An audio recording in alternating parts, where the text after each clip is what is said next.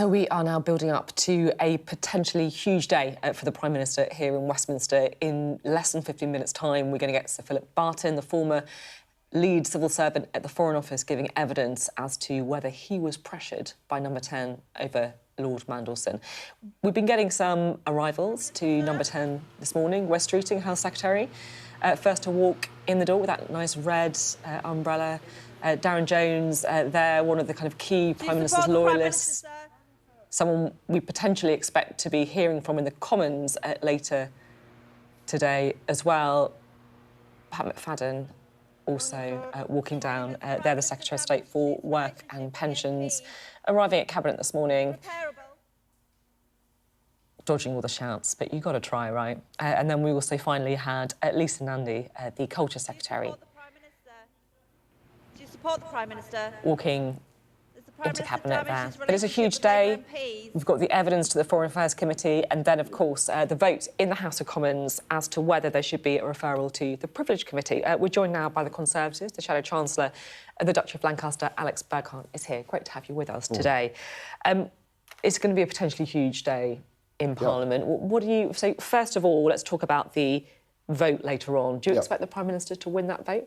Look, and obviously the Labour whips are in panic this morning. They've been phoning people all night, trying to persuade them to back the Prime Minister. But look, what's going on here is really straightforward. If they think the Prime Minister's innocent, they wouldn't fear an investigation. It's the fact they know that he's done something wrong. They know what the committee is likely to find. That's why they're having to really turn the screws on their MPs. Well, I mean, what Labour would say, I guess, is that actually they shouldn't dignify this with parliamentary time, because this is just a stunt in the words. Yeah, you're right. That's what the Cabinet would say. But everyone heard what the Prime Minister said in Prime Minister's Questions last week. Everyone can read it in Hansard. He absolutely misrepresented what Ollie Robbins said. You know, he said that Ollie Robbins had claimed I was never absolutely not put under any pressure, when actually many times Ollie Robbins said I and my department were put under constant pressure. And you know, sometimes people get things wrong in the House of Commons, and as a minister you have a duty to come back as soon as possible and correct the record. We've given the Prime Minister that opportunity. He hasn't done it, and that means that we have to take it on to the next stage. And the Conservatives are doing that with the other opposition parties, not just us. And so the vote today is on whether the Prime Minister should be referred to this cross-party group of MPs who would take a judgment. So there's two things to kind of, I guess, put the case for the defence to, from what you've just said. The first is the pressure line. And this is the key thing, isn't it? And this is going to be the key thing when we, hear from Sir Philip Barton later as well. The government's line is that there's a difference between incorrect pressure, as in you have to do this, you have to have this finding, and the normal pressure that comes from the job in Downing Street, right? And that's fair enough. Get things done. But if anybody reads Ollie Robbins' evidence, it's very clear the sort of pressure that he was under, right? And the government is again trying to re-engineer the words of the former senior servant in the Foreign Office. There's actually there's another issue as well, which is about whether full due process was followed. Again, it's very clear that it wasn't, because in November 2024, the Cabinet Secretary, Simon Case, told the Prime Minister, if you want to appoint Peter Mandelson, get the security clearance done first and make sure that he declares his interests. And it looks very much like neither of those things were done. If Keir Starmer wins the vote, will you respect the verdict and, not try again? Well, look, if obviously this will be done for today, but what will come out of today is that people will see Labour MPs... So you might bring another vote in the future, is what you're saying? I totally reserve the right to do that. But what people will see is Labour MPs voting to stop an investigation into something that they know has happened. And the Prime Minister has dragged everybody, a whole bunch of people down with him so far over the appointment that he made. He's fired his Chief of Staff, he's fired the Cabinet Secretary, he's fired the senior civil servant in the Foreign Office, and today he's going to start dragging Labour MPs down with him as well. OK, Alex Burkhardt, thank you very much indeed. Alex Burkhardt speaking there for the Conservatives. So we are building up to a huge day here in Westminster. We're going to be taking you live to the committee room where the Foreign Affairs Select Committee is going to start shortly. So Philip Barton first up there, and then Morgan McSweeney, of course, the former Chief of Staff to the Prime Minister. Beth's here. It's a big day when we've got Beth on mornings. Just snuck in. Feeling all right post-marathon? Yeah, thanks for my marathon. I was watching yesterday when you, after the man that did it in under 2 hours, was you gave me my little shout-out, yeah, so I was very grateful for that. Which was very genuine. Yeah, anybody that competed, albeit the 2 hours really was impressive. But can I just say, before we get on to the matter today, running a marathon in under 2 hours blows my... I cannot even... No, hold on. Running a marathon at all blows our minds. Yeah, but exactly. He must have sprinted for 2 hours. The man is a... And by the way, you snuck on very deftly and showed no signs of marathon fatigue there. What are you most focused on today? Of the trio of hurdles, McSweeney, privileges, Barton. Well, look, this is such a massive day in Westminster. I mean, from a interest point of view personally, to actually see Morgan McSweeney, the Chief of Staff, give evidence at a select committee, it's fascinating because you never hear about this guy, so you... And if you always hear about him, but never hear from him. Yeah, you never hear from him. And I imagine a lot of people watching will have heard the name Morgan McSweeney dozens of times. And so for the first time, we see his evidence. So I'm just very interested to see that performance, not least because we compare it to that other Chief of Staff, Dominic Cummings, that gave evidence to a select committee around COVID, handling in government, and was absolutely excoriating about his old boss. I do not imagine Morgan McSweeney will be like that of Keir Starmer. I imagine that Morgan McSweeney will try to take quite a lot of responsibility about the Mandelson decision. But look, in the substance of it, Philip Barton, again, is going to be fascinating. He was the permanent secretary in the Foreign Office at the time that Mandelson was announced. He left his post 8 months early, 5 years term. He left 8 months early. There's lots of questions about why did he leave early.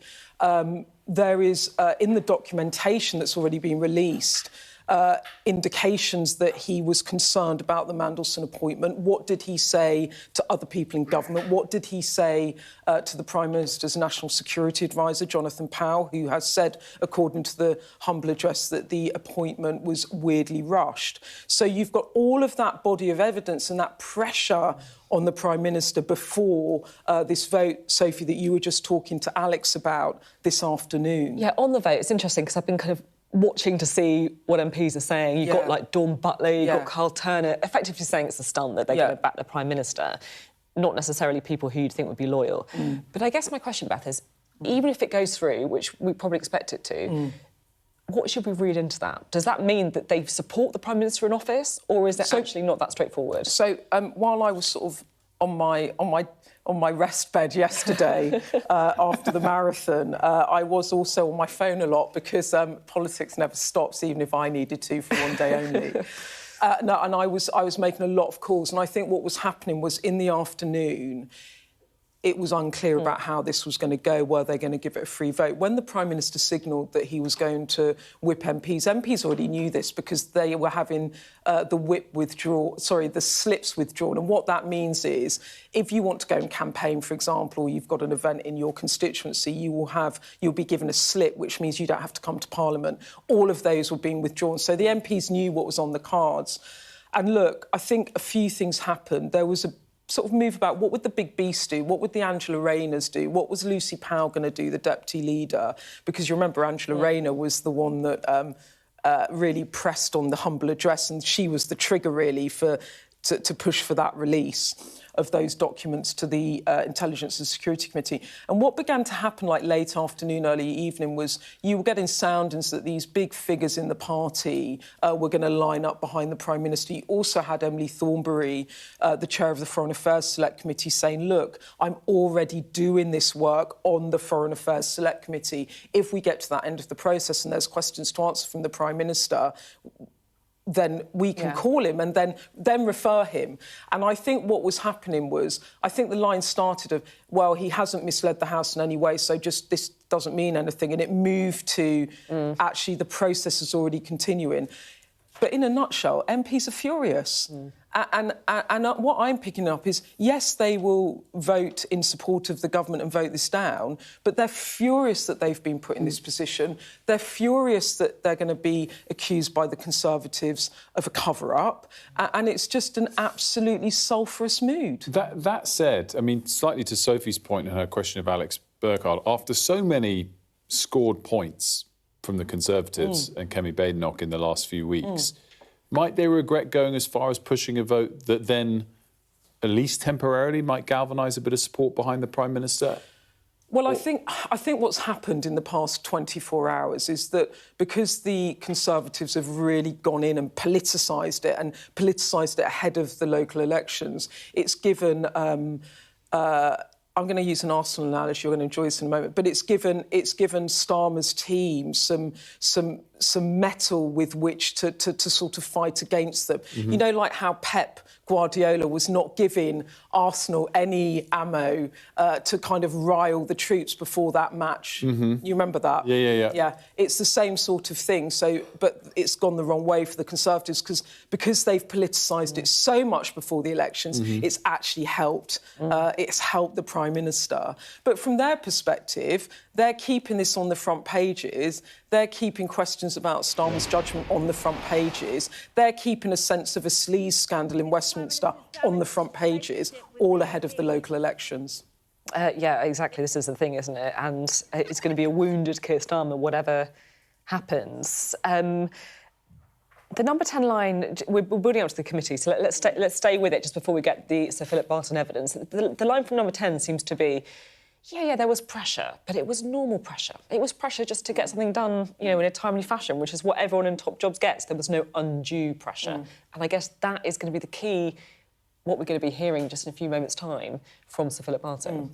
And this is where it gets a bit sticky, because in the Commons on Wednesday, the Prime Minister said there was no undue pressure.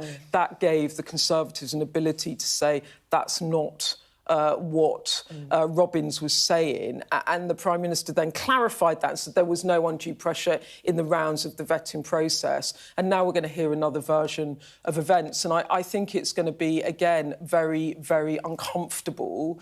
Uncomfortable for the Prime Minister, uncomfortable for MPs. But I wonder, Sophie, and I'm guessing, I don't know, I wonder if the Barton evidence is really tough and then it's helped out by Morgan. But the only thing is with the Morgan McSweeney evidence is that MPs sort of say the Prime Minister's an empty vessel, he defers everything to advisers. And if Morgan McSweeney comes in and says, it was all me, that just reinforces it. And in the end, it's about leadership and having a grip. And it's a Prime Minister that doesn't appear to have a grip. I mean, it's even up in the air at the moment about whether there'll be a reshuffle after the local elections, and that was nailed on about 2 weeks ago. Interestingly, though, from Cathy Newman's outstanding interview with the Prime Minister last night, he was pretty positive about Morgan McSweeney. So I think the chances that Morgan McSweeney Well, I think that was the clue, wasn't it? Oh, exactly. Yeah, I mean, he's like, we're still... He went to his leaving do. Yeah. He made the point that he didn't sack him, he resigned. But, you know, as I understand it, that final call was not the Prime Minister sacking Morgan McSweeney, it was giving him options. With Barton, though, if Barton went as far as to say, I left my post because I said we can't approve this person, that would be fatal. If he went that far, wouldn't he? I don't know what he's going to say. But hypothetically, if he goes as far as to say the reason I left my job 8 months early... But you see, what's happened in all of this, Wolf, is that one person says one thing and another person says something else. Of course, if he says that, it's really, really, really damaging for the Prime Minister. But it's kind of that idea that due process wasn't followed is sort of baked into some of it. And what's happening is that the Prime Minister is finding enough information. Like they put out a letter from Chris Warmald, the former Cabinet Secretary, who was the top civil servant in government, again saying that due process was followed last night. So what we're getting is this sort of war of words and different accounts. But yes, of course, Philip Barton's evidence today could be very, very damaging to the Prime Minister, depending on what he says. And as I said, he has been like a Trappist monk. It has not been from trying. It is trying. He has sort of not wanted to comment up to now. So that's why it's so fascinating to see what he will say. It is 9 o'clock, so as soon as we get anything from that committee room, it's still just got a nice sort of holding picture of Big Ben. We will bring it to you just as soon as we can. And Beth, I just want to pick up on something that you said, because for me, this kind of gets to the heart of it. You were saying that the Morgan McSweeney evidence could be damaging because if he says it's all on me and not on the Prime Minister, then actually that feeds into people's worst fears that he's a delegator, that he doesn't not a leader. To say, the past few days, you're in this moment, and you will know this from political reporting, where you can't put your phone down, you cannot stop making calls because of the uncertainty. And as someone in government said to me yesterday, everyone is trying to work out if the Prime Minister is fatally wounded. So they know he's wounded. Is he fatally wounded? And at that point, does the pack move? A Cabinet Minister said to me, part of the issue is if there is a settled view that he will not fight the next election, which apparently is something that some at the very top of his circle are beginning to float. You know, there are 10 different answers to what should come next, depending on 10 people you ask, i.e. there's no settled view, there isn't an obvious succession plan, there's runners and riders, people like Andy Burnham, he's not even in Parliament. And so it's really, really uncertain. It's very febrile. But I think the problem for Starmer is if he comes through this, and yes, he's in post, he has no authority with his MPs, he doesn't even have the political authority potentially to do a reshuffle, and he can't get anything through government. He can stagger on, but he can't actually affect any change. That's what MPs are weighing up at the moment, and that's why the mood in the party is so dismal. And somehow he has got to, in the next couple of weeks, try to get through this and try and persuade his MPs to stick with him. And I think it's going to be a very, very febrile couple of weeks. And if you know, Sophie, when we're sitting here on Friday, I don't know... Interrupts. Sorry, Beth. We'll have lots more from you throughout the day, but let's hear from Emily Thornbury. This morning is Sir Philip Barton. Thank you very much for coming. Welcome. You've been in front of the committee a few times now, and when you were permanent Under-Secretary at the Foreign Office, it's nice to see you. I imagine that you thought one of the benefits of retirement was that you weren't going to see us again. I'd like to be able to say, Chair, it's nice to be back. I'm not sure that's entirely honest, but anyway, I might be accused of misleading you. But I think the thing to do is to remind you that you're no longer a civil servant. So I suppose the first question is you did have eight months left on your contract before you left. So why did you leave? I'll be honest and open with you, and I'm no longer a civil servant. It wasn't my choice to leave at that point, Chair, and I would have preferred to see out my tenure. But after what I think was a very successful transition to the Labour team in the FCDO, David Lammy wanted to make a change and told me that, and told me he wanted somebody who would lead the department over the years ahead and carry out a major transformation programme. So I agreed to leave, and just to finish my thought, major transformation programme of the department means what? Well, means 25% cuts in the staff. That at the time wasn't obviously known because there hadn't been the spending review, Chair. But it's not that unusual, just to finish my thoughts on this, for a permanent secretary to change, you know, following a change of party of government. So I agreed to step down in January of last year. Okay. I mean, I know that you were really only properly involved in the process for the appointment of Peter Mandelson for a very short time. So I think probably basically December to mid-January. But can I just take you back to a few months prior to that? Before Donald Trump was elected president, we've got Karen Pierce, who's the ambassador in the United States, a very experienced ambassador, popular with the Biden team and with the Trump team as well. We've got an internal candidate who's been there's been a process for getting a replacement for Karen Pierce when she steps down, I believe. So, as I think is clear from Lord Case's advice to the Prime Minister, yes, revealed in the papers given to the humble address, The last government decided in the first part of 2024 to hold an internal competition to find a replacement for Dame Karen, and that individual was recommended at the end of that process, but in the end it wasn't taken forward because the general election was called and the appointment process was frozen under the rules that apply on significant decisions during an election period. So it was... Oh, I see. I didn't realise it was pre-election. Right. It was before the election. Okay, cool. So let's go to late summer, early September. What discussions were taking place about an alternative candidate then? I wasn't involved in any discussions at that point. Right.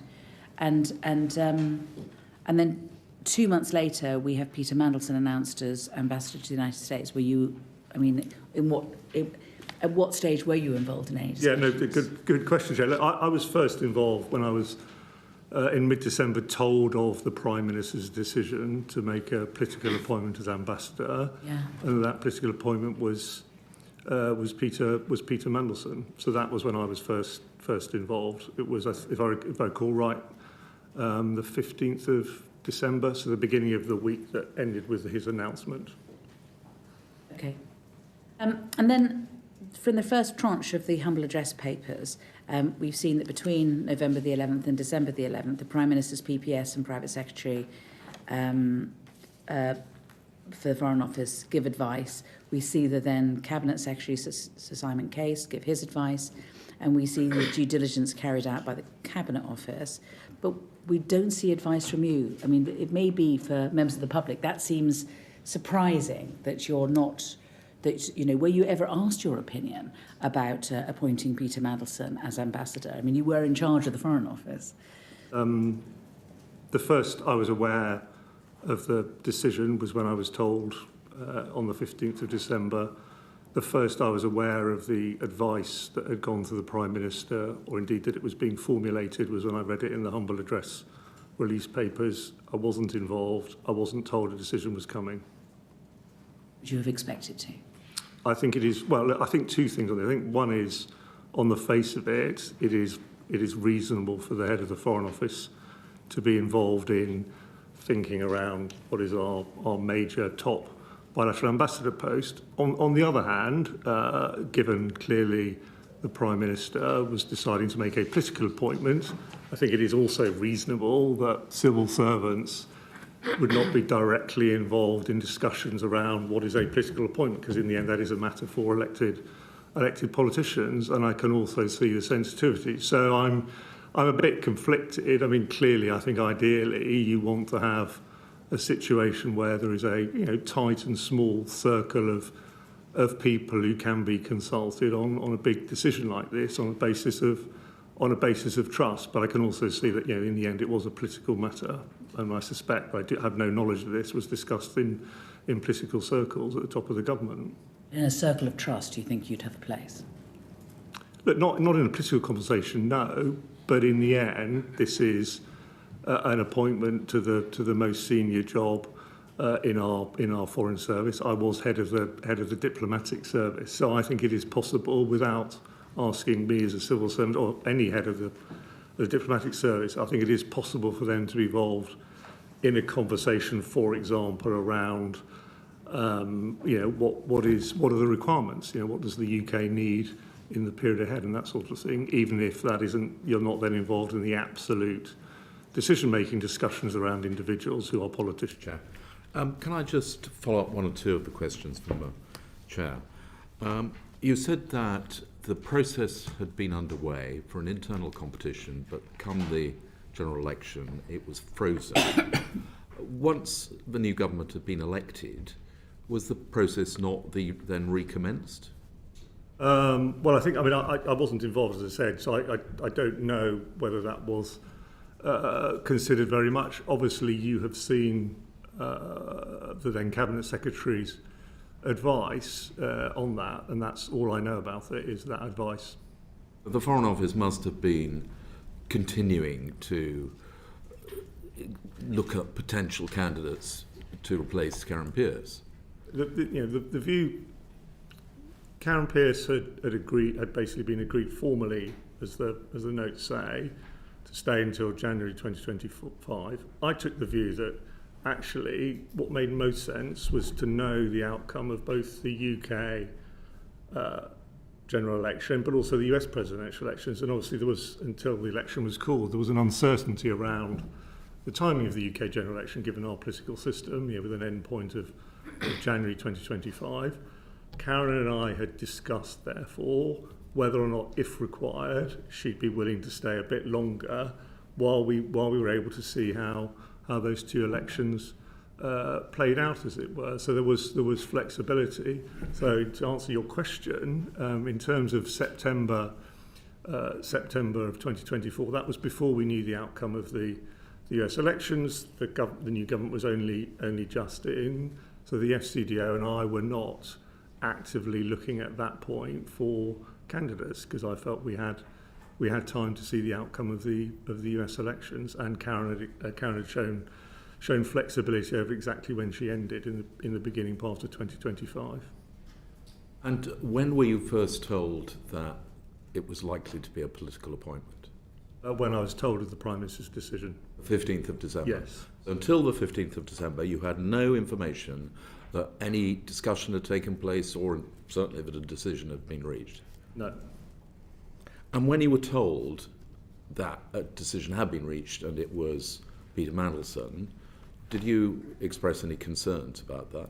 I was, as I say, I was told of a decision, so I wasn't asked for advice. I was told a due diligence process had been carried out, and I think this is known now, as the Prime Minister had been made aware of the risks and had accepted those risks and decided to proceed. So I then moved on to a conversation, was asked for advice on the practical steps required to meet what was the Prime Minister's decision, and then the requirement around the timescale. You say the Prime Minister had been made aware of the risks, but he hadn't, because the developed vetting hadn't been carried out. So all that had taken place was the due diligence. Did you ask whether or not developed vetting had been taken out or had taken place? Or whether... It was clear at that point that vetting had not taken place. It was clear to me at that point the step that had taken place was due diligence, not vetting. Can I just ask you, do you remember who it was that was telling you these things? I had a conversation with the private secretary in number 10. Right.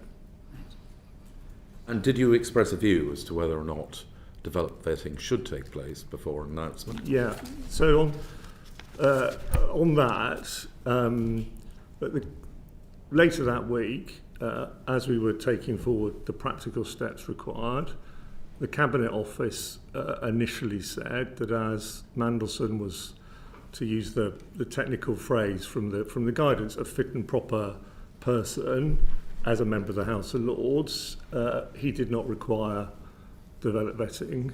I mean, to be honest with you, I thought that was odd and insufficient. I'd been Deputy Ambassador in Washington and therefore occasionally chargé, and I knew very well to do the job effectively, you have to be party to some of the deepest secrets that the UK government holds.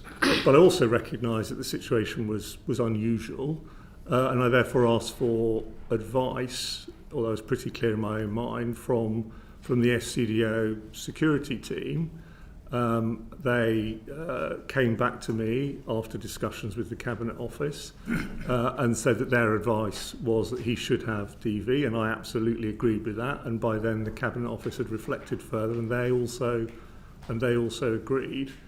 And that, if I remember right, that conversation started at the back end of the week of the 16th of December, at the time that the public announcement was made, and then by the beginning of the following week, just before Christmas, it was clear that that was going to be the requirement. That's what I thought, as it were, and I endorsed the advice. And at that point, Mandelson was sent the forms that you need to fill in to kick off the whole process. I mean, we have had a bit of a he said, she said on this. We've got the Cabinet Office saying that the Foreign Office asked, does he really need DV? And the Cabinet Office saying that the Foreign Office asked, does he really need DV? But you're down on the Foreign Office's side, that it was the Cabinet Office that said it first. Look, I can't promise you who said what first. Right. I know what I was told. I was told the Cabinet Office suggested he didn't require DV. There clearly, self-evidently, was some further back and forth and consideration. And, I don't want to give you the impression that when we were taking forward the DV, there were people in the centre still saying, don't do that. By the beginning of the following week, everyone was agreed that he should have DV, and therefore it was now about taking that process forward. But I've given you my account of my memory of what I heard and what I thought at the time. One thing is for sure, nobody made a note of it. In the end, these are about practical arrangements rather than things which, are under, Chair, I know you've talked in previous hearings about civil servants writing everything down, but I also agree with those who've said to the committee that actually, if you're going to get work done, you simply cannot and do not have time to record every interaction. The key thing is, what was the decision? The decision was he required DV, and that is recorded. So the decision was he required DV. That was your view. It was the view of the Foreign Office Security Department. Yet we know that prior to his obtaining DV clearance, he was given access to information which would usually require DV to have been completed. So how did that come about? So you had I can't remember if it's 7 or 8 pages, but it's certainly lengthy and thorough response from the FCDO yesterday. You sent them a very long, not very long, I don't mean that in a critical way, a list of questions. I didn't mean long in a critical way. A list of questions, and they're very good questions. I think there are good answers in the FCDO's response. I recognise them from the consideration of the time. The context I was going to share on this point is you have a publicly announced ambassador designate to do the single most important ambassador job for the UK. You have a very, very compressed timescale you're being asked to meet for them to start their role in Washington. And you have the exceptional circumstances of an incoming Trump administration and a very high premium, therefore, in the new ambassador arriving as well briefed as possible in the short time available, recognising that normally ambassadors have several months to prepare for big jobs like this. And that required Mandelson to have access to briefings and papers to allow him to be properly prepared. And so, as reflected in what the Foreign Office said to you in the note last night, a decision was taken in line with the guidance that he should be given access to the building and access to the paperwork, in particular on, for example, the UK government's preparations and policies towards an incoming administration. And I was given that advice and I endorsed it, and I signed off on it. And I think it was the right thing to do to make sure that, as I say, the Prime Minister's choice for ambassador was properly prepared when he started his job. I think it would be very odd not to do that. It does look odd, though, because he's got a green pass, which just means that he's got DV. And he had a DV pass on the very day that, according to the DV people, he should be recommended to not get DV. So on the day that Ollie Robbins is making his decision that it's borderline, Mandelson is wandering around the Foreign Office with a DV pass. There's a photograph of him going into the Foreign Office on that day.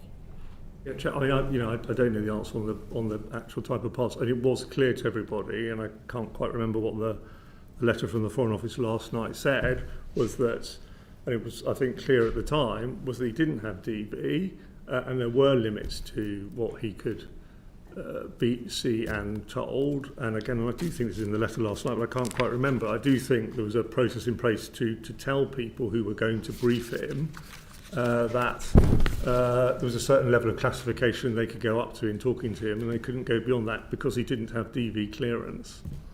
Okay. Can I just one final question? Just coming back to the answer you gave to the chair about your leaving your post. You said it. David Lammy told you that he wanted to make a change because of the transformation programme. Yeah.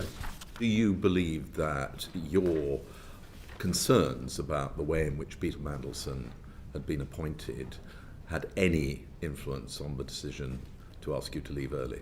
No, for a simple timing reason. I mean, I announced to the department I was leaving on the 4th of November 2024, and I didn't know anything about Mandelson until the middle of December. So the answer is straightforwardly no. Afri, you wanted to follow up? Yes, thank you. So I just wanted to check with you. I mean, obviously, despite being head of the diplomatic service, you obviously hadn't been asked by number 10 or the Prime Minister directly or indirectly your view on Peter Mandelson's suitability for the role. Had you been, would you have wanted to raise, or would you have said you had concerns about the reputational risks that he carried? You know, I think that is genuinely a really hard question to answer, because hindsight is a fantastically wonderful thing, and it is hypothetical. But let me have a go at what I was thinking at the time. I mean, firstly, it's just worth repeating. At no point did anyone consult me, ask me. I was presented with a decision. There was no space, and told to get on with it. There was no space for dialogue. You know that. I think, look, it is the most important job we have. I had been deputy ambassador. I knew the US well from 10 years previously, and obviously worked a lot on the United States throughout my diplomatic career. So I think I had a sense and an understanding of US politics, which gave me an idea of what might or might not be a problem further down the track. And so I had a concern at the time, was a part of me that had a concern at the time, that I didn't know anything that wasn't in the public domain. Obviously, we know now a lot more about Mandelson's links to Epstein, but I had a concern that a man who, demonstrably from the public record at the time, and it's clearly much bigger than we all knew, had a link to Epstein, and that Epstein, through both the presidential election campaign in the US and more generally in US politics, had been and was a controversial figure. And I was worried that this could become a problem in future, not because I was expecting that we were going to find out more, because to be honest I wasn't, and who would necessarily know, but much more, I just thought that it was a potentially difficult issue politically in the United States. So that is a very candid account of probably what I was thinking at the time. But there was no space or avenue or mechanism for me to put that on the table. A decision had been taken, and it was a political decision.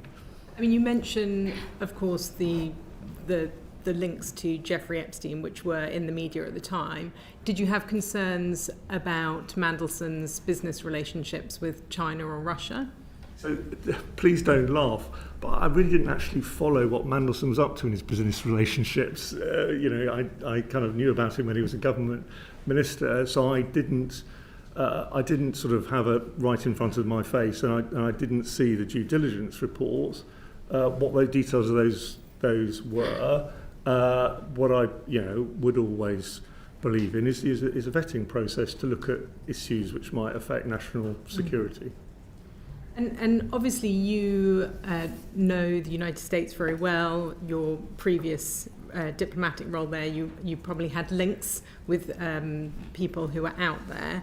Were you aware of any views that were expressed by the President's transitional team about concerns about Mandelson being given that post, or about Dame Karen Pierce being moved on from the post? Well, I mean, there's quite a lot already in the public domain. There was, at least one tweet from someone close to Trump, reminding people of what Mandelson had said about Trump many years before when he was president. Previously, I think those around Trump felt blindsided by the announcement at short notice, shall we say, and it was clear also that Karen and her team had done an excellent job in establishing relationships and access to President-elect Trump, and also when he was a candidate, doing their jobs. That's a hard thing to do, particularly in the political climate in the US, while maintaining good relations with the current administration. And Trump, has, again, on the record, had said that he'd like Karen and work well with her and be happy for her to stay. So that's a rather long-winded way of saying yes. Thank you. Can I just on what you were saying earlier about the DV and the access point? It's just to be fair on you, it is page 5 of the, Thank you very much, Chair. statement from Appreciate your help. Paragraph. It's paragraph 5, and it's where I believe that it says. Lord Mandelson's private secretary should, in advance, inform people that he was meeting that they knew he did not yet have DV clearance. Thank you. Okay. Richard. Thank you, Chair, and thank you, Sir Philip, for returning to the Foreign Affairs Committee to give evidence. The Prime Minister's National Security Advisor, Jonathan Powell, was reflecting last September on the discussions that were had in government the year before about Lord Mandelson's appointment, and he reflected that that you, Sir Philip, had reservations. Can you remember what you were saying to the National Security Advisor about your reservations around appointing Lord Mandelson back in 2024? I think it was very much along the lines of what I've just said around the possibility of his known connection to Epstein causing an issue subsequently. Obviously, I didn't know what was actually going to happen because Epstein was such a toxic hot potato subject in US politics itself, including in the election campaign. So that is what I recall thinking at the time, and I can't prove this because I don't know what Jonathan was thinking when he said it last September, but my instinct is that's what it refers to. Okay. And then thinking later on that year about the Number 10 operation, do you recall any dismissiveness in Number 10 about the importance of vetting, and if so, how was that communicated to you?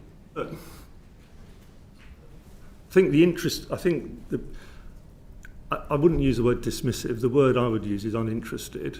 I think, people wanted to know that all the practical steps required for Mandelson to arrive in Washington on or around, by or around the inauguration date needed to be completed, at pace, as it were, and that was it. The interest. I mean, no one, to be honest with you, no one said to me, "Look, Philip, the Prime Minister knows there's some risks around this. Can you really make sure that the vetting's done rigorously?" I mean, it's always rigorous anyway, but that wasn't the sort of thing being communicated. The sort of thing was, fine, he needs vetting, make sure it's done in time. Okay, thank you. Last week, when Sir Ollie gave evidence to the committee, I said that Sam Coates had reported words around "just to prove it," and I need to correct the record slightly because Sam Coates didn't actually report that. He didn't file a report. He did discuss it with a member of this committee. He didn't actually put it in writing. It didn't get off the cutting room floor. But it doesn't take away from the fact that his reply made plain that he had a strong sense that there was an atmosphere of pressure and a certain dismissiveness about this developed vetting. Could you comment on that atmosphere of pressure as you understood it in late 2024? Can I just say one thing about the non-reported phone call and use of a particular word? I think it's important. I say this. Look, firstly, I didn't receive any direct calls from the Chief of Staff during my time as Permanent Undersecretary, so there was no call at all. So my interactions with him were always when others were present in a general meeting. There weren't very many of those either. This story or versions of it has been in the media persistently or floating around the media since last September. There's different versions, sometimes involving a swear word, sometimes not. And I've really racked my brains, and I cannot recall Morgan McSweeney swearing in a meeting at me, or indeed just in general. And so I don't see any substance in that part of it. And I think it's important I say that this morning, given how many people have come to think that might be true. In not answering your question, I've slightly forgotten what your actual question was. I know I didn't answer it. I did that on purpose. But can you just the headline at the end of your question? Sorry. So Ollie, when replying last week, said that there was a an atmosphere of pressure and a certain dismissiveness about this DV process. And I wondered if you could comment on the atmosphere of pressure, please. I think, where I would start is, on the 18th of December, I received a letter from the Principal Private Secretary to the Prime Minister, and it's the one released as part of the humble address. I didn't receive letters from the Principal Private Secretary to the Prime Minister very often. Most of my dealings was with the Foreign Affairs team in the Number 10, as you'd expect. And the letter, as you know, basically says Prime Minister has decided, and it then goes on to say, please could arrangements be put in place, was to that effect, for a handover by the inauguration, a very compressed timescale, and that in effect is the top of the government saying the Prime Minister has decided he wants Mandelson's ambassador and he wants it done in that timescale. So that is what creates the pressure. There were conversations around progress, but I think no one in the FCDO working on this can have been any doubt of the urgency of the issue and the importance that Number 10 and the Prime Minister attached to Mandelson being in DC in very short order. Can I help you? On page Yes. 22 of the bundle that's in front of you, the letter is there. Yeah, no, I've got, thanks, Joe. I've got the letter. I mean, it's clear. I mean, it's clear. Please would you take forward the necessary arrangements at pace. We would like to secure agreement as soon as possible, the formal agreement of the US government, as it were, in terms Read of the end of the sentence. as soon as possible to enable a handover in advance of the US inauguration. In advance of the US inauguration. At that point, that was the ambition at the start. He's given the job on the 20th of December, and they want him at the US inauguration on the 20th of January. Correct. So you have a month. Yes. Sorry, does that answer your question? It does, thank you. And I have another, and it relates to that time in December. And I just wanted to sort of try and get an idea for some of the events that were happening in December of 2024. The Prime Minister gave a speech on the 5th of December where he talked about the tepid bath. And just to recap for people not familiar with it, he said that people in Whitehall are comfortable in the tepid bath of managed decline. The implication was that the civil service was satisfied to stagnate and was not sufficiently reactive to political direction. I wonder whether that had any influence on the culture and the way in which the civil service was reacting to pressure around this political appointment. I honestly don't think it did, actually. I honestly think the FCDO, once it was clear a decision had been taken and had been through the formal sign-off process with His Majesty the King, did what it always does, lent in and did its level best to deliver Minister's ambitions, in this case the Prime Minister's ambition. I think that would have done that whether or not the Prime Minister had made a speech about the civil service earlier in the month. To be honest with you, I think that's, actually think the Foreign Office and all the officials involved in the Cabinet Office and Number 10 as well, I mean, they all acted, in my view, certainly the ones I was collaborating with, in good faith at the time to try and deliver a very, very ambitious ask in terms of the timescale, because that was what the professional thing to do. One more, Chair, if I may. The Prime Minister said at PMQs last week that, quote, no pressure existed whatsoever in relation to this case. How can that be squared with Sir Ollie's evidence last week where he said that there was a strong sense that there was an atmosphere of pressure? I don't think it's for me to do evidence squaring, and obviously there's going to be other conversations around this, and I don't know who may or may not be asked to consider it in more detail. I'd have to ask you, what do you actually mean by your question? And the reason I asked you that, I'm not being difficult, because I think there's two possible questions here. Question one is, was there pressure on the substance of the DV case? Question 2 is, was there pressure to get the DV case done in a particular time frame? And they are different time frames. Sorry, they are different questions. And I worry. You get us 2 answers. I can give you 2 answers. I actually wrote down 2 answers, Chair, because I think there are two questions there. And I do think some of the problem with them is people are talking past each other because they're actually talking about different things. But anyway, I can't find my answers, but I'll give them to you anyway. So should I just carry on, or do you want to ask? No, carry on. Answer 1 is, during my tenure, I was not aware of any pressure on the substance of the Mandelson DV case. Question 2, was there pressure? Absolutely, and I've described it, and I also have seen what the Foreign Office said to you last night, and recognise what is said in that letter about the pressure to get it done, i.e. DV clearance, by a particular timescale. Because as I said to you earlier, I don't think anyone could have been any doubt in the department working on this that there was pressure to get everything done as quickly as possible. And I recognise your distinction between time pressure and pressure on the substance of the vetting process. But I think it's reasonable to suppose that one can affect the other. If there is time pressure, if there's a desire to get the ambassador out to Washington, D.C. before inauguration, then you can understand that the FCDO has the delegated power to give a recommendation around developed vetting, might also then lean on the substance as well as the timing. Yeah.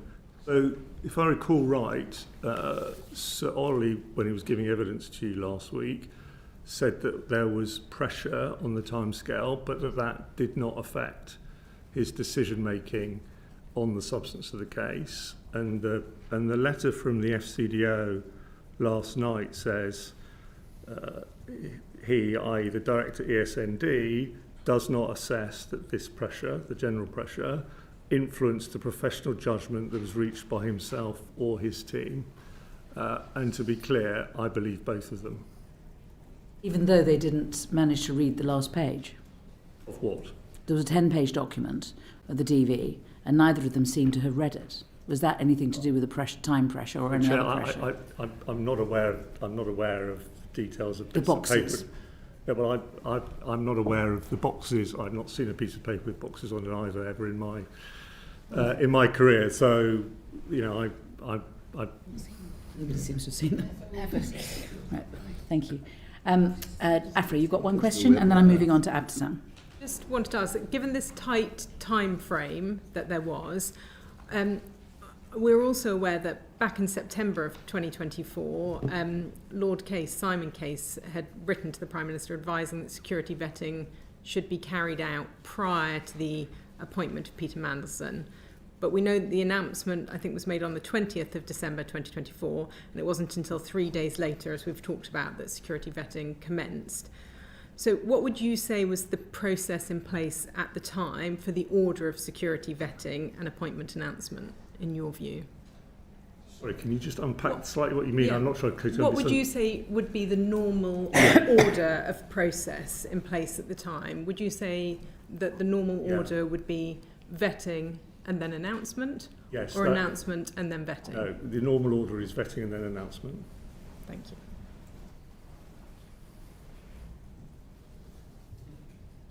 Do you have any idea why it went the other way around? No, the timing of the announcement was driven and decided by number 10. Okay, thank you. Abdesam. Thank you, Chair. So just following on from colleagues' questions in relation to pressure, what did that look like? I mean, were you receiving regular phone calls? Yeah, so, I mean, I think it's important to, I'm not going to repeat myself, but it's important to remember the overall framing, in a sense. You know, you have the letter from the Principal Private Secretary, I won't repeat myself, but that provides the overall context. There were meetings in that week with number 10. There would have then have been regular progress chasing. There was discussion around the exact timetable that went on, and so there was, keen interest all the way through from number 10 that the practical arrangements required to get Mandelson to Washington in the timescale required or thereabouts was all moving forward. But in a sense, the pressure was kind of set at the beginning and just carried on. It wasn't a matter of did someone phone every day at 10 o'clock. It was much more this ambitious timetable has been set. You referenced earlier Cabinet Office's fit and proper exemption, and you said that you thought this was odd and insufficient and unusual. Did you reference your concerns to number 10 or to the Cabinet Office? I didn't need to be honest with you, because what I did was I asked the FCDO security team for advice, and then when the advice came back to me after their conversations with the Cabinet Office, at that point everyone was agreed that he needed DV. So there were a number of emails that came out in the humble address prior to Mandelson being appointed. Was it normal for number 10 to be sending emails to prospective candidates? No, I mean, I think, to be honest, I would cite, I mean, there's, for example, if I remember right, and I can check if you want, Chair, but if I remember right, one of the emails attached conflict of interest forms, which would normally be a departmental matter, and it was in the end agreed that the conflict of interest should be done by the FCDO. I think the fact that number 10 was at all points trying to accelerate arrangements was a strong signal of the time pressure that everyone was under. They were also trying to play their part. They were stepping in to do things which might in the past have been left to the FCDO. Mm-hmm.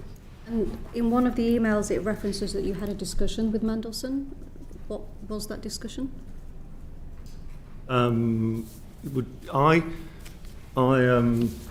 memory, I had a intro chat with Mandelson on the Friday that his appointment was announced, and that was around practical matters of how the department would support him in his preparations to be the next ambassador now that had been announced.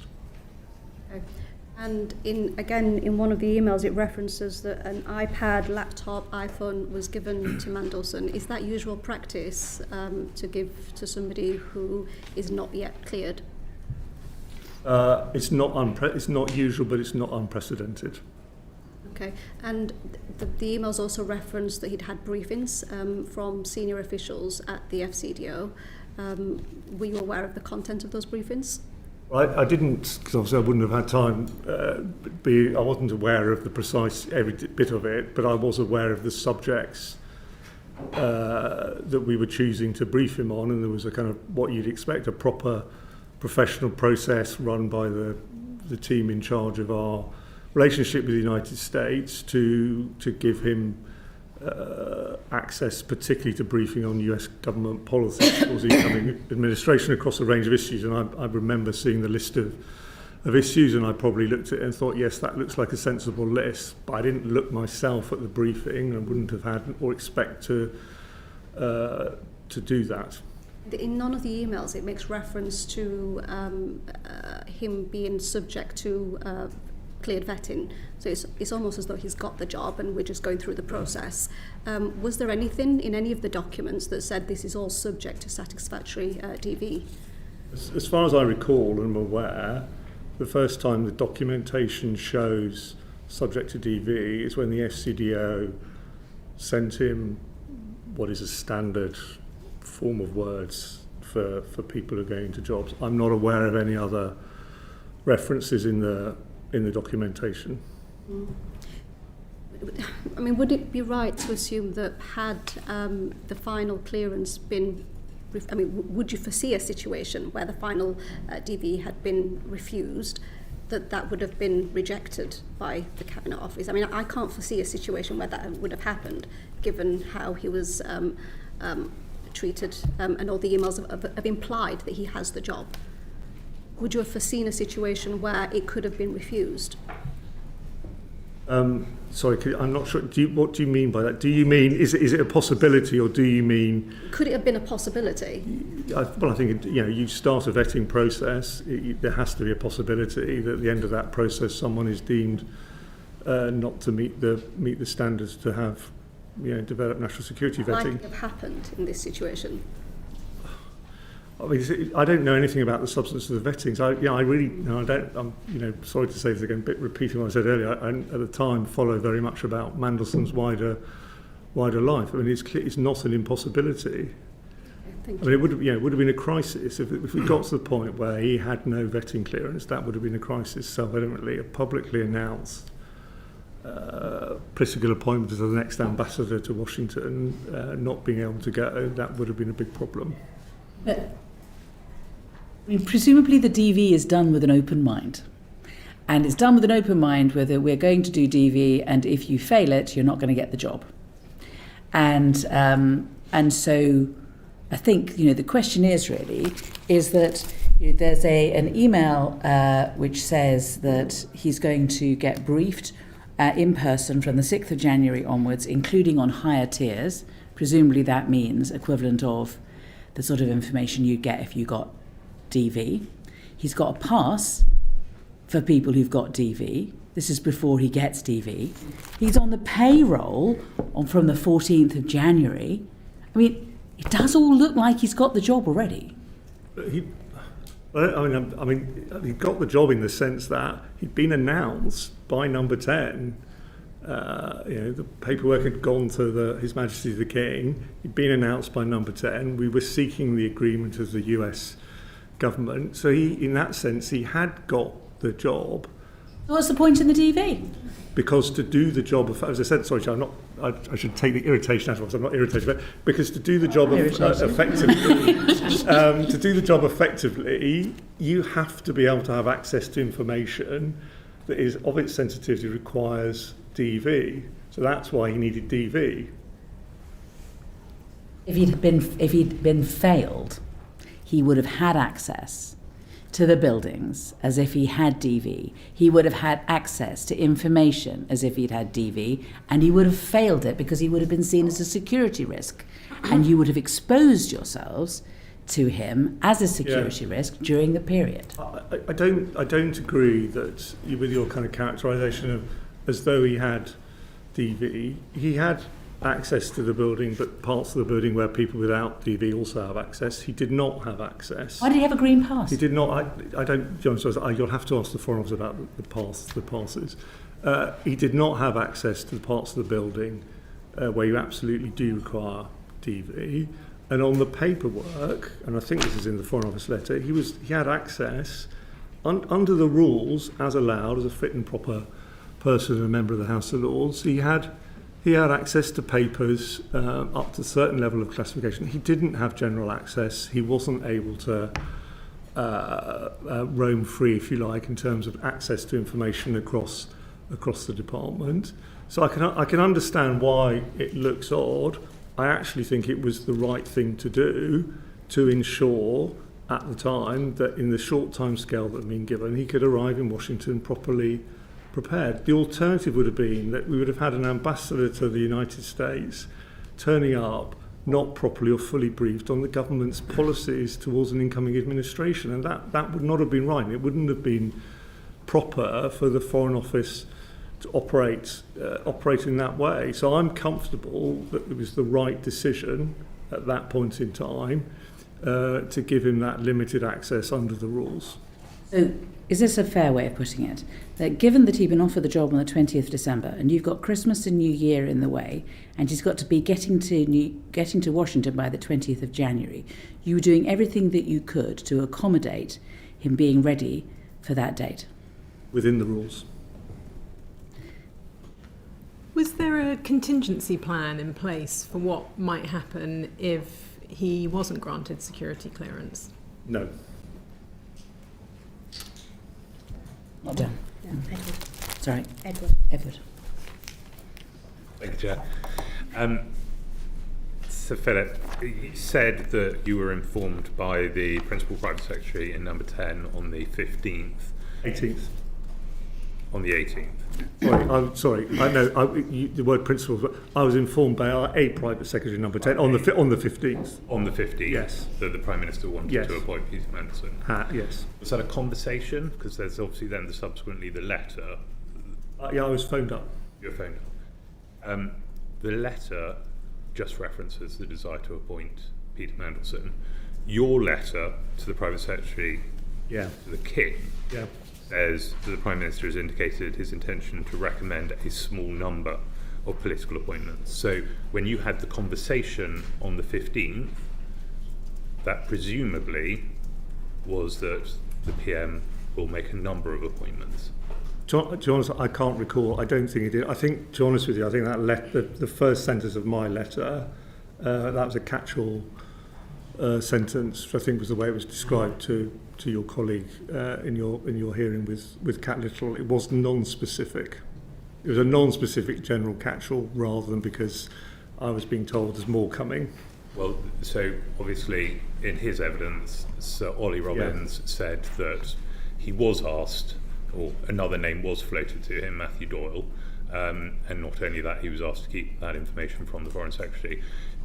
If not during the conversation on the 15th, at any subsequent point were any other names floated to you for potential political appointees? Not by the Labour government. And the first I knew about Matthew Doyle's when Sir Ollie gave you evidence. And in any conversations with Number 10, were you ever asked to withhold information from the Foreign Secretary? Ever? Well, okay, so with the current administration, we should put on record, you have served under 4 different Prime Ministers. So let's establish at any point during your tenure as PermSec, were you asked by a Number 10 organisation to withhold information from the Foreign Secretary? How usual is that for that request? I mean, I'm worried that everyone's going to think that the centre of government spends its whole time sort of conniving behind the backs of everyone else in government, and that's not the reality. The reality is, people trying to get on with delivering the business of the government, the vast majority of the time. I think my best answer to that question is unusual. But in the end, and I'd say it's particularly around things where you might have a policy disagreement or difference of view between the Prime Minister and the Secretary of State, it is not unheard of for permanent secretaries, in a sense, to try and work in a way which allows there to be a decision and a consensus view, and the government can then move ahead and take it forward. And in that sort of situation, it's not unheard of for a permanent secretary to be privy to something that they don't pass on to, or are asked not to rather, pass on to their Secretary of State. So I would describe it as not unheard of, but I don't want to give the impression that this is going to standard operating procedure. This is extraordinary.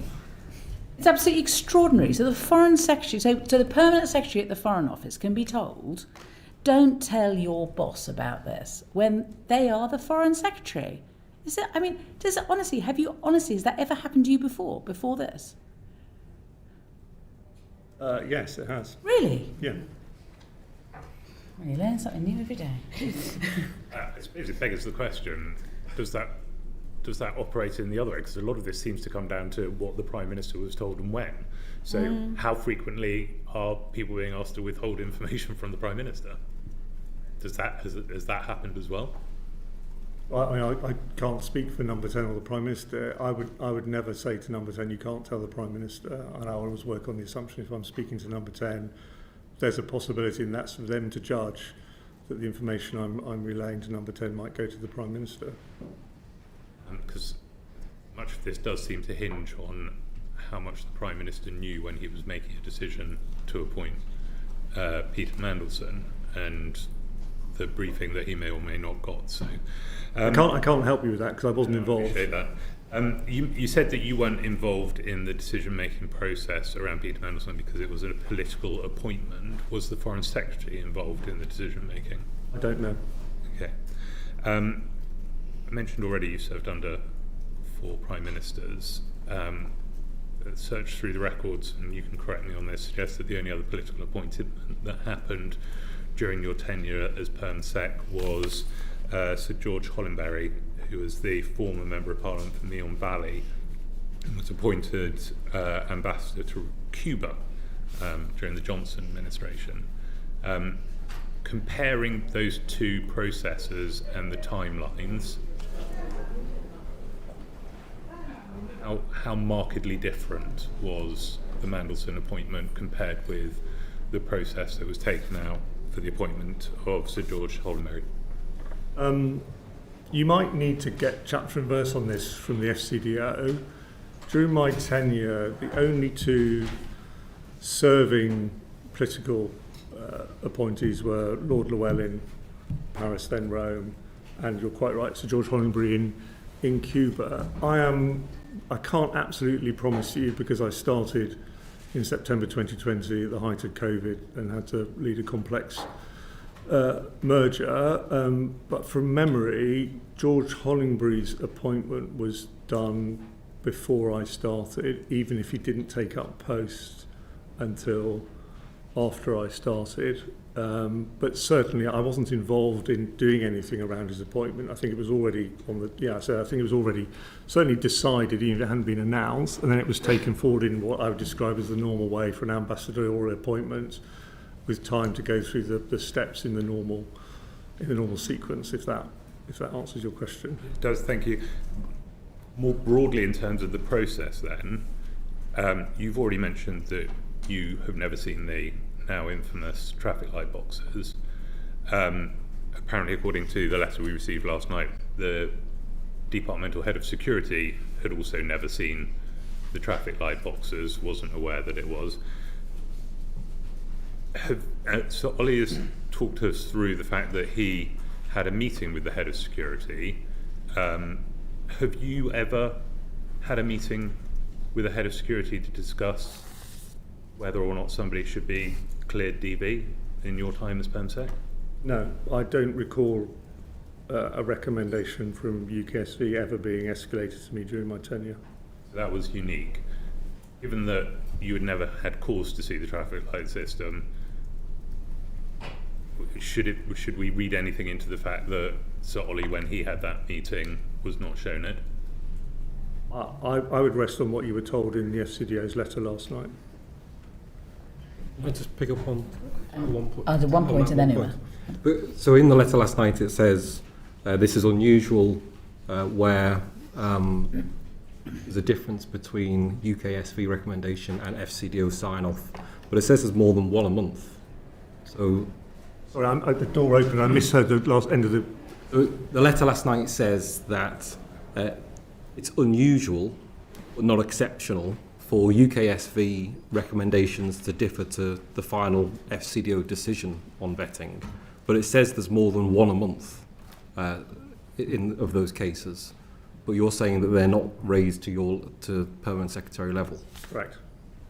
Who would then make that decision? I think that's set out in the letter. If I remember right, it sets out the decision-making hierarchy, but you would have to get chapter and verse from the department. Thank you, Chair. If you'd become aware, Sir Philip, that there were issues with UKSV, given how high profile this appointment is, would you have raised this with the Foreign Secretary? I genuinely don't think that's a question I can answer, because I don't know anything about the substance of the concerns. So, and what I would say to you is that, you know, when you're a permanent secretary, you have what I describe as crucible moments, and you are basically being asked to decide something sensitive, sometimes under time pressure, and you can't discuss that with anybody. And I really don't think that I can second guess somebody's decision in those circumstances when I'm not in them and don't have the information and the environment of that time. I understand, but Sir Philip, you've said that it's very unusual for security matters to be raised, and certainly in your time that had never happened. Given how unusual it was, and given the media spotlight on this already very controversial decision to appoint Peter Mandelson, and looking at that Civil Service Code of Conduct, well, there's an expectation for ministers to be briefed properly by the civil service. Would you have exercised your judgment to say, actually, this is one of those times I perhaps need a conversation with the Foreign Secretary? Yeah, you know, I can't, genuinely, I'm not being difficult. I genuinely can't answer that question in the abstract without having the briefing, knowing the information, knowing where, I can't tell you what I would have done. I just actually don't know. I understand. Do you recall your conversation with Ollie regarding the handover of this decision? And in that conversation, did you discuss any of the pressures, whether that be time pressure or the kind of political pressure? Yeah, I'm sure that I gave that we had about a week, but he spent a certain amount of that time talking to other people and reading documents, and we had conversation at the beginning of the week, and at the end of the week we had a longish meeting where I kind of went through some of the senior personnel issues, talked about some of the future appointments that were coming up, and how he might want to think about that, and what you'd expect in a professional handover, and kind of some of the things that I knew or wanted him to know that perhaps weren't. I was probably the best placed person to actually tell him all of that, and so I did, as part of that, describe to him in headline terms the process that had been through and where we'd got to in the appointment of Mandelson and the preparations for him to arrive in Washington. And as part of that process, did you raise any concerns that you had personally about this, or any of your risks that you thought may arise as a result of it? My memory is we had a general conversation mostly about what had happened, where they got to.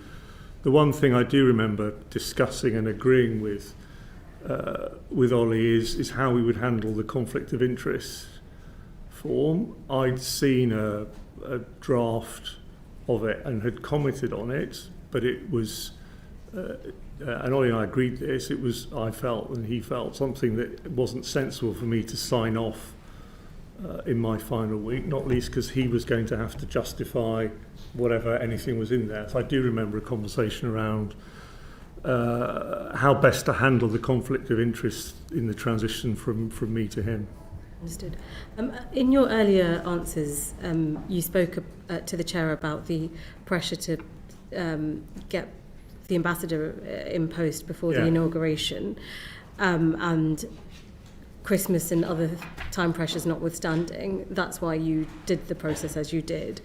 Would you have briefed anyone else who is considered for that post if they weren't a political appointment? Let's say it was not Peter Mandelson and it wasn't a political appointment, but you knew this was the most likely candidate. Do you think that same thing would have happened? Yes. Okay.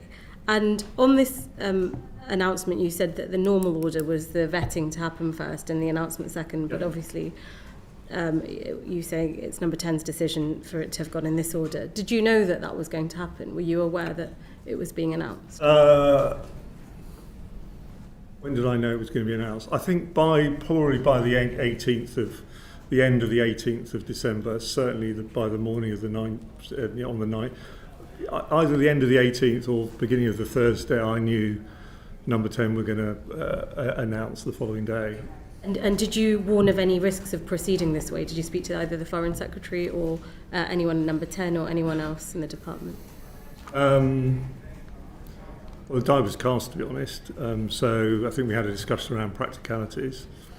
There wasn't any intervention from you as... In what regard? That there are risks of proceeding this way, that the normal process is the vetting happens first and the announcement second.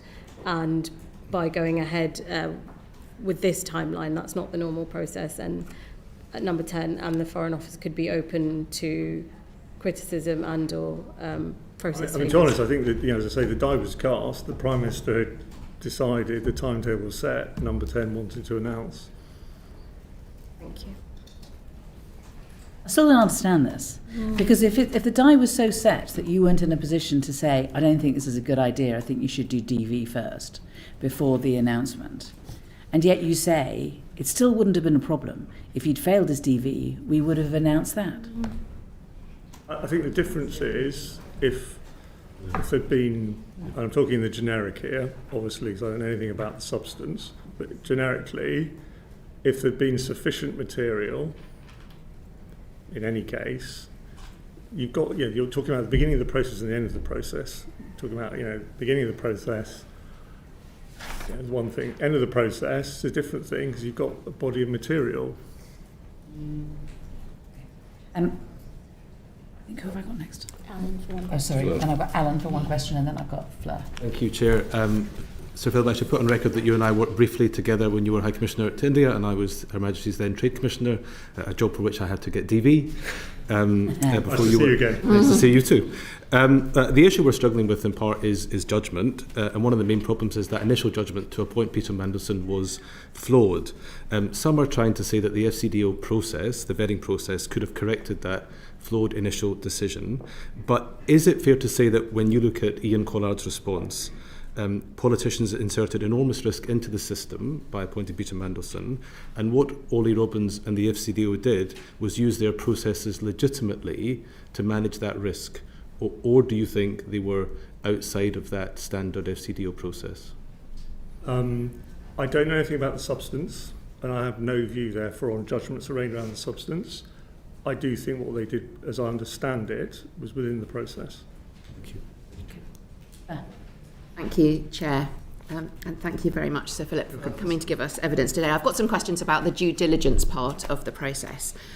Were there any other FCDO appointments like this when you were told about the due diligence and it was an FCDO appointment after the due diligence had been done? I'm not aware, for ambassador jobs, of any due diligence being done of this sort of form. It's not part of a normal civil service process. So I don't recognise it. In your experience, have you had experience of people not passing due diligence? So is it a process which is a pass or fail then? It's not a process. It's not a standard process. I mean, the closest I can come to is, for example, this may be a total red herring, so if you want me to stop, I'll stop. But recruitment for non-executive directors of departments. Obviously outsiders, because that's the point. They have in the past been subject to a look at their social media profile and that sort of thing to see whether that throws up anything which make them unsuitable for a non-executive role in a government department. But that, is a bit different. But that is the closest comparative in terms of appointment processes to full-time on the books jobs rather than a non-executive role. I'm certainly in the FCDO, it's not part of the process, and certainly not for ambassador jobs. And so just a bit more on the process. So you were told about it on a phone call on the 15th of December, but you weren't given the due diligence checklist, which I've got in front of us. It's part of the humble address papers that had already been completed. Did you see the conflict of interest paper at that time? No, because it wasn't completed. It was basically sent to Mandelson, if I remember right, the following week or the week after. Let me just check to make sure I give you the right date. On the conflict of interest, I saw that over the weekend of, I think it was the 4th and 5th of January, and I had some points on it. Either, I didn't, further points I wanted addressed. And so I remember actually writing an email, because it was a Sunday. I wrote an email setting out those points. Who did you write the email to? My office. Someone in the department dealing with it. Okay. And were they... So they were the concerns which would have been raised by the due diligence form about the different things we can see here. Epstein, for example, was in that. But I think I can't speak to due diligence. I wasn't involved. On the conflict of interest form, there's a clear form which you fill out, setting out areas in which in your life that might create a conflict, and then there's a process with the line manager, and the Ambassador Washington is managed by the Permanent Undersecretary to agree whether that conflict's surmountable or not, and if mitigations and so on. And is there a precedent of you seeing a due diligence form? Do you think you, or for asking, I know this is an unusual appointment because the Cabinet Office did the due diligence, so you didn't see it.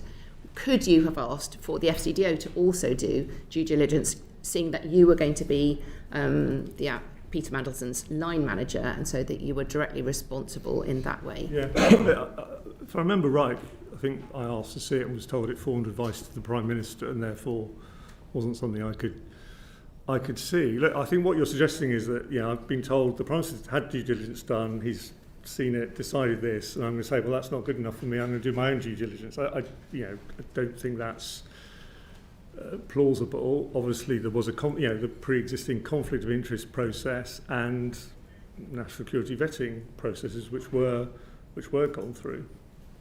Just to be clear, in that week, I think you've been asked before about did you raise this with the Foreign Secretary? So this week of the 15th, you were told, the 18th it became public. Did you have a conversation with the Foreign Secretary during that week to say, this is the most high-profile appointment. It's a very controversial appointment. It seems... I was clear in my own mind that I needed to know the Foreign Secretary was content before I went to His Majesty the King to seek his agreement. Diplomatic service appointment, ambassador, ultimately, obviously Prime Minister involved as well, but responsible to the Foreign Secretary. If I remember right, the Monday was the day of the annual Australia-UK ministerial meeting, which both the Foreign Secretary and I, pretty busy, both in our own rights. My counterpart was here as well as Penny Wong, but also together in joint meetings for much of the day. My memory is that I had a brief word in the margins of that to relay to the Foreign Secretary what I had been told. And if I remember right, he said he would talk to number 10. Okay.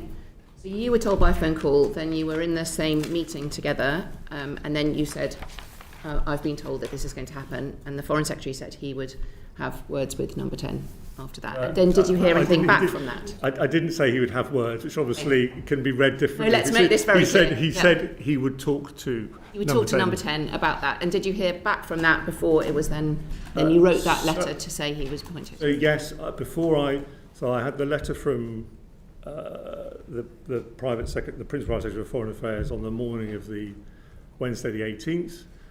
I established the Foreign Secretary was content for me to take forward the process, and I then wrote to Sir Clive, and the letter's part of the release, as you know. Is there any record of that meeting where you had an establishment of the Foreign Secretary? He was travelling, and I had a exchange with someone in the travelling party and had a message back. He was content for me to write. He was on his way, I think, to a dinner of NATO foreign ministers. Can I just follow up on this? So you've said that there was, the purpose of due diligence is to look at reputational risks, yeah? And so if I was Foreign Secretary and one of my ambassadors had gone rogue, it would be for me to be answerable for that, right? So surely it's important in those circumstances for me to see the due diligence. I don't know the extent to which the Foreign Secretary was involved prior to the Prime Minister's decision. I don't understand what that answer is. You said that you'd asked to see the due diligence and you were told that it was something for the Prime Minister, and now you've given whatever answer that is. Sorry, Chair, would you mind repeating the question? Would you just repeat the question to make sure did the Foreign Secretary see the due diligence or not before you tell the King, I've discussed this with the Foreign Secretary who agrees with the recommendation? I'm not aware that he saw it. Are you aware that the Deputy Prime Minister has now said that there were worries about Peter Mandelson's appointment at the time? And he said to LBC that there was a discussion within government, but that ultimately it was a matter for number 10. I saw the media report at the time. Is that all you're going to tell me? Honestly, I'm not being difficult. If you ask me a question, I will answer it. But I should also say I'm obviously not here to speak for the Foreign Secretary. You kindly pointed out at the beginning I'm not a civil servant anymore. Have a view on the accuracy of the statement. Just read it again. I think you should ask the Foreign. If you want to know the Foreign Secretary's views, I don't really feel. But you were there in the middle of all of this, right? You were there in the middle of all of this. The Foreign Secretary is your boss. Fair enough. The Foreign Secretary. You're telling us that the Foreign Secretary was happy, and you told the King that. The Foreign Secretary, now the former Foreign Secretary, now the Deputy Prime Minister, is saying actually that there were concerns and there were discussions going on. Which is true. Got it. So I'm not being unhelpful, I promise you. Let me put it this way. I was asked what the Foreign Secretary said when I told him. He did not say, Philip, please crack on, write to the King. He actually said, I'm going to talk to number 10. That's it. That's that because we were in the margins of big important meetings with the top of the Australian foreign and security system in what is always a very pressurised period in the run-up to Christmas, and this was about a political appointment. He was my political boss as foreign secretary. I gave him the information I'd been told. He said he would talk to number 10. Cool. A follow-up to that, Sir Philip. So yesterday, the former Foreign Secretary, now Deputy Prime Minister, said, as the Chair said, that he'd expressed worries. And you said this was a conversation in the margins. But again, back to how serious an appointment this is and the level of media scrutiny already rightly on this appointment. Did you have any further conversations with the then Foreign Secretary about these worries? As I recall, he and I had a brief conversation. I can't remember if it was the 18th or the 17th or the 18th, so the Tuesday or the Wednesday. It was inconclusive, so he wasn't at that point saying he was content for me to proceed, and I hadn't in any case received what I asked for at the outset. I said at the outset to number 10, I'm not doing anything until I've got something in writing. And at the point of that conversation, I hadn't received a letter from the principal private secretary, and so we had an inconclusive conversation. Did you raise any of your concerns with him for him to make a judgment to pass this on or anything like that? Was there any conversation about the worries that you both seem to have had? I think the Foreign Secretary should speak for himself on his views and what was said, as it were. I, at that point, was doing my best to resolve the situation, establish what I was being asked to do by the top of the government, and then take the bureaucratic steps necessary either way. So it was a situation that needed to be resolved during that week. Do you think the process of that week, the due diligence part of this, is evidence of, and the timings of it, is evidence of pressure or undue pressure, or evidence of due process being followed? I'm really sorry, but I'm not sure I follow you.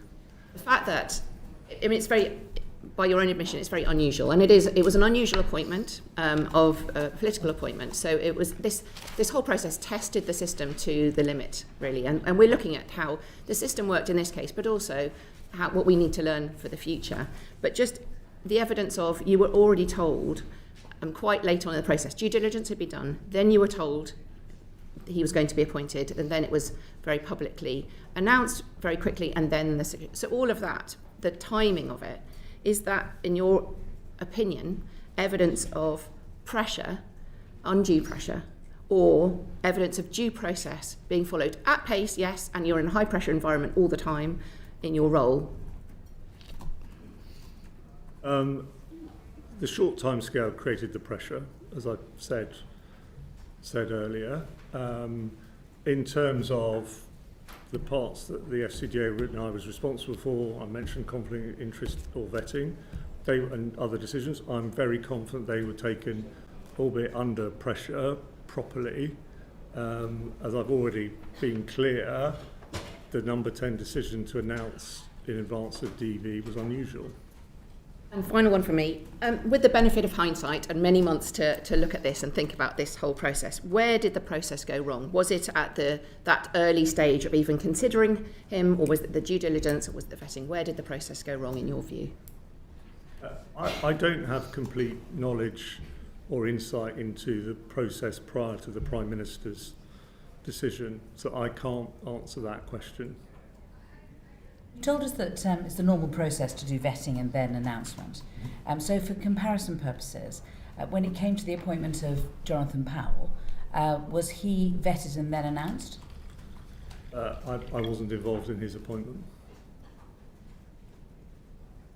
Oh, he's not Foreign Office. He's a National Security Advisor, it's a Cabinet Office role.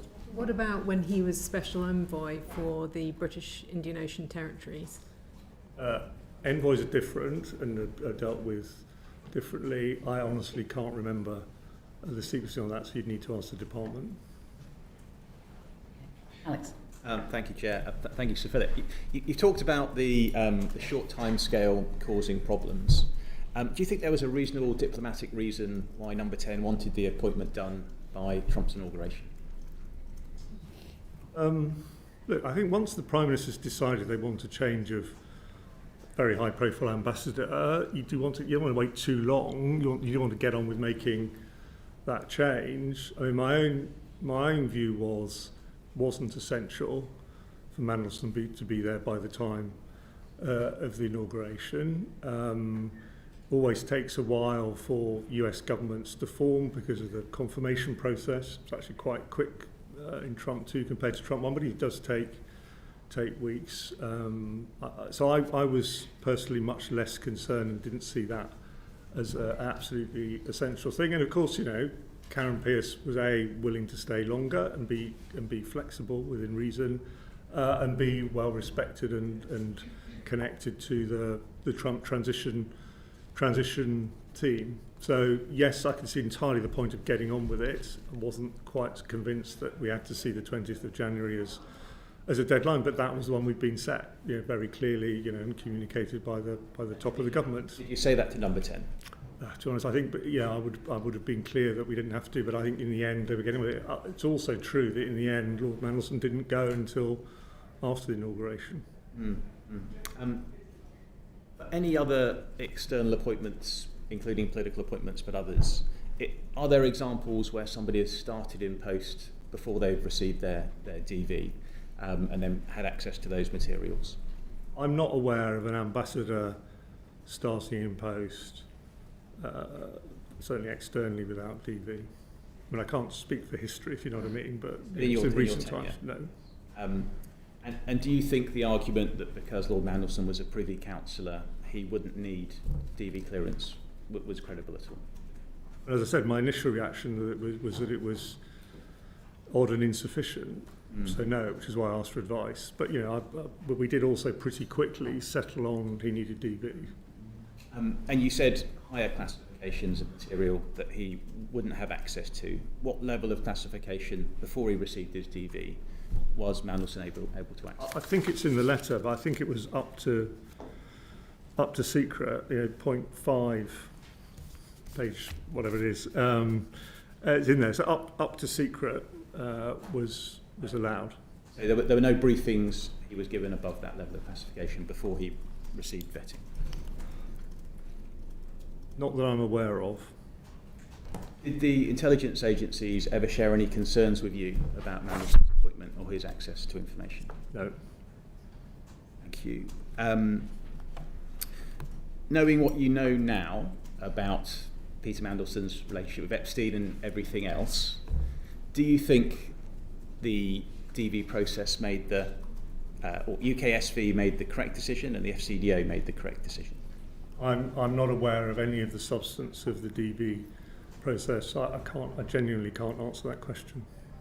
Does it change your view on the appropriateness of political appointments to ambassadorial positions at all?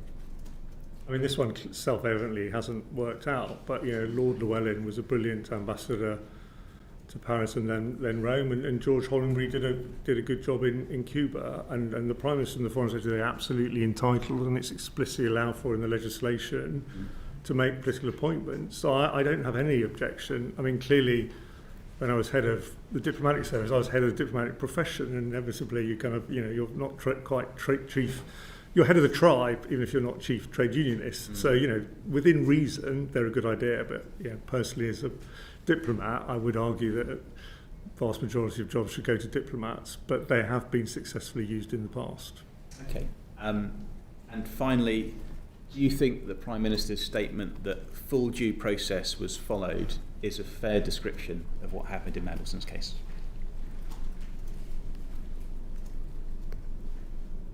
I'm going to dodge. I'm really sorry, but I just actually don't think it's for me to sit here it's not for me it's for others, including, all of you as members of Parliament to come to a view on that.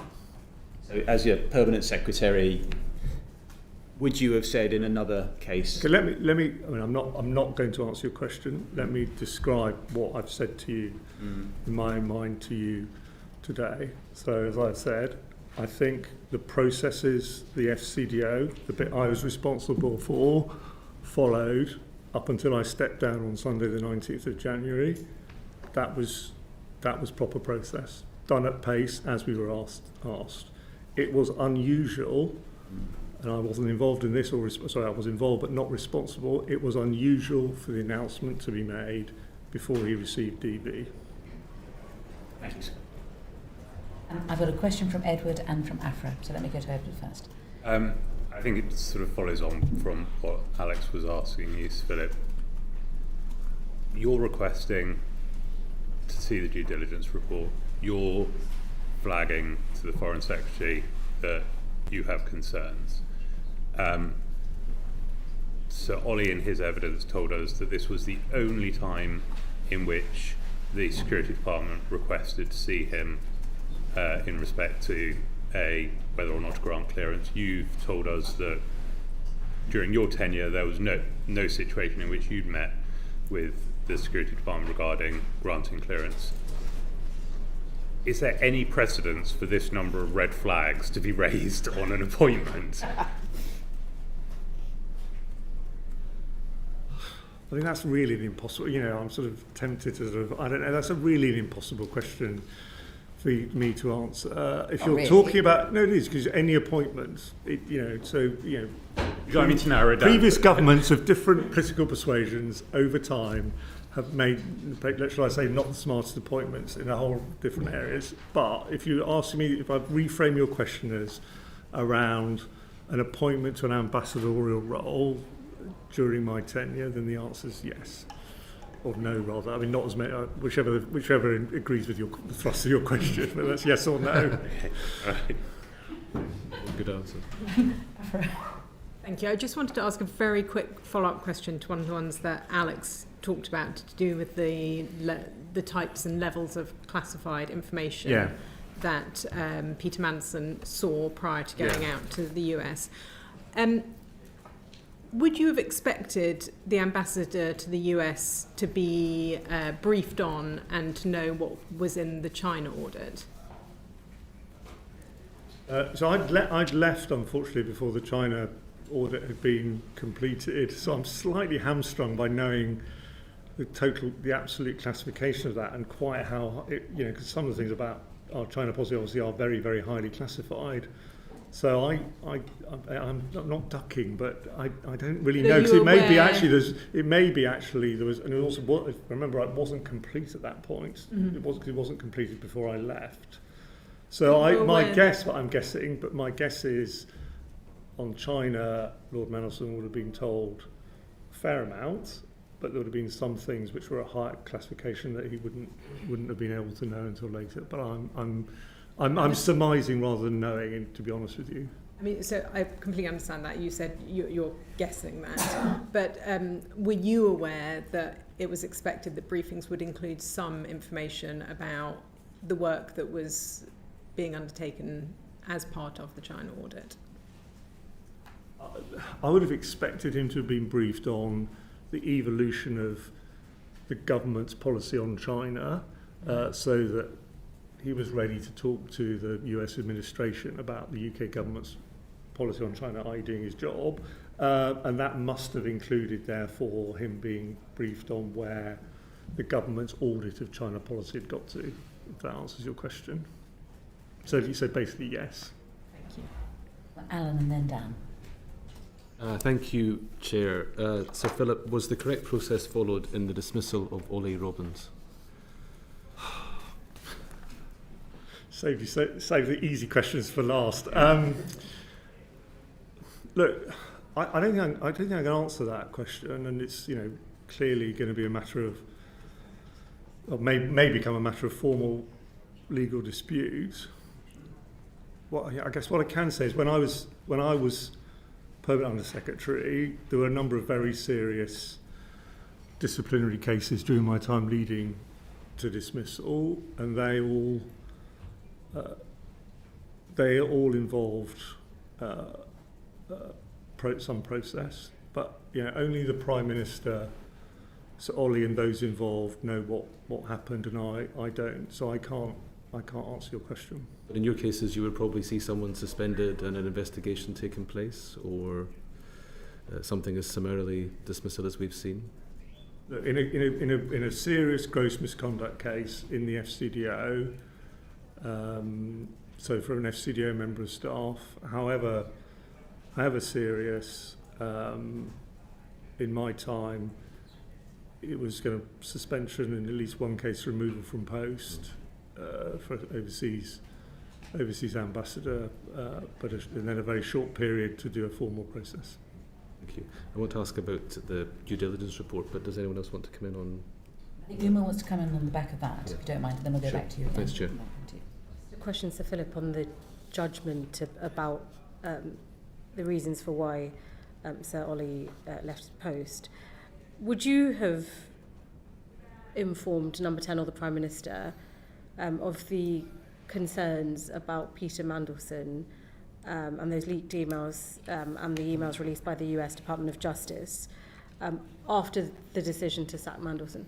If the view from the civil service is that you don't inform your principal before, surely after, when all this information's in the public domain, would you have intervened? I don't think I can answer that question for the reason I sort of gave earlier about not being in the moment. I mean, I recognise the Prime Minister clearly believes genuinely he should have been told. So Ollie set out for you his view, including, if I understood him right, that he felt he was bound by the rules not to discuss the information from the vetting process, although that is now disputed, and you had different evidence from Cat Little. So, and I personally think it's a very good thing that someone as Adrian Fulford's stature has been asked to look into this, because we can't be in this damaging situation again. But I'm afraid I just actually can't answer your question, but we do need a proper look at this because it is very damaging. I'd agree, Chair, if you can let me ask one final question. This is a hugely significant decision, this appointment. It had national and international repercussions as well as reputational risk. There's a well-publicised friendship of Jeffrey Epstein, and the FCDO and the civil services view time and time again has been that they can't intervene because the rules don't let them intervene, or to take a passive approach. Do you think, given everything we know, the system should be changed going forward? I don't know the answer to that question, which is why I'm pleased that it's Adrian Fulford, who I know from his time when he was, I think, the first head of the investigation. He was the first Investigatory Powers Commissioner, and also, if I remember right, may still do, has been the final appeal for vetting processes, cases, so clearly knows a lot about it. I think he is the right person to get actually at that question. It's definitely right to look at it. Back to Anne. Thanks. In the follow-up to her evidence to the committee, Cat Little confirmed there was no Cabinet Office advice ahead of the decision that Morgan McSweeney and Matthew Doyle should follow up questions with Peter Mandelson about Epstein. Have you any views on whether you thought they were the right people to do that, or whether someone independent of the process or someone trained in vetting would have been better to follow up? It wasn't part of the vetting. It wasn't part. So the due diligence process. Yeah, no. What do I think about that? Look, it was a political appointment with a process being run out of Number 10 and a due diligence conducted by the Centre in a way that I've already said is not part of normal civil service practices. So I think in the end, who is doing the questioning and whether that's appropriate comes down to who and what weight is being put on those questions and who answers them.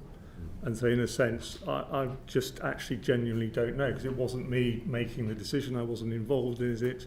It wasn't therefore for me to kind of say, well, that's good enough or not good enough as the conduit for the questions. I wasn't being asked or ever involved in putting any faith in that conduit. Thank you, Chair. All right. Anne and then John.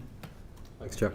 I mean, we've gone around this issue of due diligence, vetting, over and over again.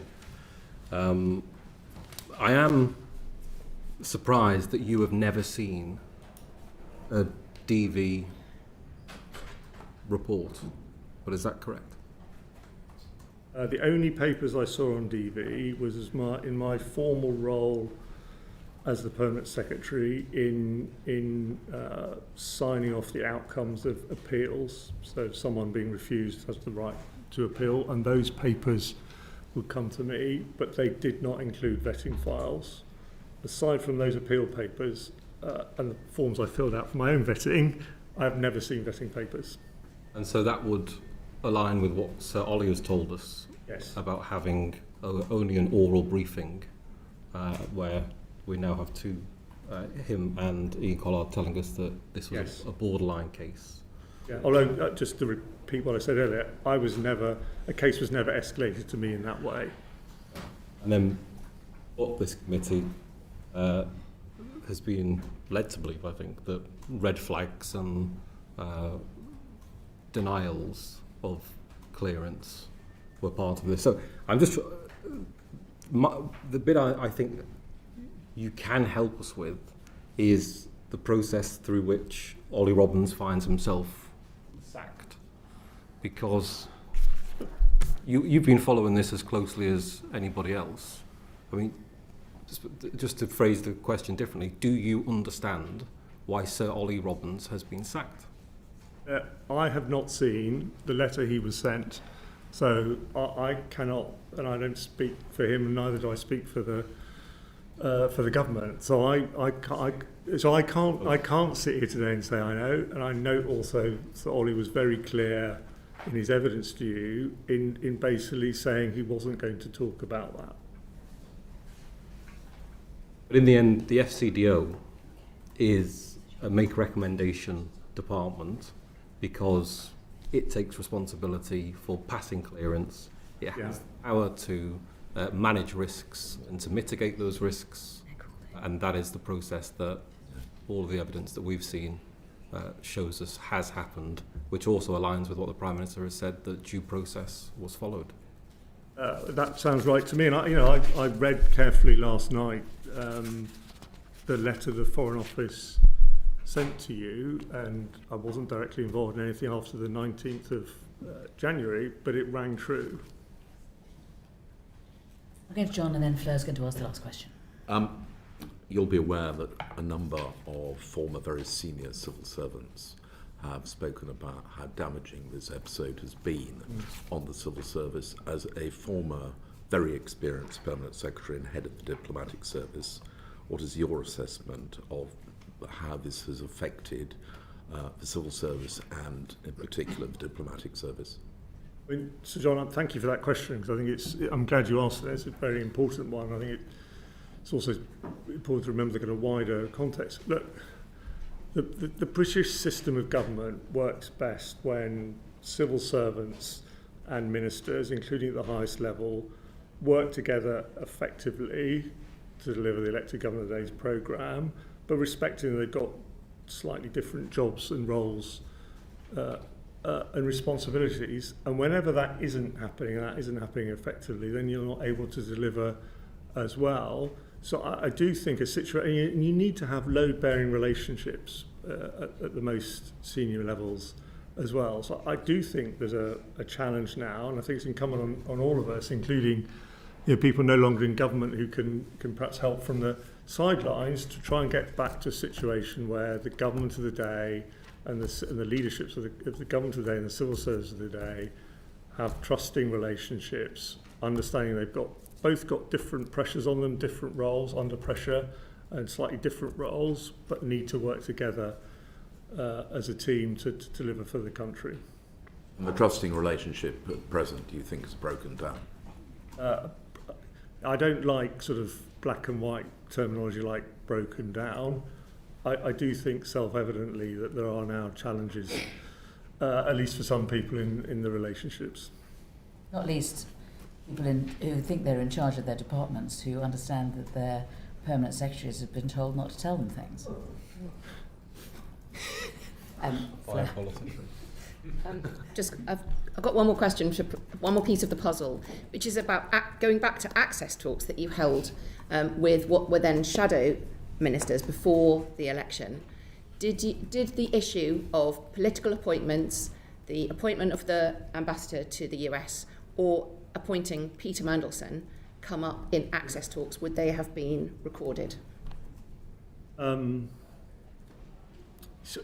Yeah, if you're asking me to say were there records of if your question is were there records of access talks, the answer is yes. Okay. If your question is were these aspects recorded, I'm really sorry, but I can't actually remember the rules. But at the time, there was an absolute omerta around the contents of the access talks, and I'm going to be cautious, even though I'm no longer a civil servant, because I'm still bound by the rules about. So I'm reasonably confident actually the content of the access talks is rightly not something I can say to the committee, I'm afraid. But yes, they were recorded.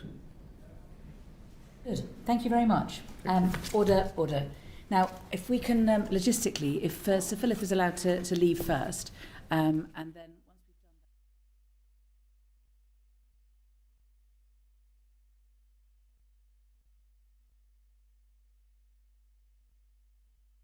that. Committee holding yet another session, hearing evidence, this time from Sir Philip Barton, who held the post of permanent Undersecretary to the Foreign Office between 2020 and 2025. He held the post before Sir Ollie Robbins. It was Sir Ollie Robbins that was ultimately sacked by the Prime Minister, Sir Keir Starmer, in relation to the vetting situation regarding Peter Mandelson and his ultimate appointment to the post as UK Ambassador to the United States.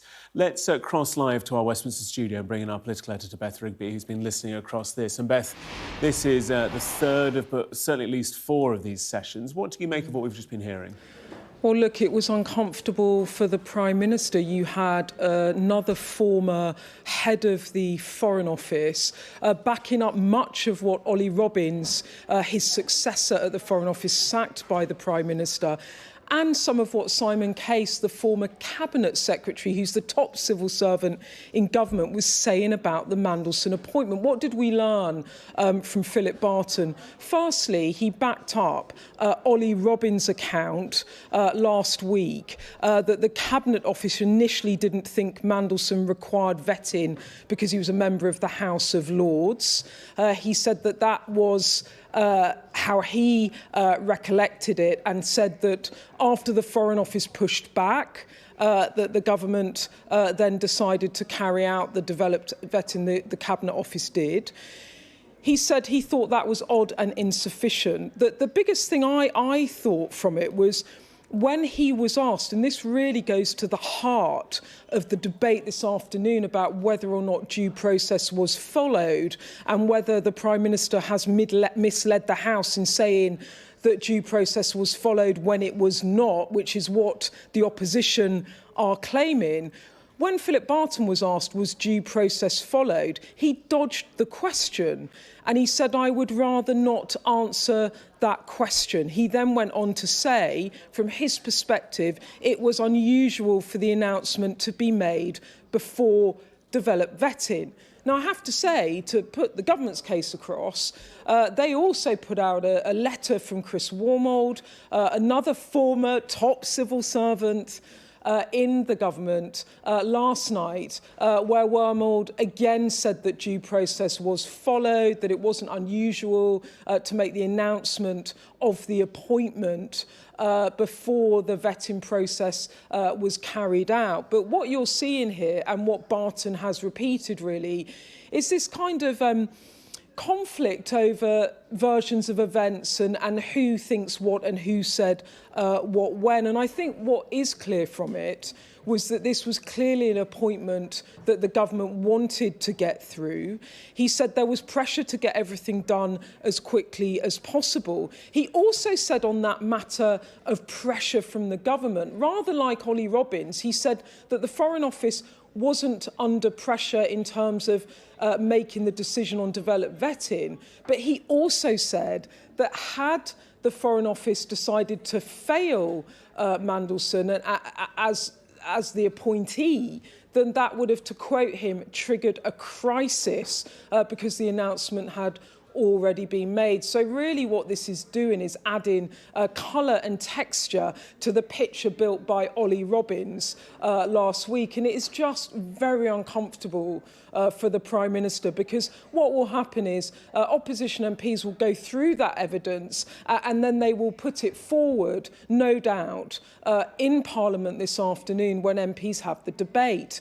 Now, I think the thing about all of this, though, from a prime ministerial point of view, is, as I understand it from the phone calls I've been making overnight and last night and this morning, is that on the Labour benches they are being whipped to vote down this motion to refer the Prime Minister to the Privileges Committee to investigate whether he misled the House. They're not happy about it. I'm picking up, to quote one figure, a lot of fury amongst MPs that they're being forced into this position. But at the same time, this close to a set of local elections, they don't want to fan the flames of this row. And, you know, the government and some senior ministers have done quite a good job on MPs saying that this is politically motivated by the Conservatives, don't allow this pressure to build. But it's all very uncomfortable this afternoon, because these points by Barton will be made in the House. Things will be picked out to back up some of the Ollie Robbins criticisms around what happened. And it will be uncomfortable for the Prime Minister. It's more pressure on the Prime Minister. I think the point now is we're going to hear from Morgan McSweeney, who is his former Chief of Staff, who resigned over the Mandelson scandal when more information emerged about red flags being raised, and it emerged that Peter Mandelson had allegedly shared information when he was a former cabinet minister, market-sensitive information, of which he's now under investigation by the Metropolitan Police for misconduct in public office, which I should say Peter Mandelson denies all the allegations. Morgan McSweeney resigned over this, and we're going to hear from him, and I imagine that he will back up his former boss. So we need to hear Morgan McSweeney's evidence now. You can see him there on camera. It's very rare that someone behind the scenes pulling the levers of government, if you like Morgan McSweeney, you can see him there going into Downing Street, gives this sort of evidence. And then that is the next phase of this before this big debate this afternoon. So a lot of pressure on the Prime Minister, and I have to say the mood in the party is very, very bad. And there is open talk about Keir Starmer's future, how long he can continue, will there be a move against him after what's expected to be a very poor set of election results. And really, when you talk to MPs, it is a picture of a Prime Minister at the moment hanging on in there, but with a party very unsure about how wounded he is. As one person said to me yesterday, it's a question now of, yes, he's wounded. Is he fatally wounded? Is this recoverable? And if it's not, what should the party do next? You talk about the pressure on the Prime Minister, also the pressure on the backbenchers as well regarding that vote this afternoon. The Times reporting one backbencher had been called by the whip by 2 cabinet ministers and by 2 senior backbenchers as well to kind of get them to stick to the party line. And it just strikes me, Beth, that it wasn't supposed to be like this from Labour's perspective. They'd spent 14 years in opposition, kind of preparing to one day be back in government. They'd watched the circus, certainly in the latter years of the Conservative Party, play out. They were offering something different. You know, we'd heard about Sir Keir saying he was going to clean up politics. And now we have this situation where we're expecting a drubbing in the local elections, where we're seeing, you know, civil servants being hauled in front of select committees, exposing the rifts between elected politicians and the civil service. We're seeing talk of fatal wounds, and it's not even been 2 years. I think, Gareth, I mean, the reason there was a wry smile from me is that this is what I hear a lot. It wasn't supposed to be like this. And you hear this lament from ministers, from cabinet ministers, from MPs about how have we ended up at this point. There was a Prime Minister that stood on the steps of Downing Street. I covered that election. I followed him every step of the way around that campaign trail, saying that he would promise a government of integrity, accountability, and stability, and now you are in a world in which he is potentially under investigation by the Privileges Committee. The Mandelson decision really haunting him, not just for weeks, but for months.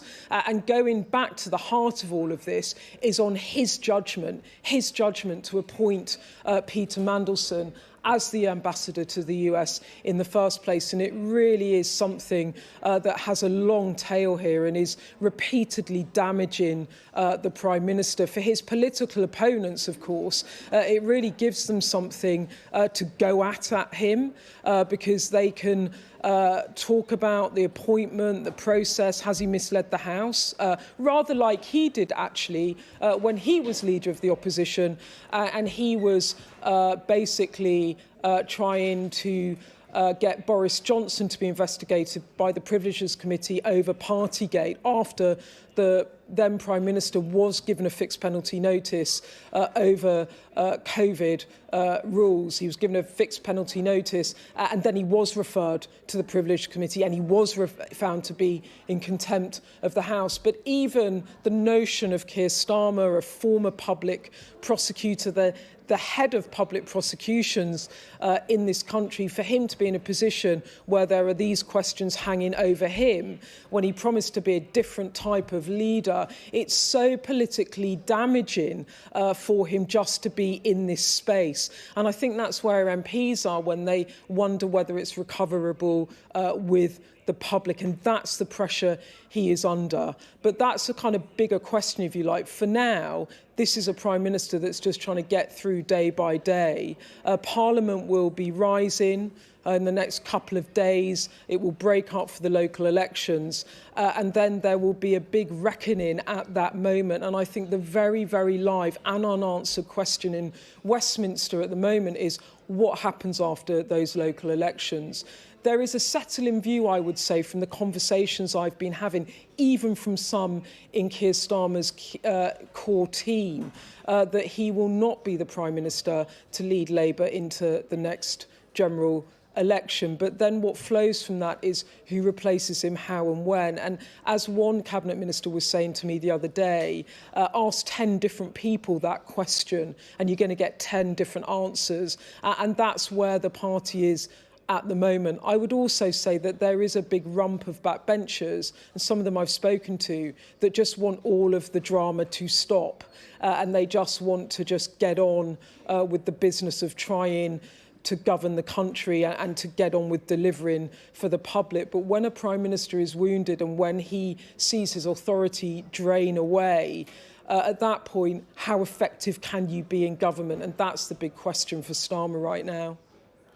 Beth Rigby joining us. We are dissecting the comments and the evidence given by Sir Philip Barton, the former top civil servant, who was giving evidence to the Committee of MPs, the Foreign Affairs Select Committee. And he was told, he said, to get on with it in appointing Peter Mandelson as ambassador to the US. Let's listen more to Sir Philip outlining that involvement in the decision to appoint Lord Mandelson. At no point did anyone consult me, ask me. I was presented with a decision. There was no space, and told to get on with it. There was no space for dialogue. You know that. I think, look, it is the most important job we have. I had been deputy ambassador. I knew the US well from 10 years previously, and obviously worked a lot in the United States throughout my diplomatic career. So I think I had a sense and an understanding of US politics, which gave me an idea of what might or might not be a problem further down the track. And so I had a concern at the time, was a part of me that had a concern at the time that I don't know anything that wasn't in the public domain. Obviously, we know now a lot more about Mandelson's links to Epstein, but I had a concern that a man who, demonstrably from the public record at the time, and it's clearly much bigger than we all knew, had a link to Epstein, and that Epstein, through both the presidential election campaign in the US and more generally in US politics, had been and was a controversial figure. And I was worried I was worried that this could become a problem in future, not because I was expecting that we were going to find out more, because to be honest I wasn't, and who would necessarily know, but much more, I just thought that it was a potentially difficult issue politically in the United States. So that is a very candid account of probably what I was thinking at the time. But there was no space or avenue or mechanism for me to put that on the table. A decision had been taken, and it was a political decision. So Philip Barton there. And Beth, I minded through all of this to think about the pressure to get Peter Mandelson in post. He was kind of presented like this kind of Liam Neeson type figure with this kind of particular set of skills that he and only he could kind of possess and take to the US. And, you know, you kind of look back on that now with the reflection of hindsight and really start to try and dissect that. And surely that is the big question at the step of the Prime Minister's office is, you know, this was an individual who twice resigned from government and still, despite all the various stories about Peter Mandelson, he was still presented as the best choice for the UK. He above 69 million other people.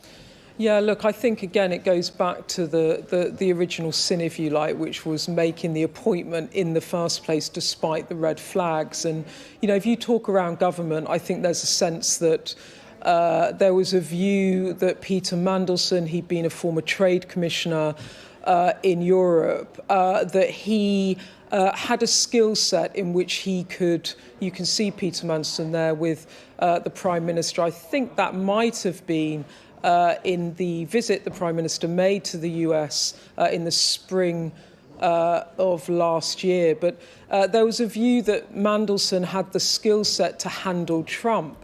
But that the Prime Minister went along with that. And the kind of common view within Westminster was it was McSweeney, Morgan McSweeney, his Chief of Staff, who was close to Peter Mandelson, that had been, there's Morgan on your screen now, that had been pushing for that appointment. Now, interestingly, Morgan McSweeney was in Kyiv over the weekend advising Zelensky.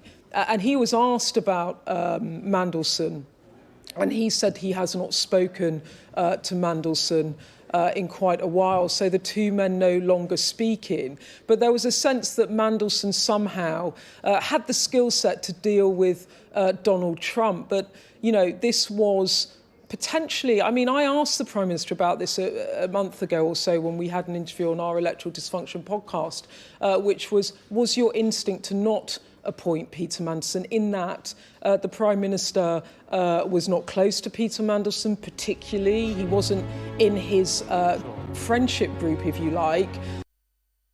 I urge you not to look away. If Hamas hands the hostages over, they will end this conflict. The world has been watching. Good to see you again. How are you? Did she say how he was? The conditions are awful. The jets were ordered to come back. Historic day here today. How will you respond if India does launch airstrikes? They will be allowed to war.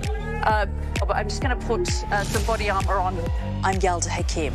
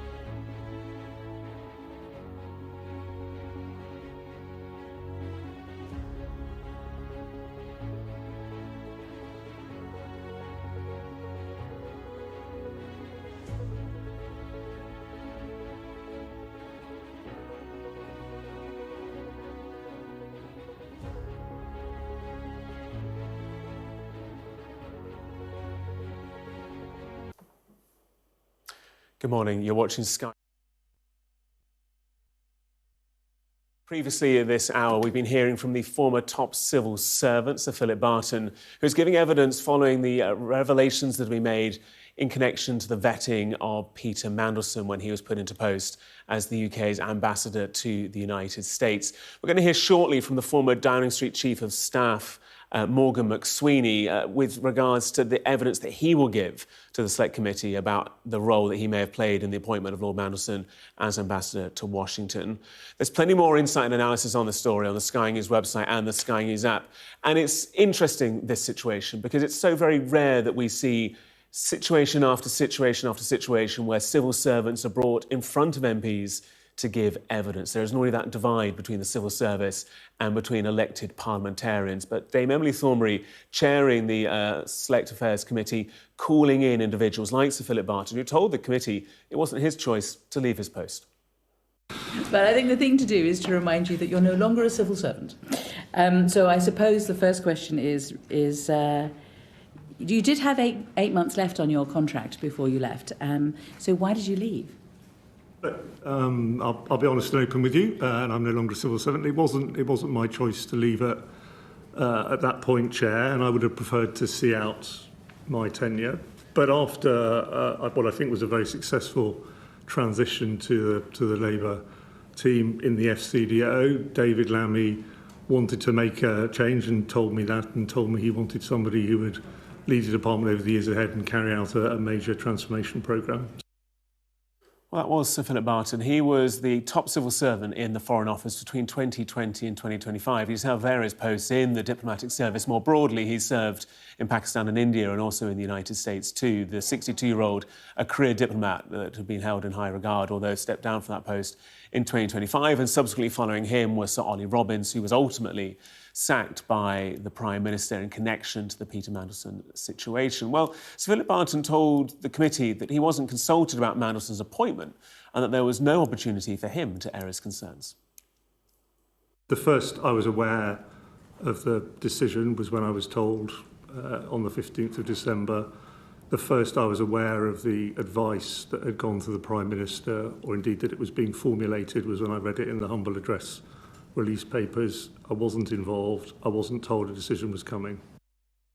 Well, these are the comments from the past almost 2 hours of comments being made by Sir Philip Barton. There was at times when he declined to answer questions. He said that they either fell out of the remit of his role or they occurred in time periods when he was not in position and responsible for them.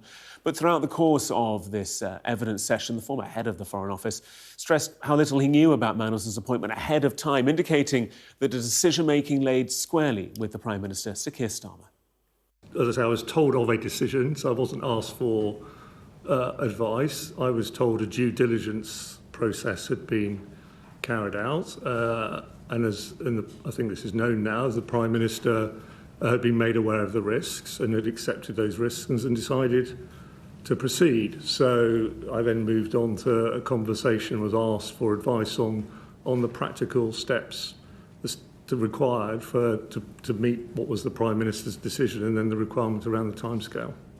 And all of this evidence this morning is important because this afternoon, Sir Keir Starmer facing trial by Parliament. It could be a double whammy day because there's more evidence yet this morning. But this afternoon, MPs will vote on whether he should face an inquiry by the Privileged Committee into claims that he misled Parliament. That is an effort being led by the Conservatives, and it's being reported that the Labour Party being whipped, effectively being forced to vote to quash that investigation should it so happen. And the Prime Minister then will also have all of these lines feeding into that decision being made by parliamentarians later this afternoon. This testimony this morning will, of course, shape the minds of some of those who vote a little later in the Commons. And so Sir Philip Barton told the committee that suggestions that Mandelson wouldn't need vetting before becoming ambassador struck him as both odd and insufficient. The Cabinet Office initially said that as Mandelson was, to use the technical phrase from the guidance, a fit and proper person as a member of the House of Lords, he did not require developed vetting. I mean, to be honest with you, I thought that was... And we have just had a break, but we are now continuing our session with Morgan McSweeney. Thank you very much for coming. I understand, could you just introduce who you are? And I understand that there's a brief statement that you want to make before we ask you some questions. Thank you very much, Chair. My name is Morgan McSweeney. I was the former Chief of Staff to Prime Minister Keir Starmer from October 2024 till February of this year. Chair, thank you for inviting me to appear before this committee today. I hope to assist you in your work as fully as I can. Before addressing the specific matters before you, I'm grateful that you've allowed me to say something briefly. First, I want to say something about the victims and survivors connected to Jeffrey Epstein. Too often, discussions of public figures and appointments can lose sight of the human suffering at the centre of these matters. Women and girls were abused, exploited and scarred. They deserve protection then, and they deserve to be remembered now. I'm sorry for any part this controversy has played in causing further hurt or distress. I've spent much of my working life trying, in whatever role I held, to make this country fairer, stronger and more successful. I have always believed public service is a privilege. It brings responsibility and scrutiny, but it also brings a meaningful chance to improve people's lives. That is what motivated me in government. The appointment of Mandelson as ambassador was a serious error of judgment. I advised the Prime Minister in support of that appointment, and I was wrong to do so. As I said in my resignation statement, I resigned because I believe responsibility should rest with those who make serious mistakes. Accountability in public life cannot apply only when it is convenient. The Prime Minister relied on my advice, and I got it wrong. It is also important, however, to distinguish between what I did do and what I did not do. What I did do was make a recommendation based on my judgment that Mandelson's experience, relationships and political skills could serve the national interest in Washington at an important moment. That judgment was a mistake. What I did not do was oversee national security vetting, ask officials to ignore procedures, request that steps should be skipped, or communicate explicitly or implicitly that checks should be cleared at all costs. I would never have considered that acceptable. These processes are in place to protect our national security. Finally, I want to place on record my respect for those who serve our country through public institutions, MPs, ministers, civil servants, diplomats, security professionals and many others whose work is demanding, often unseen. In the Cabinet Office, the Foreign Office and 10 Downing Street, there will be many people working long hours now to understand what happened here and to ensure lessons are learned. They deserve fairness and respect as they do that work. Chair, I'm here to assist the committee in its work. I made a serious mistake in recommending Mandelson's appointment. I accept the consequences and hope today I can help the committee to establish the facts and to make sure the right lessons are learned. Thank you. So why was it necessary to replace Karen Pierce at all? So, should I set out the timetable of my understanding of the various different decision making? So, I'm going to do that, but I just wondered if I could just start with, how did it even become an issue? So, my understanding is that before we were in government, the civil service were deciding who to appoint Karen Pierce when her term came to an end, and that in the access talks with Simon Case, Simon Case was informed that the Prime Minister was minded to make a political appointment in the role of ambassador. So that predates my time as a Chief of Staff. At the time, I was working in opposition and I wasn't working as part of the transition team. When I came in as Chief of Staff, I understood that to be the general direction the Prime Minister wanted to go in. And that a formal decision was made not until after the US presidential elections, because he rightly wanted to wait until after seeing who was elected US President on the 5th of November.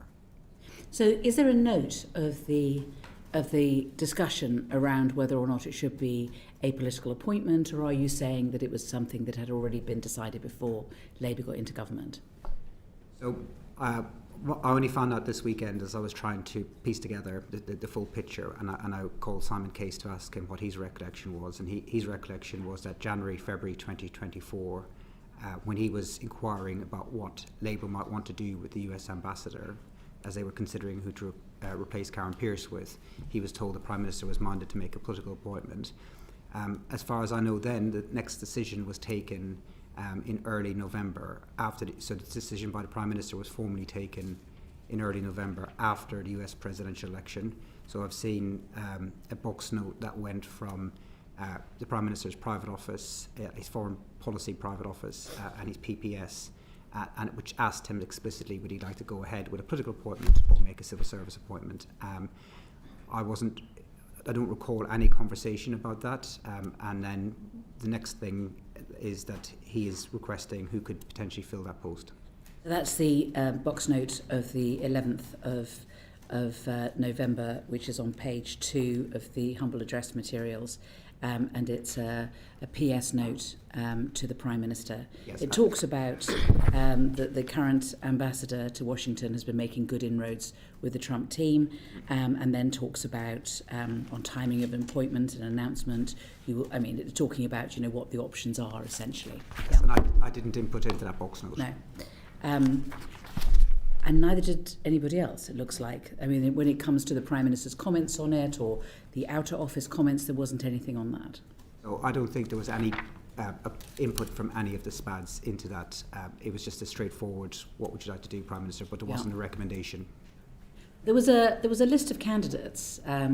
David Miliband, Cathy Ashdown, Peter Mandelson, even George Osborne were the sort of names that, according to The Guardian and the Tom Baldwin's book, were the sort of candidates that were being considered at the time. Is that right?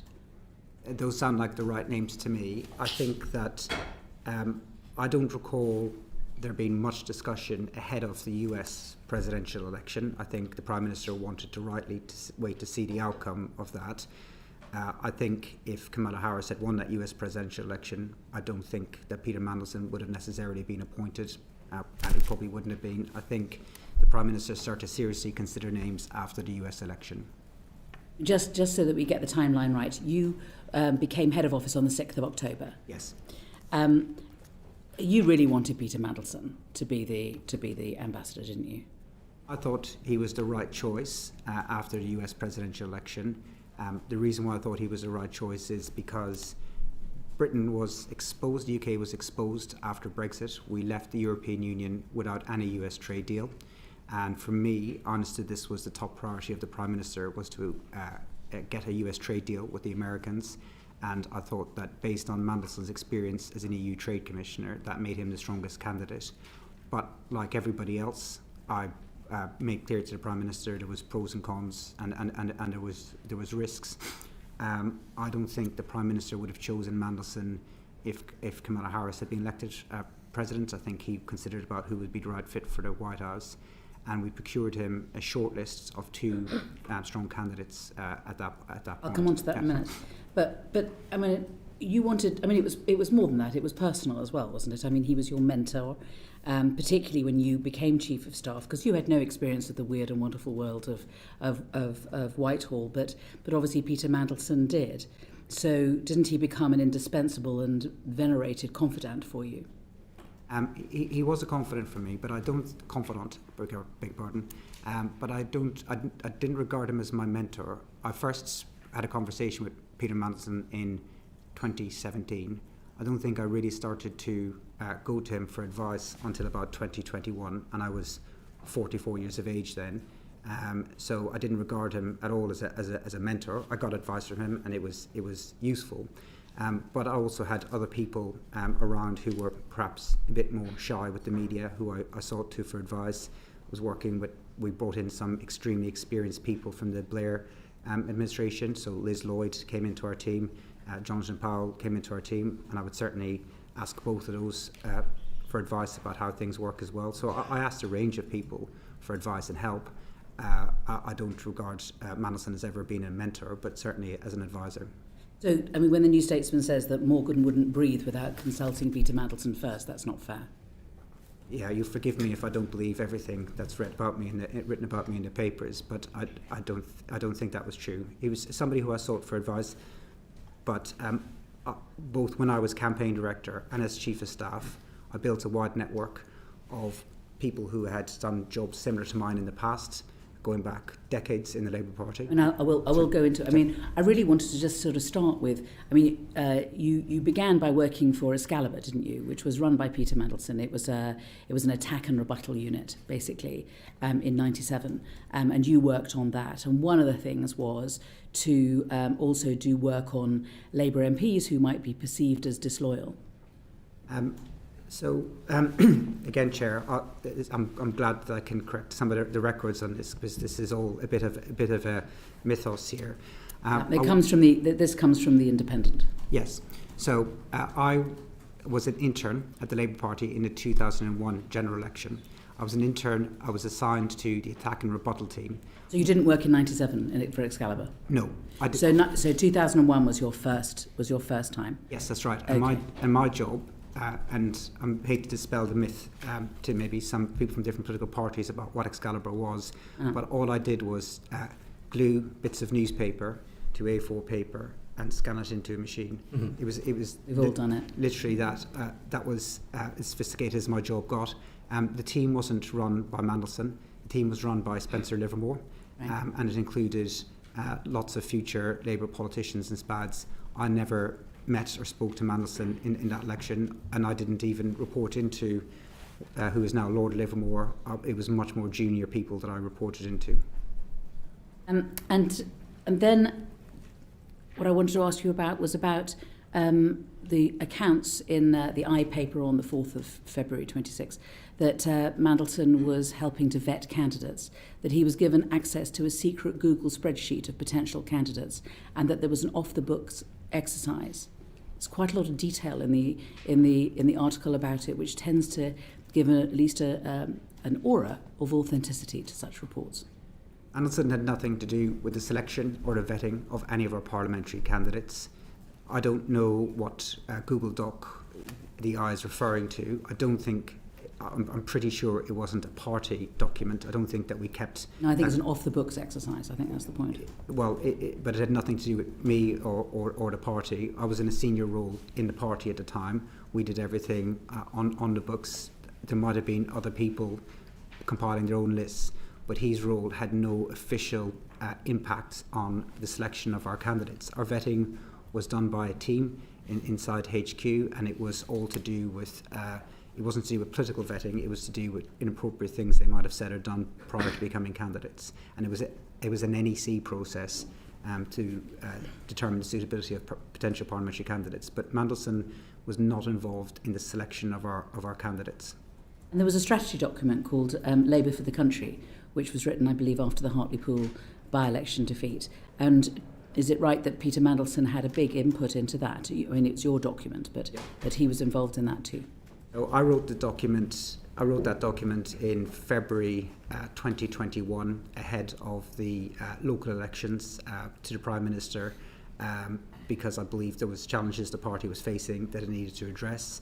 And I think Hartlepool showed the scale of the political challenge we had if we wanted to win the next general election. And I certainly asked Mandelson for input into that document, but it was my document. The argument was mine. But I also sent it to half the shadow cabinet. I also sent it to other colleagues, all the senior staff, or most of the senior staff in Lotto at the time. I sent it to, and a document like that where I'm trying to gather my own thoughts, I might send it to 10, 15 people to say, can you give me a view? People from all across the party. But like I said earlier about Mandelson, most of the people who I would go to for advice were much shyer with the media. So you could quite easily put 15 contributors towards a document like that. But it was my document, and it was my argument that I wanted to make to the leader of the party at the time about the direction I thought we needed to take. After Angela Rayner resigned, and when there was the reshuffle on the 5th of September 2025, it's claimed that Peter Mandelson masterminded the reshuffle. In fact, there's a quote, this is not normal. He was US ambassador. Why was he masterminding the reshuffle? This is reported in the Daily Mail. Patrick Maguire says that on the day of the reshuffle, Peter Mandelson was in number 10 and wouldn't leave. And according to the New Statesman, just before his sacking, Mandelson had been in number 10 to advise on the first cabinet reshuffle. again, I'm very pleased I get the chance to correct the record on this. Mandelson was in the Cabinet Office and then understood came into number 10 on the day of the reshuffle, but he was not involved in the reshuffle. The reshuffle was extremely challenging because it was a bad day for our party, for the government. We had just lost the Deputy Prime Minister, and we needed to reorganise the government at pace, and the Prime Minister wanted to go ahead and do that. The text messages from Mandelson to me on the day, I believe, will be made available at a humble address. I can't remember precisely what he said, but he texted me his thoughts, and I have to say, on a reshuffle day, I get texted a lot of thoughts from a lot of people. The people who I would respond to and get back to would be cabinet members or other senior staff to ask them their views. I did not respond to any of Mandelson's texts. The text messages set out ideas of people that he thought should be in particular positions. None of his suggestions actually came out to be the case, so his ideas were not followed up. I don't mind getting ideas, but I didn't have a conversation with him about his ideas. He asked me to see me. I don't think I actually bumped into him. I may have done, but I definitely didn't discuss the reshuffle with him.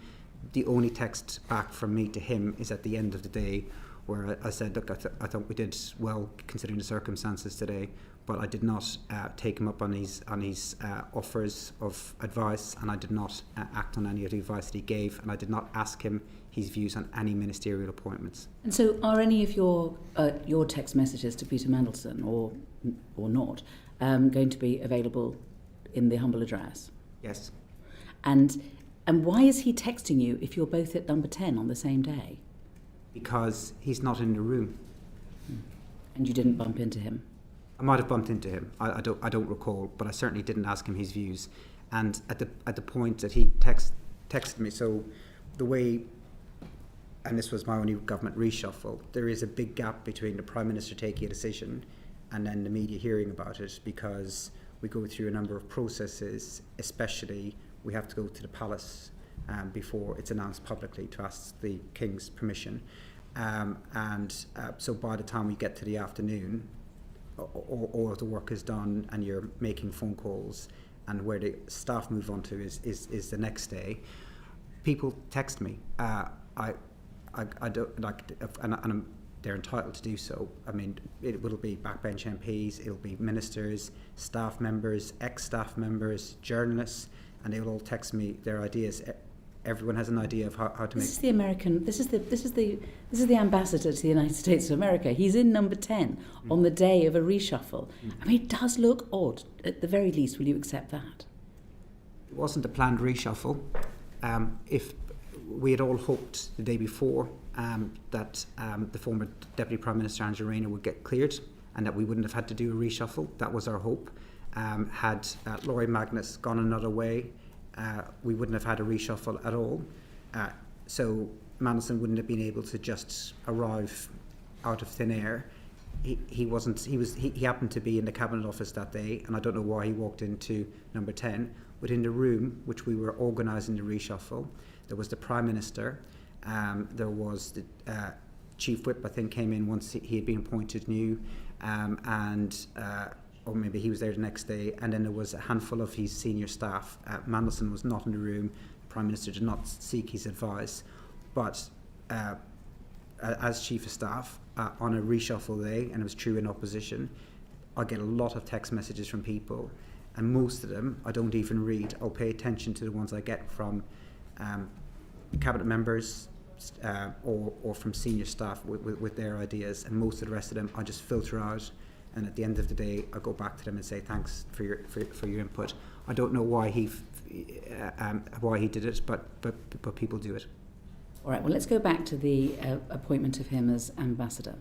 So there were a number of problems before he could become ambassador to the United States. I mean, the first being that he wanted to be Chancellor of Oxford and ambassador at the same time.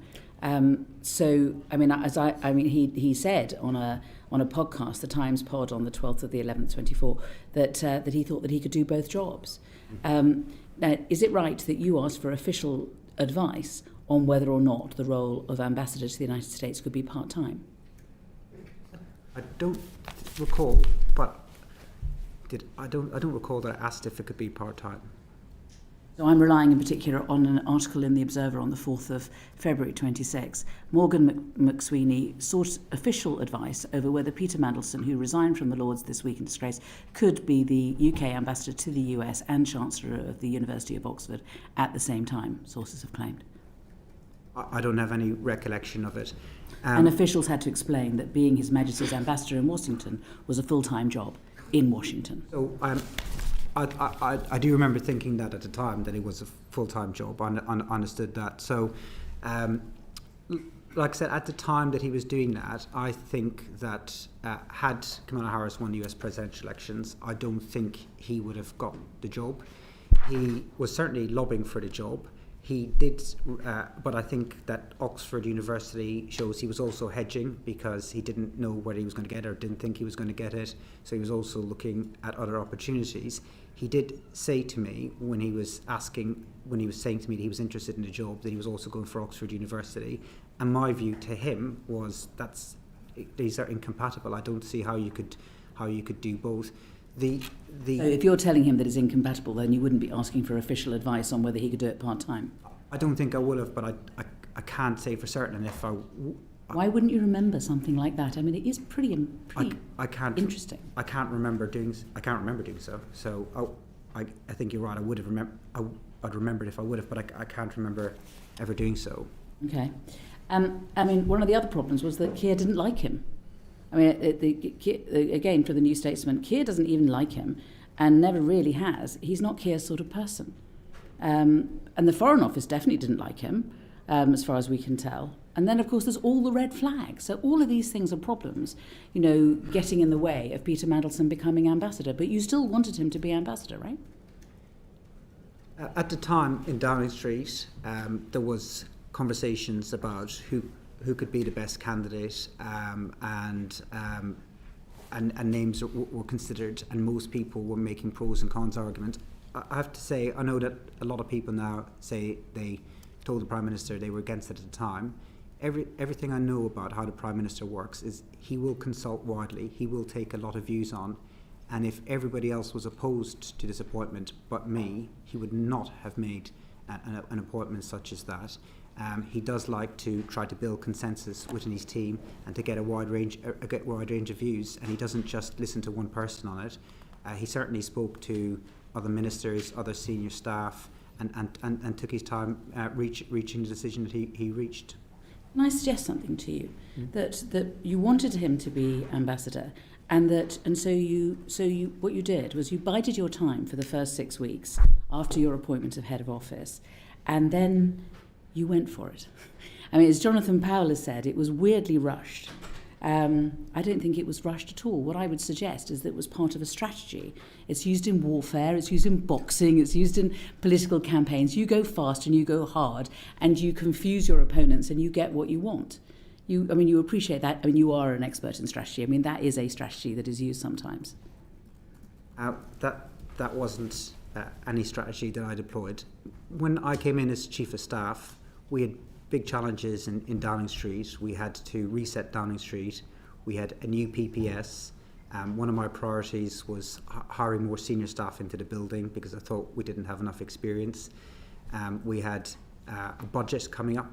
Most of my time at that time was completely immersed in the budget because I think from my recollection we were close to OBR deadlines. These were the kind of things that I was most concerned about, not who the ambassador was. When there wasn't detailed discussions that I remember ahead of the election because we were waiting to see who was going to be elected. So Trump is elected on the 5th of November. Yeah. And what I would suggest is that on the 27th of November, when Mandelson has not been elected as Chancellor for Oxford, it was at that point that matters began. And that so you had between the 27th of November and the 4th of December when the due diligence started. So it's very quickly after Mandelson is available as a candidate, we're doing due diligence. And we did due diligence not just for Peter Mandelson, but for another candidate at least as well. Is that right? Yes. And then we've got, in between the 4th of December of due diligence being done and the 11th of December. And on the 11th of December, according to one of the box notes that we've seen, Mandelson's now the leading candidate. So what happened between the 4th of December and the 11th of December for Mandelson to become the lead candidate? What happened in early December? So I would disagree a little bit with the sequence of events. Before a consideration was given to who should be the political appointment, the first thing that had to happen was the Prime Minister himself had to decide, did he want a political appointment or did he want to go ahead with a civil service appointment. I didn't write into that box note. I think neither did the Prime Minister. Well, I can't speak for what he wrote and didn't wrote. I can speak. You're in charge of his office. There's no note at any stage of, as far as we understand it, unless something, we're about to get something, of the Prime Minister making a decision that he wanted to have a political appointment. There's no note of that, or the thought process in relation to that. And then there's no note, oh, actually, I've now thought about it, I want Peter Mandelson. There's no note from the Prime Minister on that either. If I take each one of these decisions separately, the first decision he had to make was, did he want a political appointment or not? And I didn't write into that note that I thought that there should be a political appointment. He would have made his decision, and he would have told his PPS what he wanted to do, and then his PPS said, now we need to procure candidates. So he could have gone in a different direction at that point, and that would have been the end of it, and we'd have gone ahead with appointing a civil servant as ambassador. So he could have gone in a different direction. I didn't have any strong disagreements with anyone in number 10 that I can recall. Like everyone else, I could see there was pros and cons in the appointment, and I worried that it would go wrong. So I didn't try to push anything through. We procured two strong candidates for him. One was Mandelson, and the other was George Osborne, the former Chancellor of the Exchequer, who I'd met as part of it. And my view was that we had, and I said to the Prime Minister, you have two appointable candidates. Others agreed that there was two appointable candidates. I can't recall anyone saying that Mandelson was not appointable. So what happened in early December was that you went to the United States, and you went with Jonathan Powell. And as far as I understand it, when you were in the United States, you were given a clear message from the Trump team that actually they weren't keen on Peter Mandelson and that they wanted to have Karen Pierce hanging on. So, did you tell the Prime Minister that? And is there a note of you telling the Prime Minister that? So it's half right. So this is Politico, the 20th of the 3rd, 26th. They didn't talk to me about Mandelson. They made clear that Karen Pierce was doing a wonderful job, and that they would be content with her remaining in post. But I did, as part of the process, talk to Foreign Office officials that I knew, who also approached me directly as well. I spoke to people that I knew in the US system, and I got a wide range of views, and quite a lot of views were coming back in support of Mandelson as a candidate. As I said, if the Prime Minister was hearing overwhelmingly against Mandelson, he might have made another decision. But he was getting a lot of views at the time. He was listening to people. He does listen to his senior staff. He does listen to his ministers before we reach a decision. So I think if it was just me arguing for it, I don't think he'd have made that appointment. So we've got that, and we've also, of course, got all the stuff that's come out of the due diligence. And on the box note that I've been referring to on the 11th of the 12th, it says, Chief of Staff has discussed candidates with you, with the lead candidate being Peter Mandelson. So here he is, he's now a lead candidate. So how did you manage to persuade the Prime Minister that he should be the lead candidate, given what you'd heard in America and given what was in the due diligence? So what I'd heard in America is mixed views. There were some people I spoke to there that you've told us that said that Mandelson was a strong candidate. My view is that he was the lead candidate because of his experience as an EU Trade Commissioner, and the political skills that I thought he could bring to the table. No, because it's not your opinion that's important. It's the Chief of Staff has discussed candidates with you, with the lead candidate being Peter Mandelson. It is supposed to be the Prime Minister's decision, not your decision. Yes. It's the Prime Minister's decision. And the Chief of Staff has discussed Peter's relationship with Jeffrey Epstein, which we will go through with you, but your Director of Communications is satisfied with his responses to questions about contact. Do you think it's appropriate, when doing due diligence, for you as a friend of Peter Mandelson to speak to the Prime Minister, and for his responses to be measured by another friend of Peter Mandelson, Matthew Doyle? And for that information to be put before the Prime Minister as a basis upon which they can make a decision? So I agree, and I think that when I look back on it, I certainly think it would have been much better if I'd asked Pet to ask those follow-up questions. I guess my thinking at the time was I'd put follow-up questions to him in writing, and that if a senior member of staff did that he would feel more obligated to give the truth and the full truth. I didn't feel that I got that back from him. But it wasn't my decision, it was the Prime Minister's decision, and he saw the DV as part of that decision. And so between the 11th of December, when Mandelson's the lead candidate, and writing to the King and telling the King that, advising the King that this should be the candidate, what happens? Is there a decision made at that point that Peter Mandelson should be the ambassador? And where is the note to show that the decision was made and how the decision was made?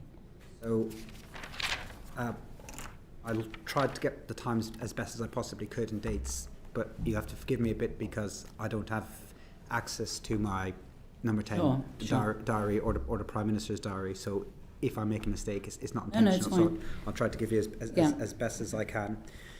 So I think three things worth saying. The Prime Minister will be talking to people at that time, saying, what do you think? Everyone will be giving him pros and cons. That's for sure. He will take a view based on a rounded view. Then the last meeting I recall where he said this is the direction I want to go in was with an independent Jonathan Powell and me and him. And then after that, and it might have been the same day or the day before, is when an independent wrote to Philip Barton to say the Prime Minister would like to make a political decision. So that was the last meeting that he had, and in that meeting he would have conducted that meeting the way he always does, which is to make sure everyone in the room has their view. And then what day did you say this was? I've missed it. This would have been either on the day or the day before, or a few days before an independent wrote officially to Philip Barton.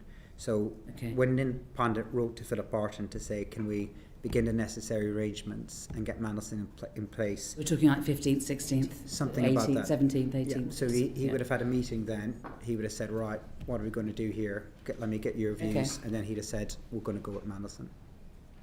Okay. During those 7 days, was there an agreement between the Prime Minister, between you, that what you should do is tell the King, tell the incoming President, announce the fanfare, but all of it always knowing that it would depend on his vetting? And would it be whether it was so during when this meeting was happening? Is it like, well, we're going to do this, and we're going to do this, and we're going to do this, but obviously it's all dependent on vetting? So I wasn't involved in any decisions about when to tell the King. I'm not aware of those processes. I don't want the appropriate time to talk to the King or communicate with the King about all of this. I don't think that we discussed that at the time, and I know Simon Case's letter has come out subsequently. I didn't see Simon Case's letter at the time, or I don't recall seeing it. I think it was directly to the Prime Minister rather than to me. But it makes sense, doesn't it? I mean, you can't appoint somebody, let alone Peter Mandelson, without vetting him first. So it didn't jump out as a problem to me at the time. Even after the due diligence? Even after the due diligence. And the reason why it didn't jump out to me, we had around about the same time, and again, I can't remember the dates, around about the same time, we made a political appointment for National Security Advisor in Jonathan Powell. And as far as I remember, we appointed him, and then we began the DV. I was appointed before I began the DV work, and that's what tends to happen. If he had then failed, then we wouldn't have sent him to DC. So it didn't occur to me to ask, because that's how I saw the practices being put in place. I think the Prime Minister is right in saying that shouldn't happen, and I think that he's now made a decision that won't happen again in the future. But there has As a strategy man, don't you think it's a bit odd? Let's at least look at it this way. It's a bit odd to, essentially, what you've done is you've briefed the press, you've told the King, you've told the incoming President, he started being paid, he's got his pass, all of these sort of things have happened, and then you do the due diligence. So at that point, due diligence had said, no, sorry, really, too risky, can't do this, and he'd... Imagine the storm. Sorry, no, due diligence had been done. DV. Sorry. DV. You're absolutely right. You're absolutely right. So yeah, it would have been very embarrassing for us. But can I just play an alternative kind of scenario? So at the time, it didn't jump out to me as a problem. We appointed, as I said, I got appointed before I completed all my necessary work. Jonathan Powell got appointed too. Before the necessary work. If Mandelson's DV had been a problem, it would have been an embarrassment for us. It would have been a much bigger problem for him. But there's an alternative scenario, which is that we had, say, we're going to do DV before we talk to the palace or before we talk to the US administration. The chances of, unfortunately, the chances in government of there being a leak anyway would have been a problem. Either way, if your lead candidate fails DV, it is embarrassing. But it's far preferable to pull that candidate at that point than to go any further. If that happens to your candidate and your candidate blows up and you have to pull them out, that's what happens. It's embarrassing to us. It would have been worse for him. But at the time, nobody said to me, "Hang on, before you announce anything at all, make sure that we do this DV first." Of course, if somebody had, I wouldn't have questioned it. I would have, but at the time, the agenda was that he is offered the job on the 20th, and he's supposed to be in Washington on the 20th of January. So that's just a month, and during that month, there's Christmas and there's New Year. I mean, all I'm suggesting is that this was part of a deliberate strategy to push this as fast as it could be in order to ensure that people could not raise any objections in the circumstances, because there simply wasn't time. No, I don't agree with that at all.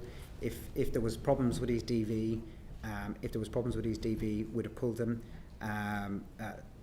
If we'd been told that he couldn't get the necessary security clearance, I've no doubt the Prime Minister would have pulled them. I mean, in the event, the Foreign Office couldn't complete the work until after the inauguration, but the timetable was being set by the US political calendar. We wanted to wait until after the US presidential election to work out who the candidate should be, and we did want the candidate in place by the inauguration. But it wasn't a big deal that he wasn't in place by the inauguration. He was in place, I think it was about 3 weeks later. This is my last question. So do you think that when the chance came for you to give Peter Mandelson his last job, you stopped thinking about what was best for the government? Really, you stopped thinking about what was best for the country. And you just thought, I want to give this job, this great job, to one of my heroes. And it became an obsession. And it may be that the Prime Minister can be criticised for giving you this leeway, but it was a leeway that you abused. And you stopped thinking strategically. You closed your eyes to the risks. You didn't consult the necessary people, the Prime Minister, the Foreign Secretary. You railroaded this through as fast as you could before anyone could realise what had hit them.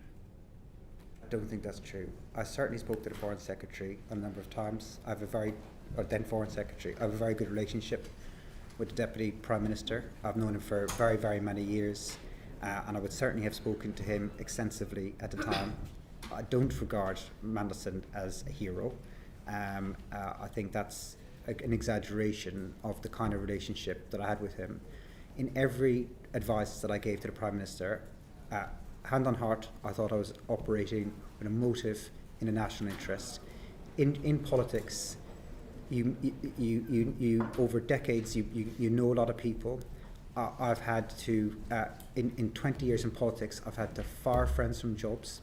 I've had to turn people down who were desperate for jobs, who were closer friends of mine than Mandelson, who really wanted jobs in number 10, or people who thought they were going to be ministers, because I've always tried to operate in national interest. The amount of times I've had friends come and see me or phone me who were really angry at me because they didn't get the job that they wanted to get. That's what politics is. You have to try and always operate in the national interests. Of course, you know people, and then you make judgments that in this case turned out to be wrong, incorrectly. I completely accept that, but it was this was not some hero I was trying to get a job for. I thought that his skills as an EU commissioner would help us to get the trade deal that I think the country needed, because we were very, very exposed after Brexit, and getting that trade deal right was very important.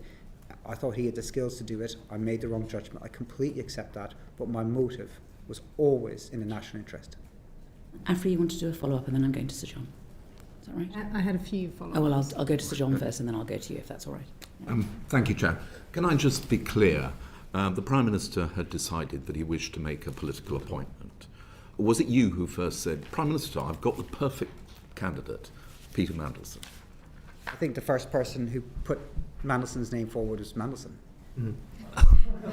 Directly to the Prime Minister, I want the job? Or I think he talked, I don't know if he spoke to him. I think he talked to a lot of people, making it clear that he was interested in the job, including, I'm sure, possibly even members of the press. But yeah, that's where that came from. I don't remember the Prime Minister asking me a view prior to the US election. I think, but I can't remember, but I think he was keeping his cards close to his chest, waiting to see the outcome of that election. And I think there would have been, for a Labour administration, a broader range of candidates available to him had the Democrats won that election.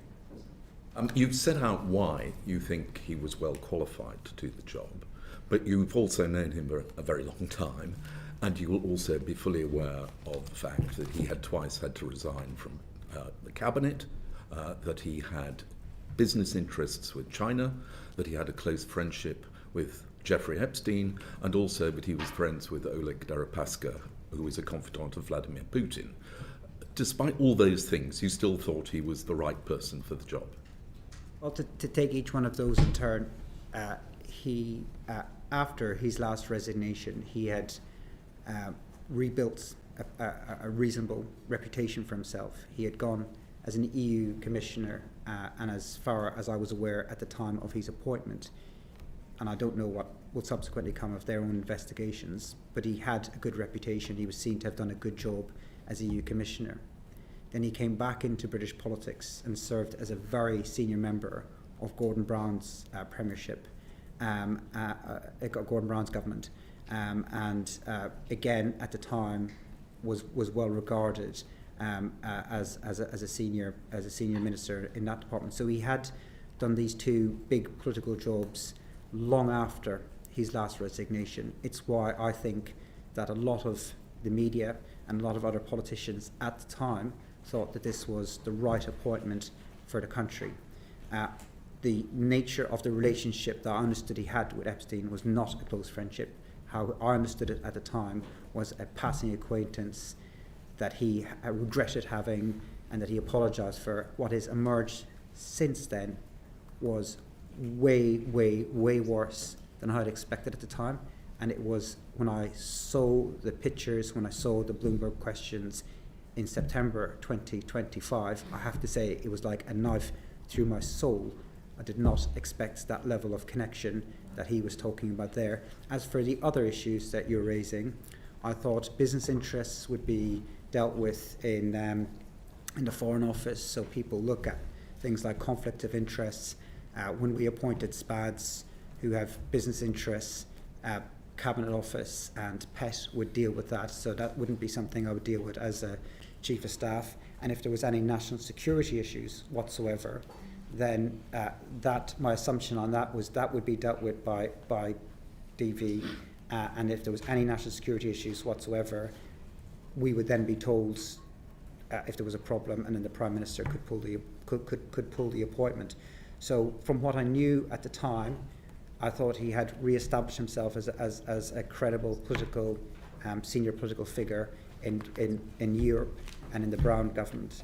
I did not was aware of the extent of the relationship that he had, and I thought that these other issues would be dealt with at other parts of the process. Your discovery of the closeness of his relationship, you say, was a knife to the heart. But the box note says that you discussed with Peter Mandelson his relationship with Epstein, and that you then discovered as a result of that conversation, for instance, the fact that he stayed in the flat belonging to Jeffrey Epstein after Epstein had been convicted for paedophile offences. That wasn't a discovery that I made. Did you advise the Prime Minister of that? No, that was in the DV form that was from DV? So, no, beg pardon, you're right. A due diligence form from PET. I wrote to Mandelson after the DD to understand from him in writing what his position was on these issues. That email that I sent to Mandelson and his responses from that, the Met Police are using as part of their investigation. When I was in number 10, I was told that we couldn't share either the questions or the answers to those questions or the email itself with the media or as part of the humble address process until the police were finished with it, because they said it would interfere with their investigation. And so I've stuck to that since I've left Downing Street too. But in your conversation with the Prime Minister about Peter Mandelson's relationship with Epstein, the subject of Mandelson staying in Epstein's flat after the conviction, that was part of the conversation. It's hard to answer that directly without saying what was in the contents of the emails. But my understanding at the time, I could maybe say about what my understanding was from hearing him talk about it and listening to his friends. My understanding at the time was that his relationship was a passing acquaintance that he knew through somebody else, that the way of he's describing it was that he realised that it was a mistake, he deeply regretted it, he broke it off many years before. He wasn't advocating for the guy or defending the guy in any way. And you take all of these things into consideration. What then emerged as the relationship in September last year was not the relationship that I was led to understand. It was very, very, very different. Can I ask about the two notes that went to the Prime Minister from the private office about the appointment? In each case, they've been released under the humble address process. They are completely blank other than the submission. There is no comment. The Prime Minister has not indicated any view. Now, I've worked in Downing Street, and box notes go up and they come back down with a comment. It may only be a tick, but there is something to indicate that the Prime Minister has taken a decision. In this case, there is nothing to indicate that the Prime Minister has taken a decision. Why not? I can't answer the question. So the box notes usually come back into the civil service, and then I get informed what the decision is. He may, and sometimes he did do it verbally, but I can't answer why there wasn't anything in the box. So I would make submissions into the box the same as the other special advisors. They would be collated by his PPS, then they would go to the Prime Minister, and then the Prime Minister would send it back through the system. I didn't ask to see the box note. I would sometimes ask to see a box note if I was unsure what the decision was, or if I wanted to understand a bit more about his thinking. But generally speaking, I just took whatever the civil service said. But I don't know why he didn't tick. Maybe he spoke to his team. Well, that's the alternative, that he didn't indicate in writing. He said, I would like to have a meeting to discuss this. But if such a meeting took place, there would be a record of it. And there is no record that has been released. Again, I can't answer as to why that was. I wasn't the person who was keeping records.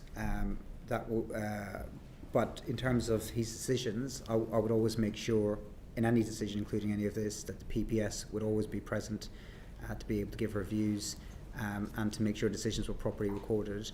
But I wasn't the minute taker. I wasn't. So how did you discover that the Prime Minister had decided to go ahead with Peter Mandelson? I believe that, from my best recollection, that there was a meeting in mid-December, and he told us that that's what he wanted to do, and then Nin Pandit took his decision and passed that on to Philip Barton. So a meeting took place, which led to the Private Secretary writing to say that that was the decision. Is there a record of that meeting? I don't know. I don't have access to that information anymore. It's just your job to make sure that the minutes are taken of meetings. No. No. So you're in charge of his office, but you're not in charge of there being any records made of any decisions made in the office. No, the civil service will take responsibility for that side of things. My job was to make sure that he had the political input.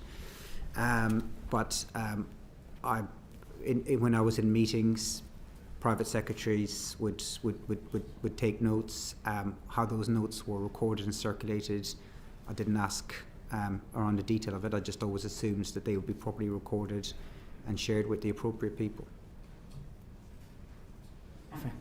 Thank you. I just wanted to go back over some of the questions that the chair had asked you and just ask some follow-ups and seek some clarification on some of those. You said that you were out in the States at the start of December prior to the appointment being made.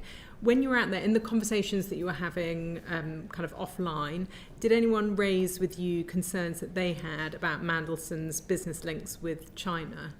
No. Okay.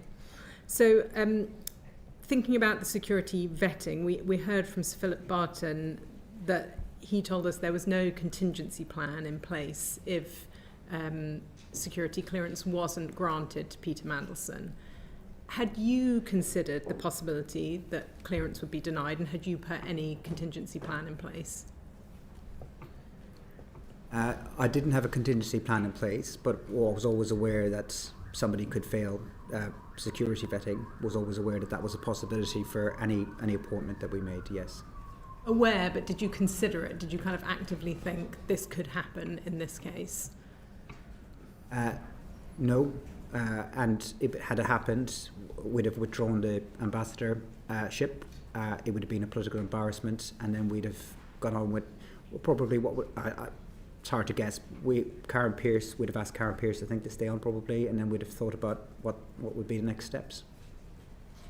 You clearly felt that Peter Mandelson was the right person for the job.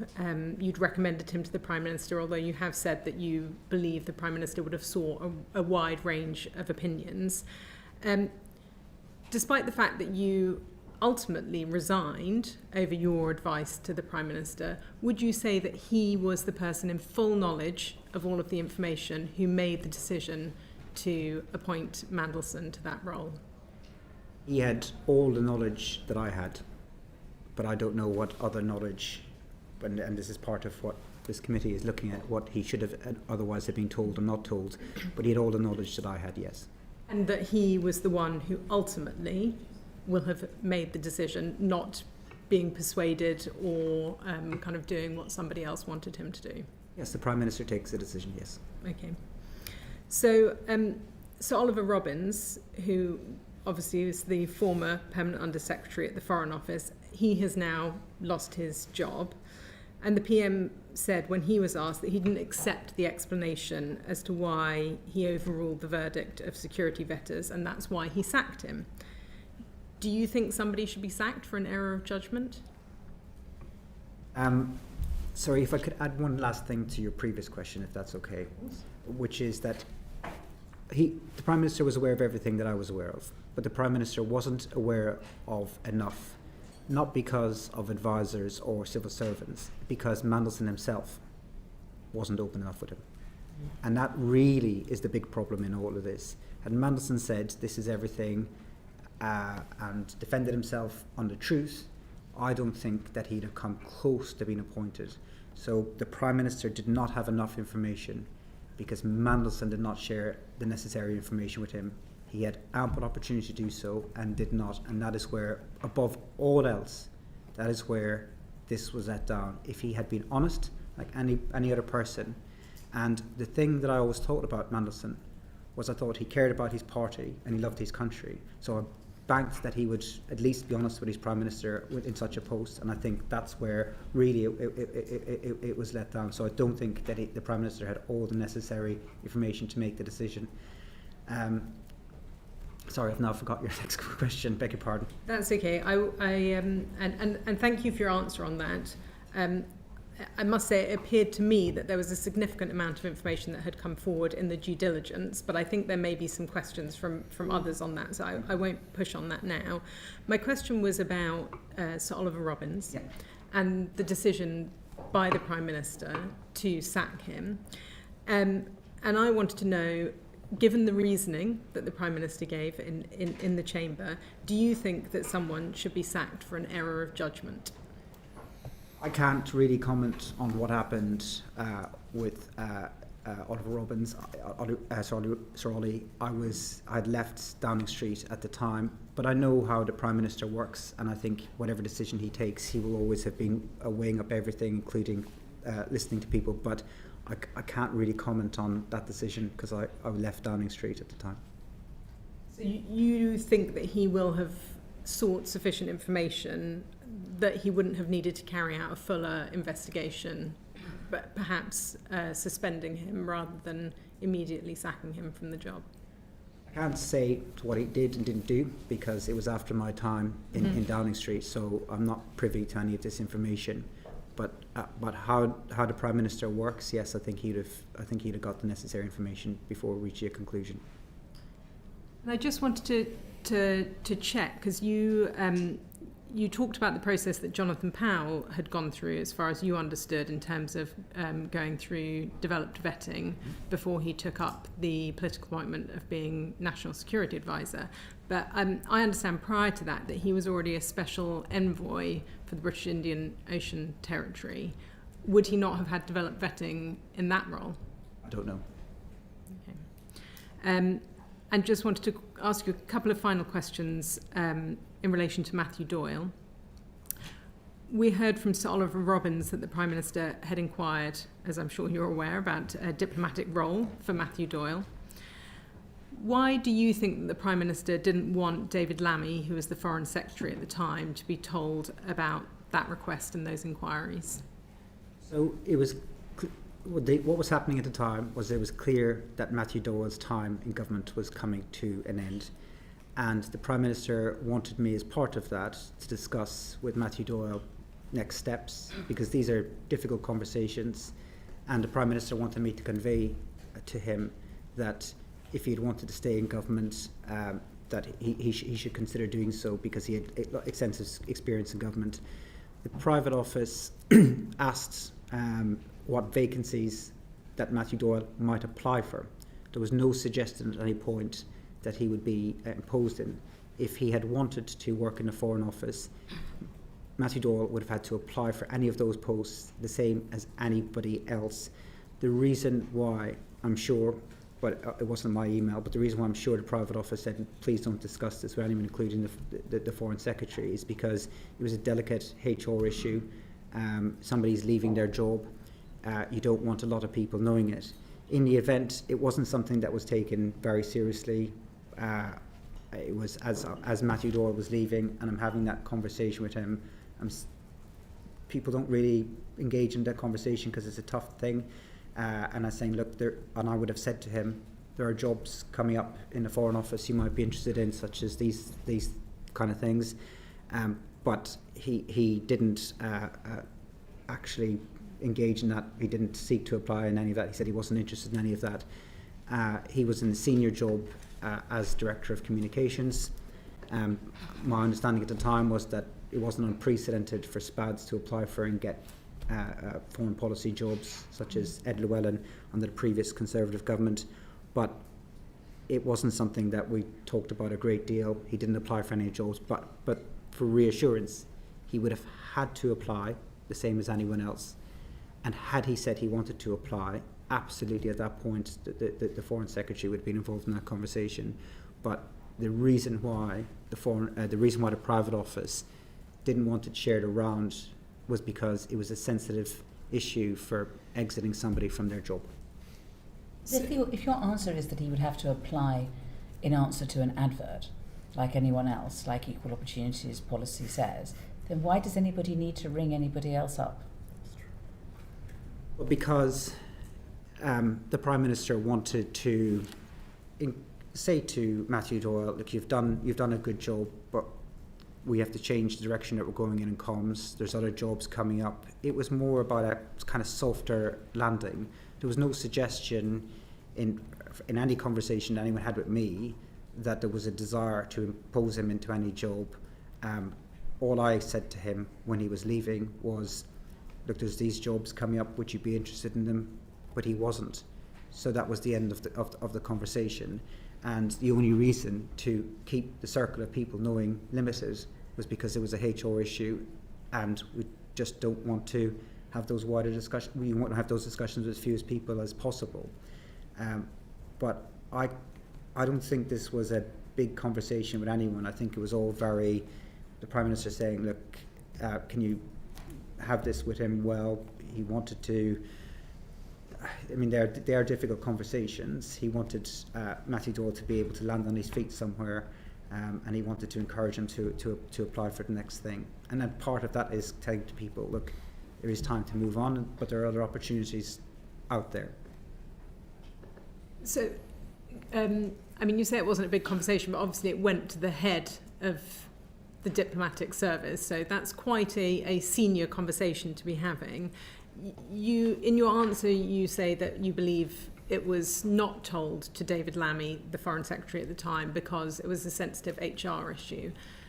Are you aware of any other discussions between Number 10 and the Foreign Office, the Permanent Undersecretary, whether it was Sir Oliver Robbins or Sir Philip Barton, in which the Prime Minister on Number 10 asked for the Foreign Secretary not to be involved in the discussion? No. And would you say, how involved would you say that the Foreign Secretary was at the time in that decision to appoint Mandelson as the ambassador? He certainly would have had several conversations with the Prime Minister. I had conversations with him. I don't know who else he had conversations with. He was fine about it, was he? Nobody was fine about it. Everyone could see that there was risks, and like everybody else, he would have flagged that there are risks. And I don't want to share with the committee what conclusions people came to, because I think it's for other people to say. You were there. I mean, you were there. There's no notes, so we're just trying to understand how these decisions are made. They've got the Foreign Secretary. Here he is at a meeting. We're discussing whether or not Britain should send Peter Mandelson as ambassador to Washington. I don't see what's wrong with you telling us whether whether the Foreign Secretary thought it was a good idea or not. Because I can't remember precisely what people said, and don't tell us word for word. Just okay. Did he say, "Okay, yes, let's do it," or did he say, "Actually, I've got reservations"? Like everybody else, he could see that there was cons and risks, and like everybody else, he would have seen. I had reservations too. Like everybody else, he would have had reservations. He'd have discussed them iteratively with the Prime Minister. The Prime Minister would have taken the Foreign Secretary's views very seriously. He is somebody who he's close to politically. He obviously appointed him afterwards as Deputy Prime Minister in that reshuffle you were asking about earlier. So he was somebody who he was the then Foreign Secretary. I'm getting the terms right. The current Deputy Prime Minister is somebody who the Prime Minister is close to, would have got his views. He would have also got his views of senior staff and other ministers. And the Prime Minister would not have dismissed any of those people's views and would have taken them in the round before making a final decision. Okay, let me try one more time. Sorry. Did the Foreign Secretary say, "I think this is a bad idea"? Not to me.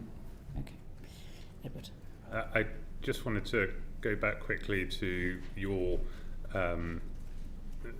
presentation of the conversation with Matthew Doyle, that in fact, if there were upcoming posts, ambassadorial posts in the Foreign Office, then he should consider applying for them.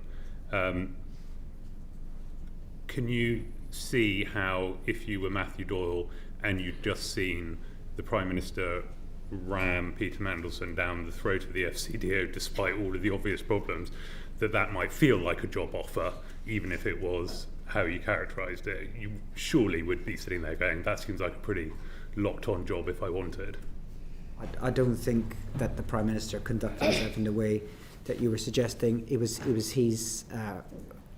told by the Cabinet Secretary that he was allowed to make a political appointment, and he made his political decision about who he thought the candidate should be. It's then for the machine to implement the Prime Minister's decision. Sorry, and certainly not the way I would have put it to Matthew Doyle when he was leaving. I would not have said, and I would not have needed to say it. This was No, you wouldn't have, because he would have been sitting there going, well, if I want the job, I'm definitely going to get it, because the Prime Minister didn't get Peter Mandelson one. Certainly not. No. Certainly, I certainly don't agree with that. This was about a duty of care to somebody who was leaving, and saying to them there are other opportunities out there. In the end, he didn't ask for any follow-up on that, but I would not have said to him, we're going to move you from this to this, or whatever job you want is yours. I certainly would not have said that to him, and it was the same when other people were leaving too. You would say to him, look, there might be other opportunities in the future. But have you heard the phrase "jobs for the boys"? I mean, this is so far from any equal opportunities policies that I've ever heard of. I mean, don't you think this is a little odd or shameful? Well, the same was true if we had to exit senior women from the team as well. We'd have said to them, if you want to stay in government, and some did. But Matthew Doyle would have had. I don't want to. I'm just saying, talking about senior women. I mean, what job was she given, for example? Of the region. So, Sue Gray's now in the House of Lords, but this isn't about. He wasn't promised a job, and had he applied for the job, then the Foreign Office would have considered his application the same as anyone else, and the equalities and all of the other necessary procedures would have had to follow in any direction. So he was. Sorry, Mr. McSweeney, that is not what Sir Ollie Robbins told us. Sir Ollie Robbins told us that Matthew Doyle's name was another one that was floated as a political appointee, which, given that when the Prime Minister politically appointed Mandelson, it was a lock, it would be fair to assume, if you are Matthew Doyle, that effectively the similar guarantee was being made to him. I wasn't asked to. I didn't send that email to him. It was the opposite, though, of jobs for boys. He was losing his job, and all I said to him was there might be other opportunities. It was never followed up, and I was not told by anybody, not by the Prime Minister or the private office, you need to go and promise him a job. It was just a simple duty of care conversation. You're leaving the job. There are other opportunities in the future. Do you want to explore them? And it was no, and that was the end of the conversation. Thank you, Chair. I want to take us back to a couple of questions that the Chair asked earlier in relation to Matthew Doyle. So on the 11th of December, the note to the Prime Minister, Director of Communications is recorded as saying that he was satisfied with his responses to questions about contact with Epstein. Matthew Doyle was the Director of Communications. Did you trust his judgment, given what we know about Matthew Doyle?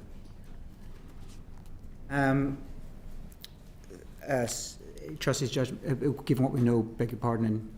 Do you trust Matthew Doyle's judgment in relation to that particular, that he was satisfied with his responses to questions in relation to his contact, Mandelson's contact with Epstein? So Matthew Doyle submitted his view into the Prime Minister, and it would be for the Prime Minister to decide whether he took that view on board or decided not to take the view on board. In terms of what I did, was I gave the answers, or ran through the answers with the Prime Minister, but I didn't put a lot of weight on my own judgment on what Matthew Doyle thought at the time. Okay, so there was a fact-finding call between the General Counsel to the Prime Minister and Matthew Doyle, where he's reflecting back on some of the conversations there.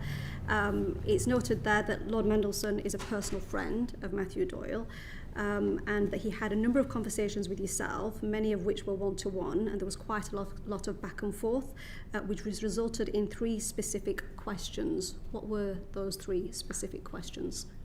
So they were all questions that came from wanting clarification around the due diligence report, and on the point of who should have been asking him those questions, it's my view now that we should have asked PET to ask those questions. What were the themes of those 3 questions? So they were questions in relation to the due diligence reports, but they are questions that the police have now got that email, and so does the government, and so does Number 10. But they've asked for. At the time I was in Number 10, I was told that the police did not want these questions or their answers released. They will be released as part of the as part of the humble address process, but when the police are finished with it. So until then, I don't feel that I can say what the questions were. Okay, and do you think that given the scale of the appointment, that 3 questions were sufficient enough to interrogate Mandelson? I think if somebody is being honest with you, then the questions would have been sufficient. If somebody's hiding, then whether you ask 3 or 5, if they're deliberately hiding something, or however many questions it might have been, then I'm not sure you got to the bottom of it. For purposes of appearances, and public appearances are important in this, I wish and I regret that I didn't ask PET to carry out those questions. But I'm not sure that they'd have got better answers given how he was choosing to answer these questions. I'm not sure they'd have got better answers at all.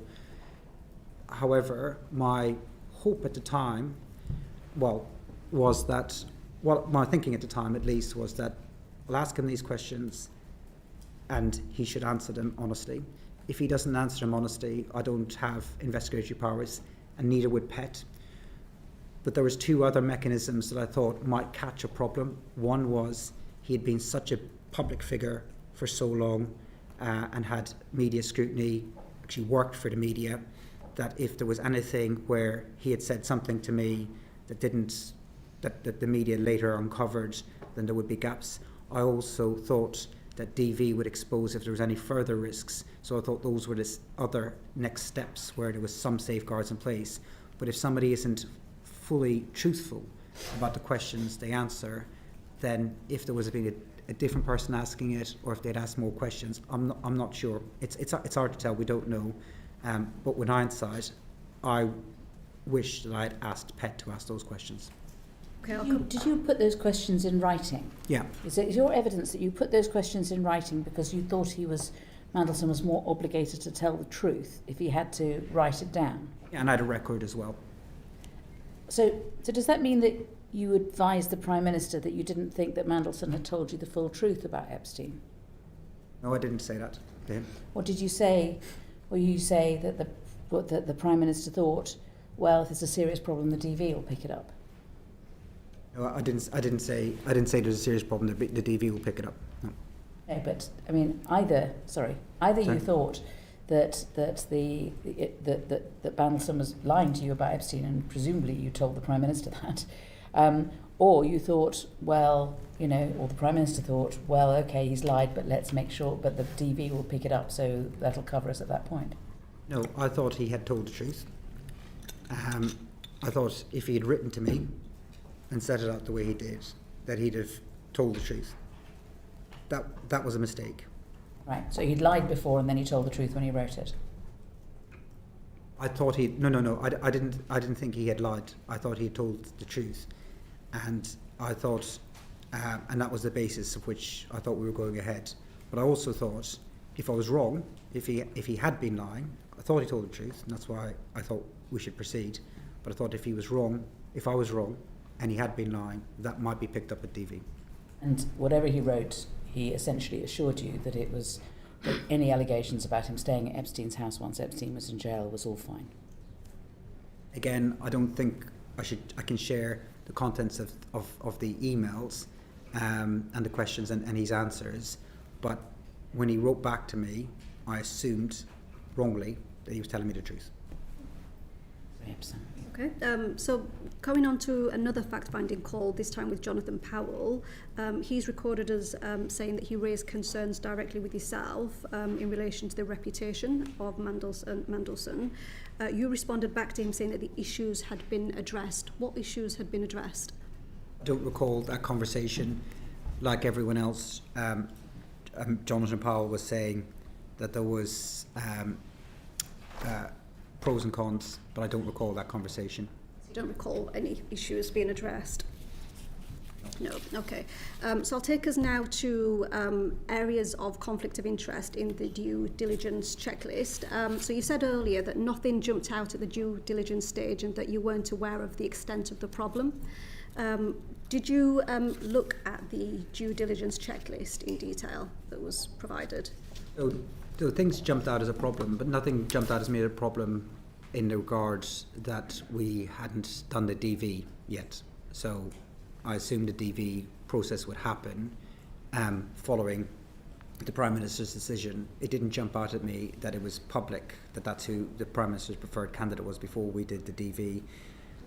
On regards conflict of interests, my assumption was that would be picked up with the Foreign Office when he was being employed, because when we had SPADs appointed who had business interests, that would be picked up by the Cabinet Office and not dealt with at a political level. Okay, so in the due diligence checklist under professional financial relationships, it says that the retained role and interest in Global Counsel would have to cease, come to an end. Did you make sure that that took place, or at any point did you question that? I left all that to the Foreign Office because that's not my skill set or expertise. I wouldn't know how to even manage that. Okay, and then in relation to reputational risks, so again, earlier you referenced that nothing jumped out at the due diligence stage.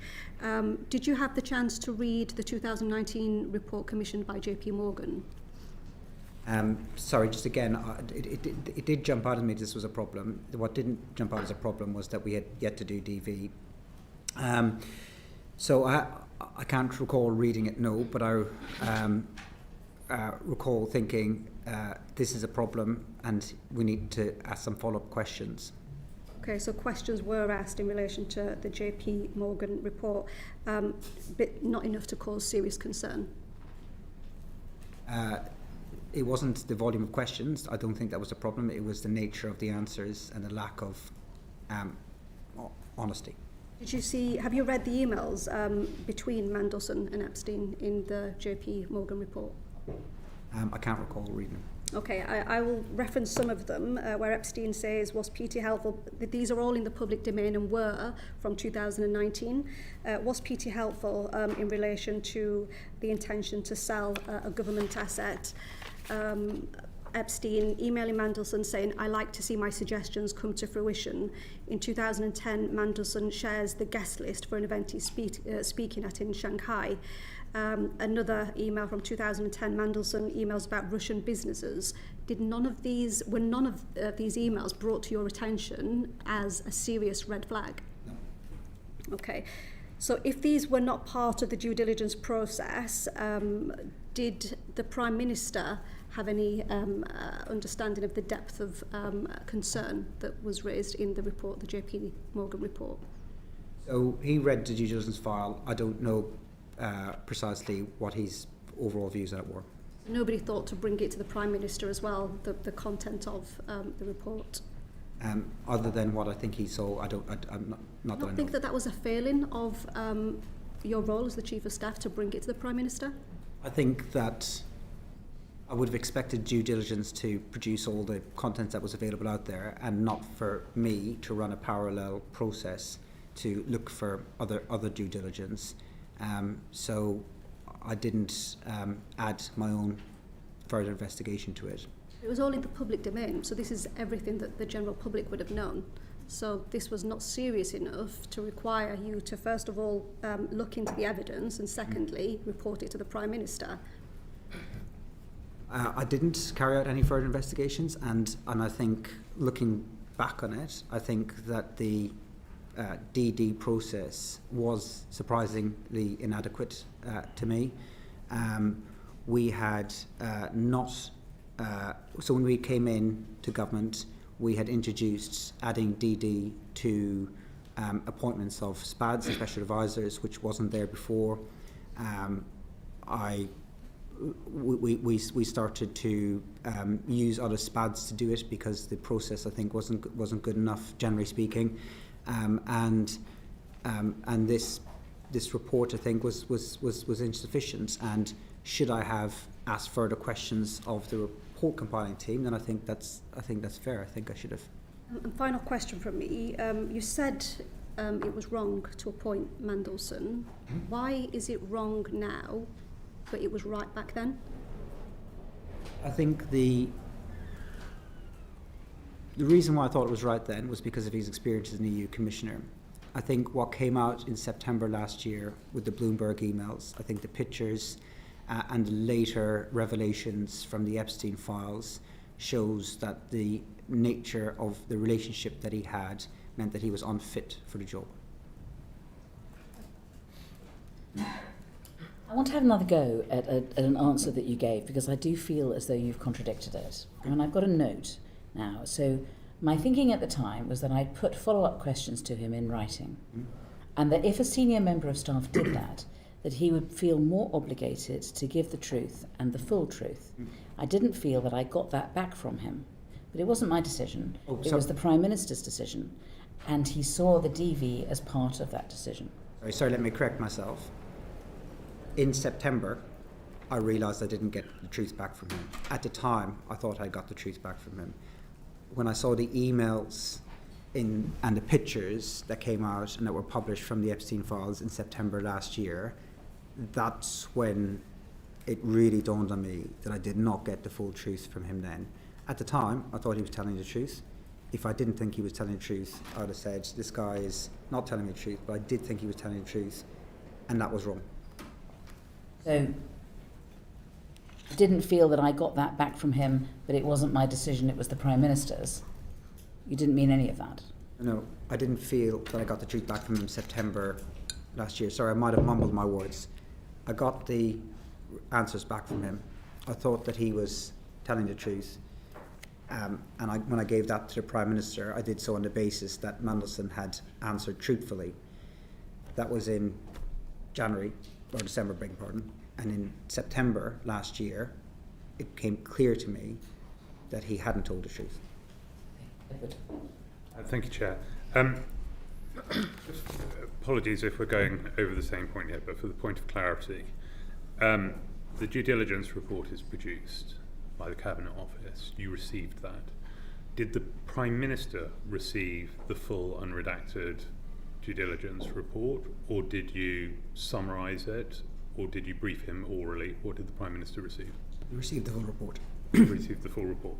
And did you discuss the contents of the report with him? Yes, I believe so, yeah. Okay. And during that conversation happened at a point at which he had read the report, or there's a difference between receiving the report and reading it, I guess? Yes, he would have read the report. He read all these papers. Okay. Did he raise any reservations with you during that discussion? I can't remember particularly which ones, if he did. You wrote some clarification emails to Peter Mandelson, received those replies. Did those responses go to the Prime Minister? Yes. And did you discuss those responses with him? Yes, we would discuss those responses with him, and again, he would have considered them in the round. Okay. So he didn't. Did he express any reservations at that point about the appointment of Peter Mandelson? I can't remember what he said. You've talked about there being pros and cons to the appointment of Peter Mandelson. When you said you spoke to Jonathan Powell, you said that he raised pros and cons. When you spoke to David Lammy, he raised pros and cons. I'm just wondering, outside of Peter Mandelson himself, is there anyone who wasn't raising any cons? Is there any out-and-out advocates for Peter? No, but the same is true of quite a lot of appointments.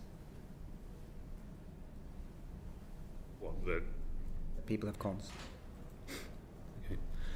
I guess I'm going back to what you said earlier, which is that the Prime Minister talks to lots of people before coming to the decision himself, but so far everyone you've listed seems to be on the fence as to whether or not Peter Mandelson was a good appointment or worth the risk, and just wondering how you get to the point where you've got two candidates. And this is not to speak to the appropriateness of George Osborne in any way, shape or form, but you've got two candidates, one of whom absolutely everyone you speak to says, well, it's a coin toss on that one. So how does that end up being the candidate? So what I haven't said is what each individual person conclusion they came to, in part because I don't remember precisely and I don't want to unfairly represent anyone else's views. Not only would people have said, I think there are pros and cons, but they'd have said, and this is what I think we should do. And the Prime Minister would have got a range of views. And he would have concluded based on the range of views which way he's going to go to. He would not have put up with people saying on the one hand and then on the other, so I'm going to sit on the fence. He'd have said, well, what's your view? What do you think we should do? And then he'd have got all those views and reached a decision. In the aftermath, I understand why people are mostly focusing on the cons they'd have raised, but I can tell you that there is no way the Prime Minister would just accept one person's view as being pro a candidate if everyone else had been against it. I think even if it had been you. Even if it had been me, yeah, absolutely, yeah. The Prime Minister has his own mind. He reaches his own decisions. Sometimes he takes advice from me and will go with it, and sometimes when I was there, he didn't. And all these other people that you're talking about are close confidence to the Prime Minister, people who he's judgment, who he trusts and respects. People like Jonathan Powell, people like David Lammy, these are senior staff that he has in Number 10. These are people who he takes very, very seriously. And sometimes as an advisor, you make advice and the Prime Minister goes with you. And that's what happened this time, and I'm taking responsibility for that advice. There was other times where I'd say, I think we should go in this direction. And the Prime Minister would say, no, I've got a different view, I've got a different candidate, or I don't like your candidate, and he goes in a different direction. In a situation where I want to go in one direction and senior cabinet members want to go in another direction, he's more likely to weight it with those cabinet members. So it depends on each individual situation. But Keir Starmer is not somebody who just takes one person's view before going with it. He is a considerate Prime Minister. He takes on views. He respects the views of people like the current Deputy Prime Minister, the current National Security Advisor, and his senior staff. And he would have taken those views very, very seriously. Yeah, thanks, Chair. Richard. Thank you, Chair, and thank you, Mr. McSweeney, for coming before the committee today. I'd like to ask a few questions about communication between Number 10 and the Foreign Office. It was rumoured last summer, last autumn, that the communication between yourself and Sir Ollie Robbins was assertive, emphatic, sweary even, and you've denied that. How did you communicate to the FCDO the desire from Number 10 to speed up the approval of Mandelson's developed vetting? Thank you, and I'm glad to have the opportunity to answer this. I'm firstly very, very grateful to Sir Philip Barton for what he said about this swearing rumour. It is something that has caused me a great deal of stress for a number of months. I don't know why people do this in politics, put around untrue rumours. They phone lots of journalists. Those journalists then phone lots of politicians. That's how rumours get around. It is very, very corrosive. It's damaging for people's reputation, and a lot of people in Number 10 get that, and I think it's unfair for staff who can't speak for themselves. I'm grateful as well to the journalists, the vast majority of whom never covered that story because it wasn't true, and I'm so glad that Sir Philip Barton said today that I did not phone him, that he has no recollection of me swearing at him, and I have no recollection of swearing at him either. I denied it when I was repeatedly asked about it by journalists. Most journalists did not touch the story and showed a lot of integrity on that, and I think it's one of the most corrosive things that happens in politics. So I'm glad I got the chance to set the record straight. I did not swear at Sir Philip Barton. I did not swear at Sir Ollie Robbins either. And in his testimony, he said that I didn't call him, I didn't text him, I didn't email him. So I was not talking to Sir Ollie Robbins about this issue. And I have to say that because of what's happened, we're rightly all focusing on precisely what happened with this appointment.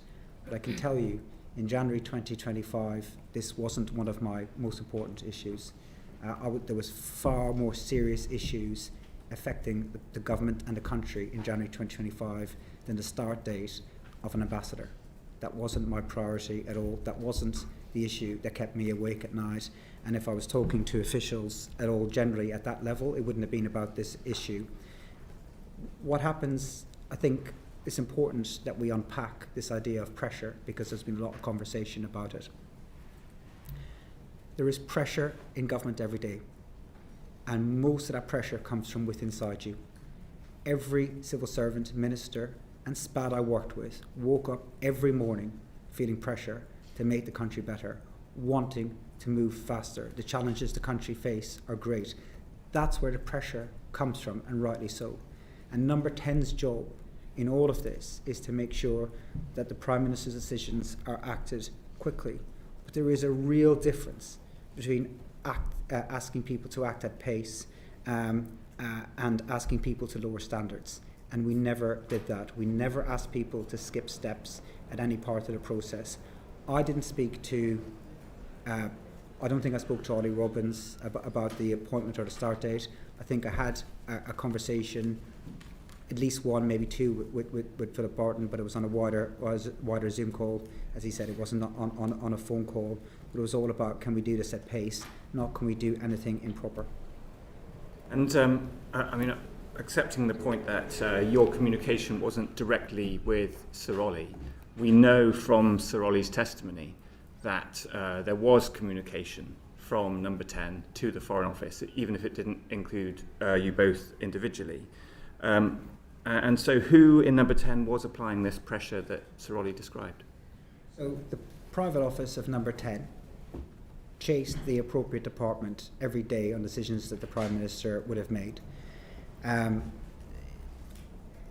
There would have been occasions where I'd have asked, where are we with this decision? But as a priority of Number 10 of our daily meetings, the start date of Mandelson was not something that was regularly on the agenda. It would have been sometimes. So what happens is the Prime Minister takes a decision, and then the private office will chase another private office. If it's a political issue, if there's a political barrier, then SPADs will chase SPADs, or occasionally it might elevate to talking to ministers about what's going on in the department. But in this case, the Number 10 private office would have chased the Foreign Office private office to see when this was happening. But none of the chasing would have been asking to skip steps, and I think that's very important, because we're talking about national security. And every single person that I worked with in Number 10 took national security very, very seriously. Everyone there knew what was at stake with national security and would not have played hard and fast with national security. Just want to repeat back to you a couple of lines from Sir Ollie's testimony to this committee last week. He said, "My strong sense that there was an atmosphere of pressure and a certain dismissiveness about this DV process." And separately he said, "Throughout January, honestly, my office and the Foreign Secretary's office were under constant pressure." Do you refute that? Like I said, I'd like to unpack the two elements of pressure here. We're under pressure to try and get decisions implemented. Our preference in Number 10 was that Mandelson was in post for the inauguration.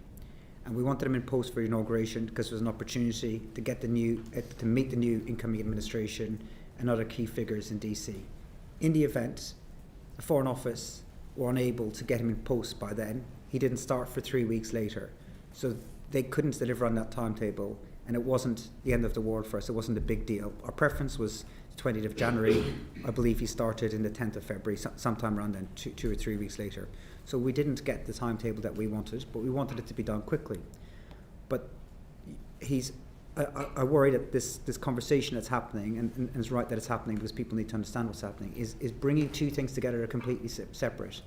Yes, we wanted it done quickly, but at no point, at any point in Number 10, did I witness anyone being dismissive about DV or national security. That pressure around the timeline may have been misinterpreted as pressure for an outcome. So how would you reconcile the pressure that Sir Ollie described last week with the Prime Minister having stated at Prime Minister's questions last week that no pressure existed whatsoever in relation to this case? The Prime Minister was saying there was no question, there was no pressure in relation to vetting. I don't think I ever had a conversation with a senior official about anyone's vetting. As Ian Collard said in his letter, he didn't think it had any impact on the outcome of their vetting. I think there's a world of a difference between saying we want to go quicker and we want to be reckless. There's a world of a difference from saying to a taxi driver, I'm late for a plane, to can you break all the red lights and go speeding. There's a world of a difference between those things. One is proper. We want things done quickly. The people of this country should want, number 10, to say we want things done quickly. The other one is wholly improper. We want steps to be skipped. I mean, you're talking about red lights. I mean, the pressure put on civil servants, potentially, meant that they missed 2 red lights on the form, on page 10, the summary form, which said that they recommended that he didn't pass DV. I mean, according to Ollie Robbins, he didn't see it. According to Ian Collard, he didn't see it. So both of them missed those red lights. And is it not because of pressure being put on them? That's not what either the testimony from Ollie Robbins or from Ian Collard's letter said. My understanding was he said that he does not assess that pressure affected the outcome. I thought that's what he said. Neither of them can talk. You're the one who raised red lights and cab drivers. Both of them missed the red lights. Both of them missed the green, orange, red. Neither of them can tell us that they saw those 2 things. It seems to me to be fairly clear evidence that the DV was making a fairly strong recommendation. And yet we hear both of them seem to think that it was a borderline case leaning towards not. Ollie made his assessment and would have carried out the processes the way he saw fit. I can't comment on how the DV process worked. I'm only learning about the DV process in real time, watching these interviews and watching this committee's work. What I can say is that nobody in number 10 ever thought it would be acceptable to skip steps. Yes, we want to move quickly, but that does not and should never involve making decisions that put national security at risk. I haven't seen anything in Sir Ollie's testimony or Ian Collard's letter that suggests that they did not follow proper procedures. They're saying they did follow proper procedures. Why they missed them, I think, needs to be part of how we draw the lessons from this. But they're not saying that they did anything improper, and nobody's saying they were asked to do anything improper as well. You've heard from Sir Philip Barton, you've had the letter from Ian Collard and Sir Ollie Robbins and Cat Little, and these are all like brilliant people. None of them said they would be asked to do anything improper. And from everybody I know in Downing Street, private office people would not ask if other private offices to do anything proper. These are serious people who worry about national security. We've got Fleur next. Thank you, Chair, and thank you for coming in to see us today. I'm going to take you back to the very beginning of the process. It's famous that Peter Mandelson hosted dinners with political people at his house and in restaurants. It's widely reported. Did you attend any of those dinners in 2024 or up to your departure in 2025 at his house or in restaurants? I didn't hear that last bit. Did you attend any of Peter Mandelson's kind of private dinners that he hosted in his house or in restaurants?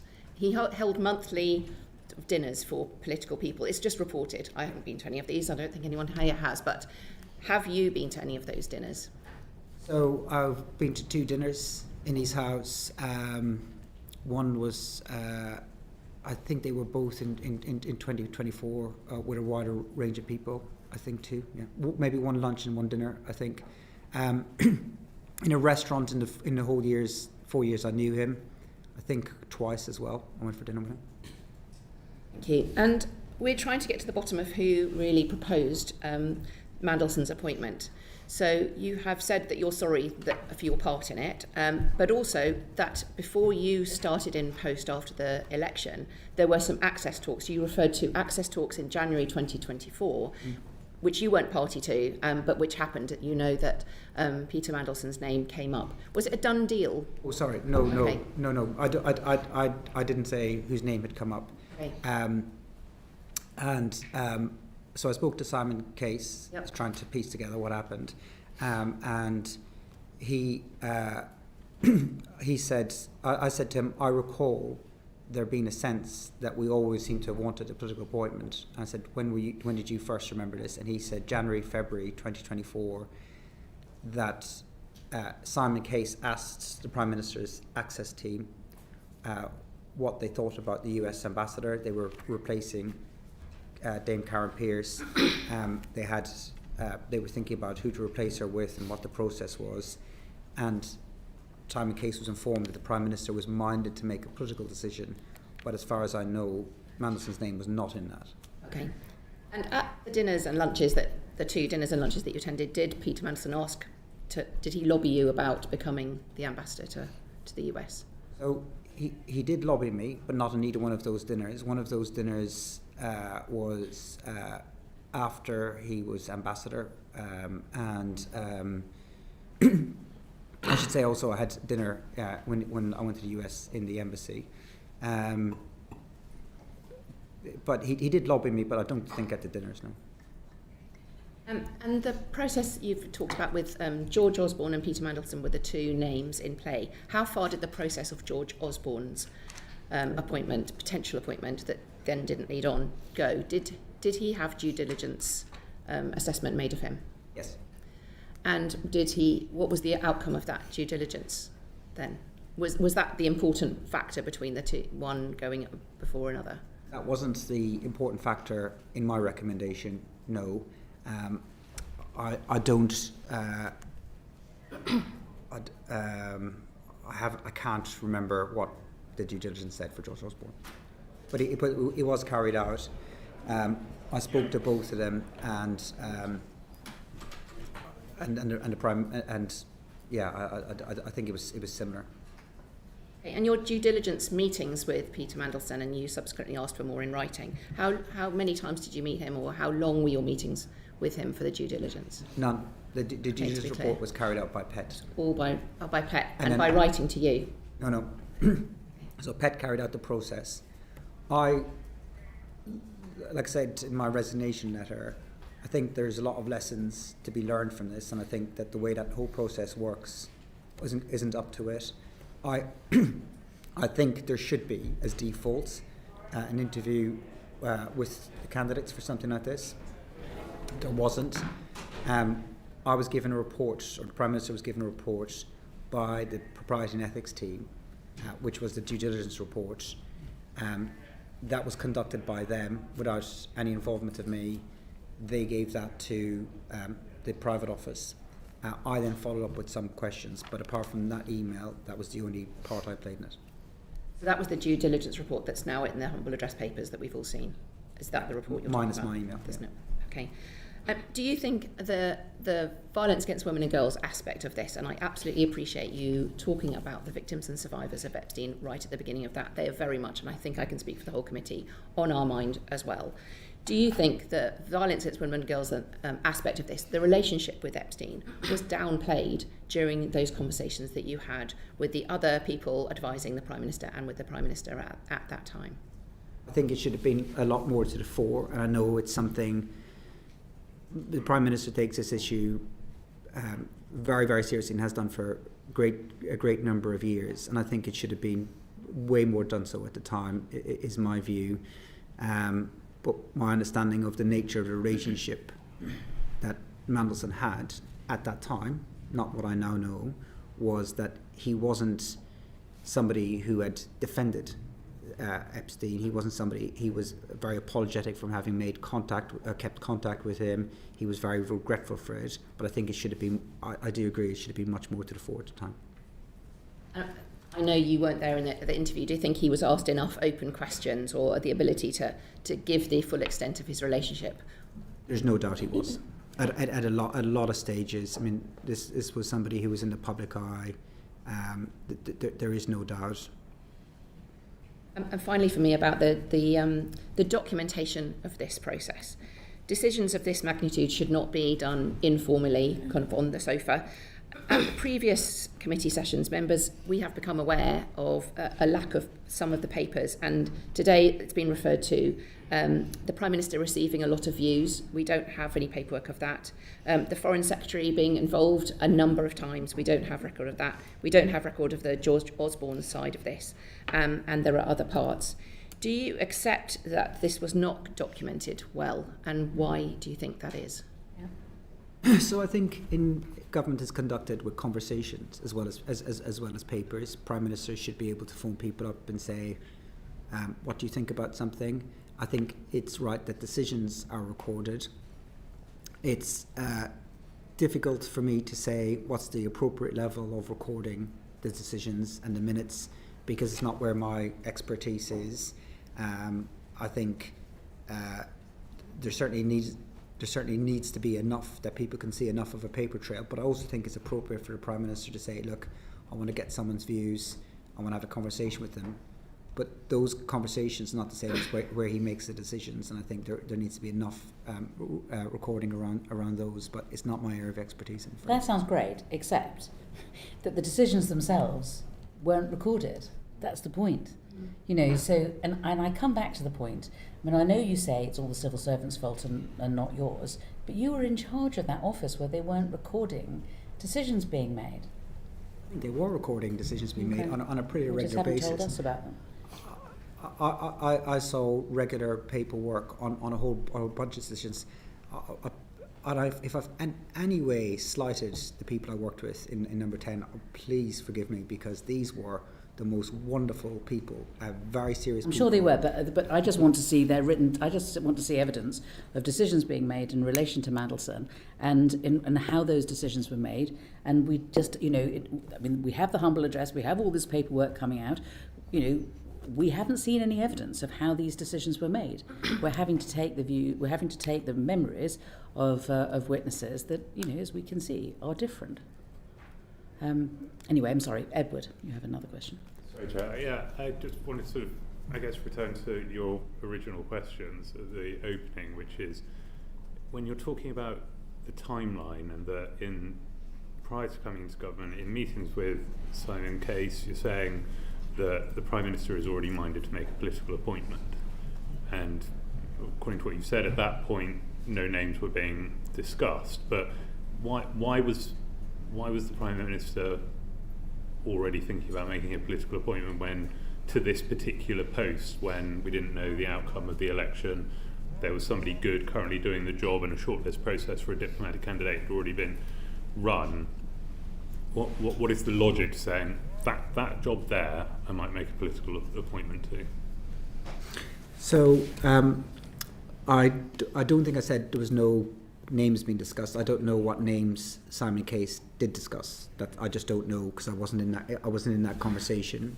In January 2024 and February 2024, my total focus was on the election, and I was very reluctant to have any conversations with anybody about who would do what job if we won the election, because I didn't like that kind of talk. That's fine. I'm just wondering why already, prior to the election, is that job there is going to be a political appointment?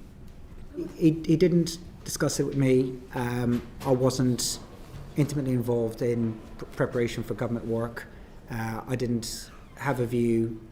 I don't remember even having a view of it at the time. The Australians did something similar with Kevin Rudd. I don't know where the origin of that idea came from.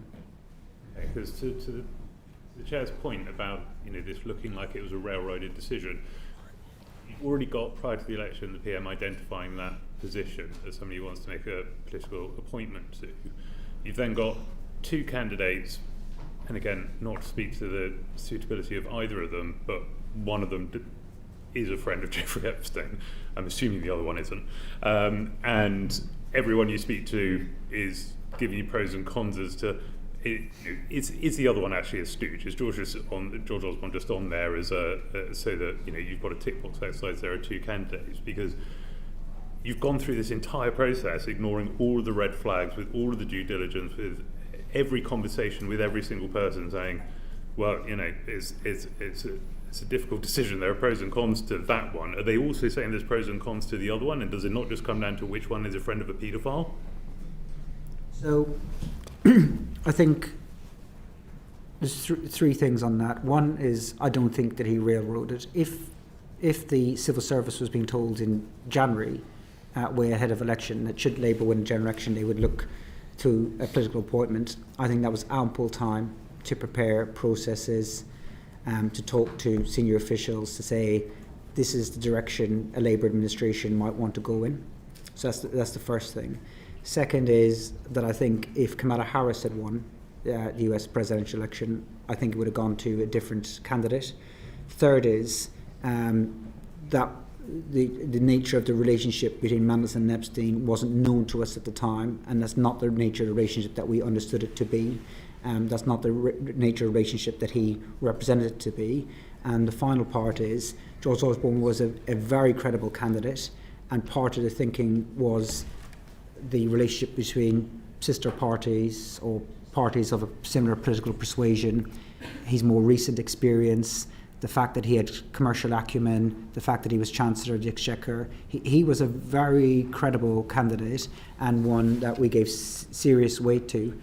Just push back on a couple of those then, please, Ms. McSweeney, because actually we've already seen that the due diligence report contained the 2019 JP Morgan report, which shows that the relationship was more extensive.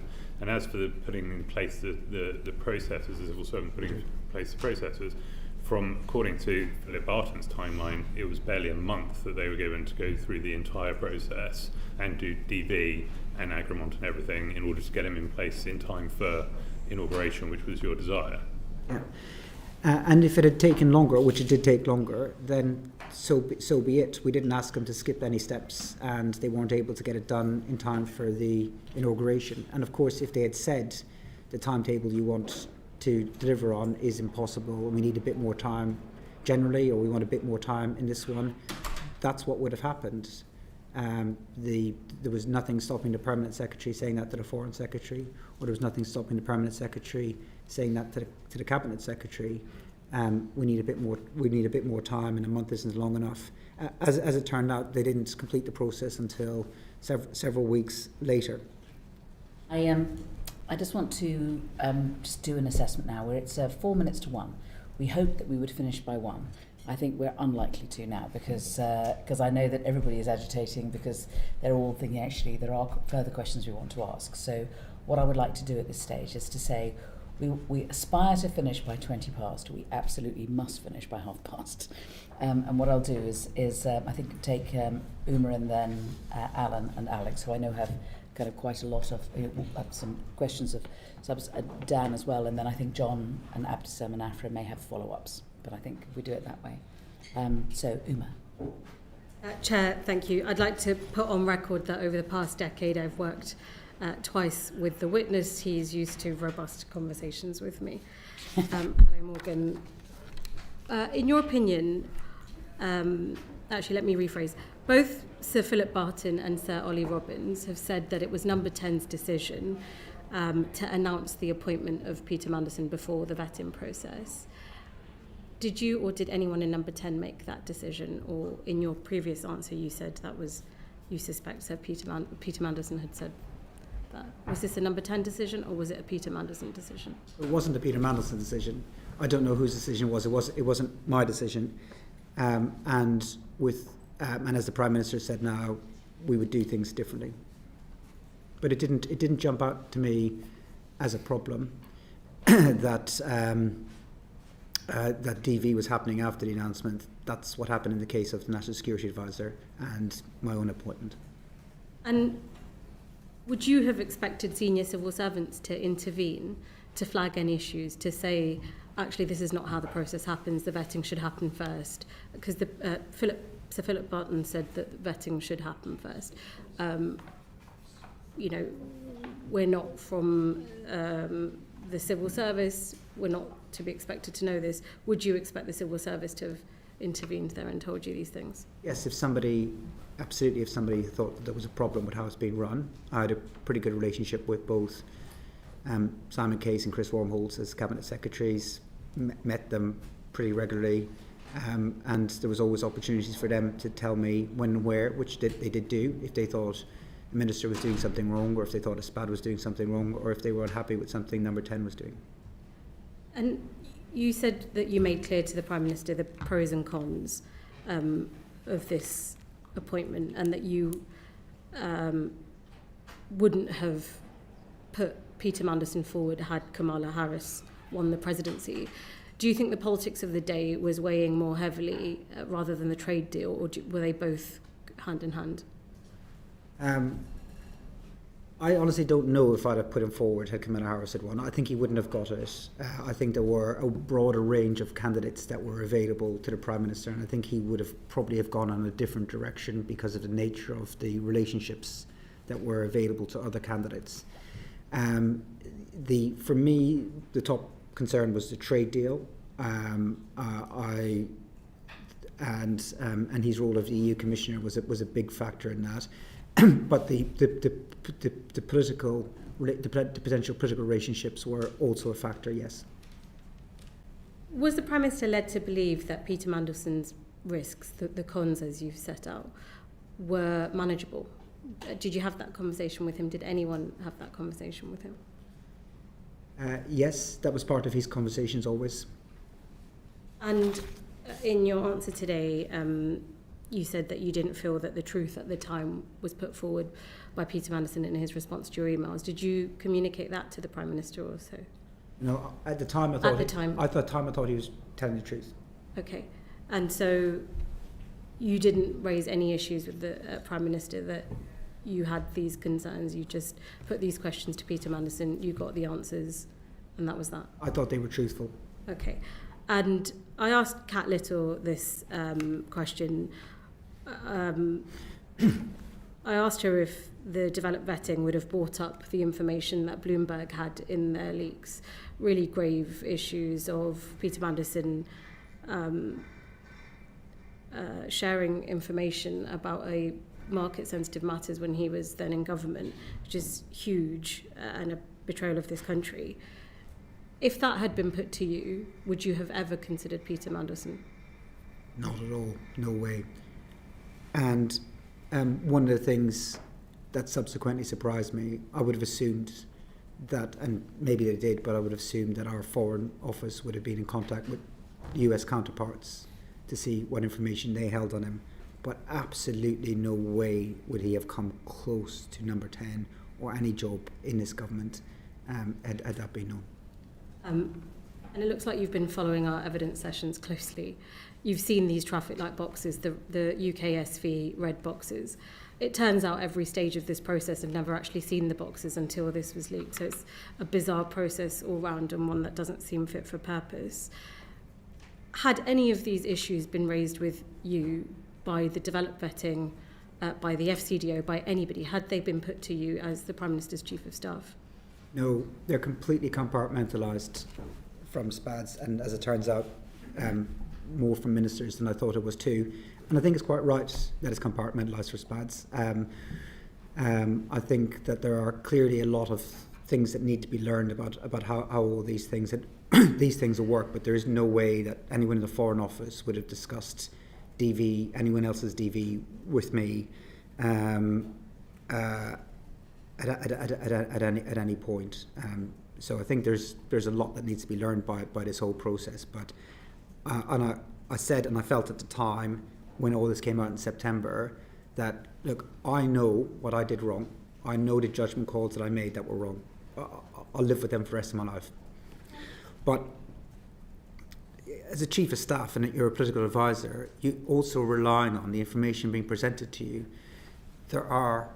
There's a lot of people in the state whose job is to protect the state, the government, and reputation, and you rely on that information coming from you. You don't have the ability to investigate, to ask more questions, to look deeper and deeper, and clearly it didn't work. It shouldn't be reliant on just one advisor giving bad piece of advice and then the whole thing goes wrong. The state needs to be more robust and stronger in all this. And my final question to you, Morgan. Everyone's talked about hindsight. There were lots that were known about Peter Mandelson before this appointment, and I appreciate that you have said that you made judgment call that you've since said is wrong. But there's a very well publicised friendship with one of the world's most notorious sex offenders. How was it that nobody within Number 10 had seen this as an issue that so many of us had an aversion to? What was going on there that this was not the immediate red flag? So I think the thinking was that the time that he was in contact with Epstein, he presented as being an acquaintanceship. He regretted maintaining contact after his first conviction when he realised whatever he realised. I mean, according to his story at the time, he wasn't defending what this guy did in his first conviction, and he was saying that he was duped into understanding the nature of what had happened. So we Still got convicted though. He couldn't get around that. I mean, he had been convicted, of sex trafficking a minor. I mean, it's pretty. I mean, how do you talk your way out of that?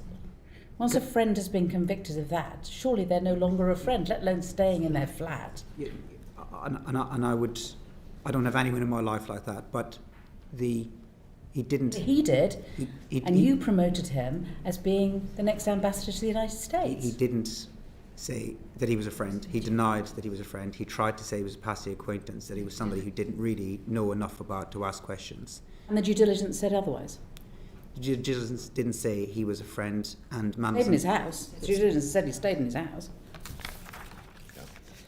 Not in my house. All right, Alan. Thanks, Chair, and thanks for your time, Morgan. I think you said earlier that you thought the DV process might also pick up untruths or misrepresentations by Peter Mandelson. Do you know if the answers that he gave you on the Epstein follow-up or the due diligence report was sent to the DV system, the officers, to use as evidence to check the kinds of answers he'd given you? I don't know. Thanks. Thank you. Alex. Thank you, Chair. So we heard from Sir Philip this morning that he felt the speed of the appointment was unnecessary. Karen Pierce was doing a good job. The administration would take some time to set up. And Ollie Robbins, in his evidence, said the whole process felt weirdly rushed. So why did you push for such a short timeline between the announcement and the appointment? I didn't. Did Ollie Robbins say it was weirdly rushed? No, Jonathan Powell did. Jonathan Powell, okay.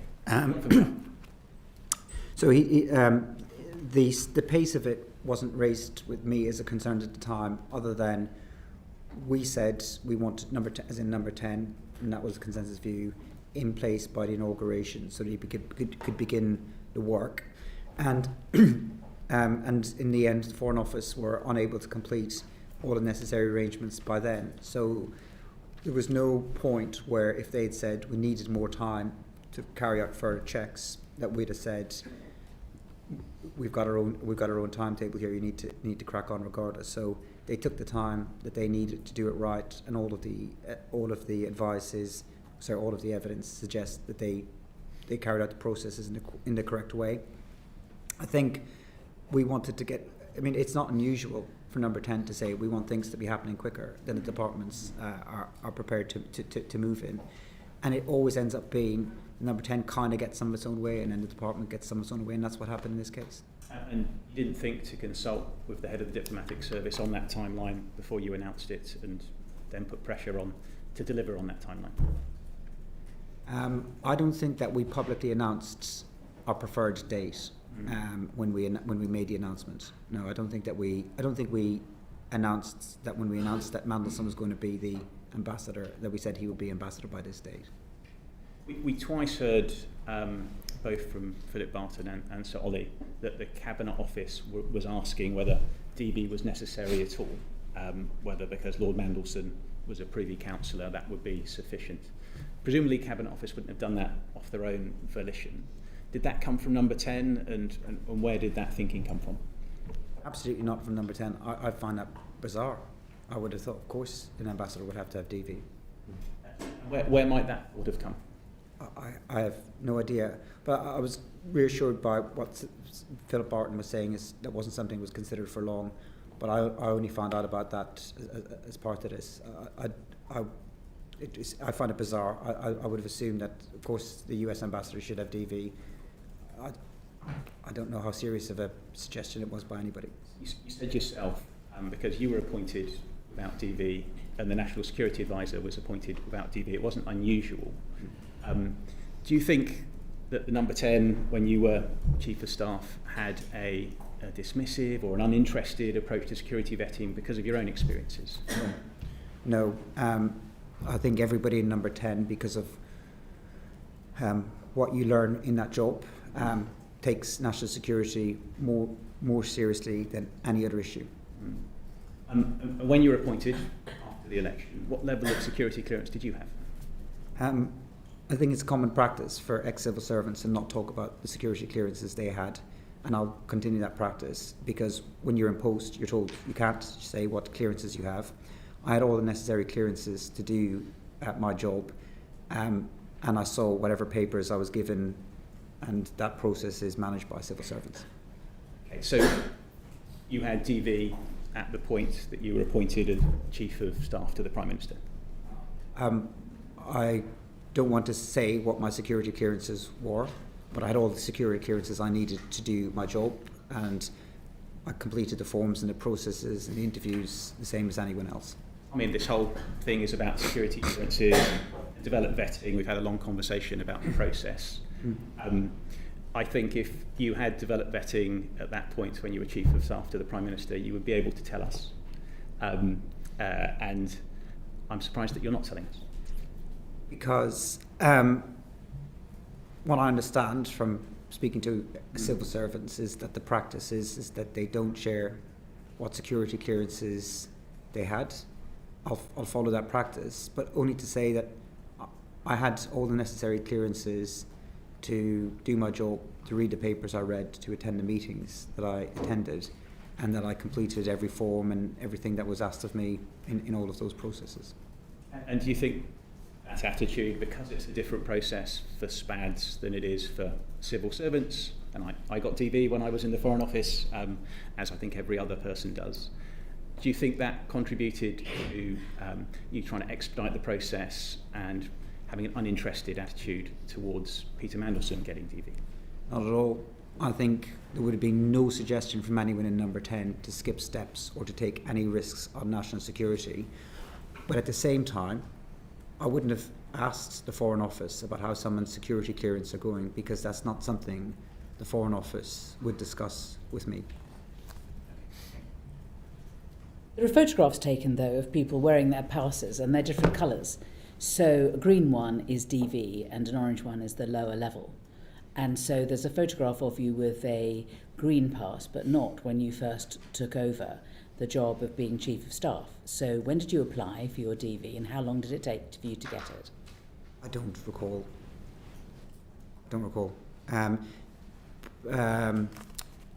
The process as well is driven by how quick people fill their forms in. Yeah. A lot of people take a very long time. Would it be unfair to suggest that you didn't fill in the form straight away? Oh, I don't know. I don't know why you think I didn't fill in the forms. I filled in the forms as quickly as I could. They're quite extensive, and it's not something that you could just sit down in an hour and rattle your way through. And if you don't get it completed, I mean, it takes a long time.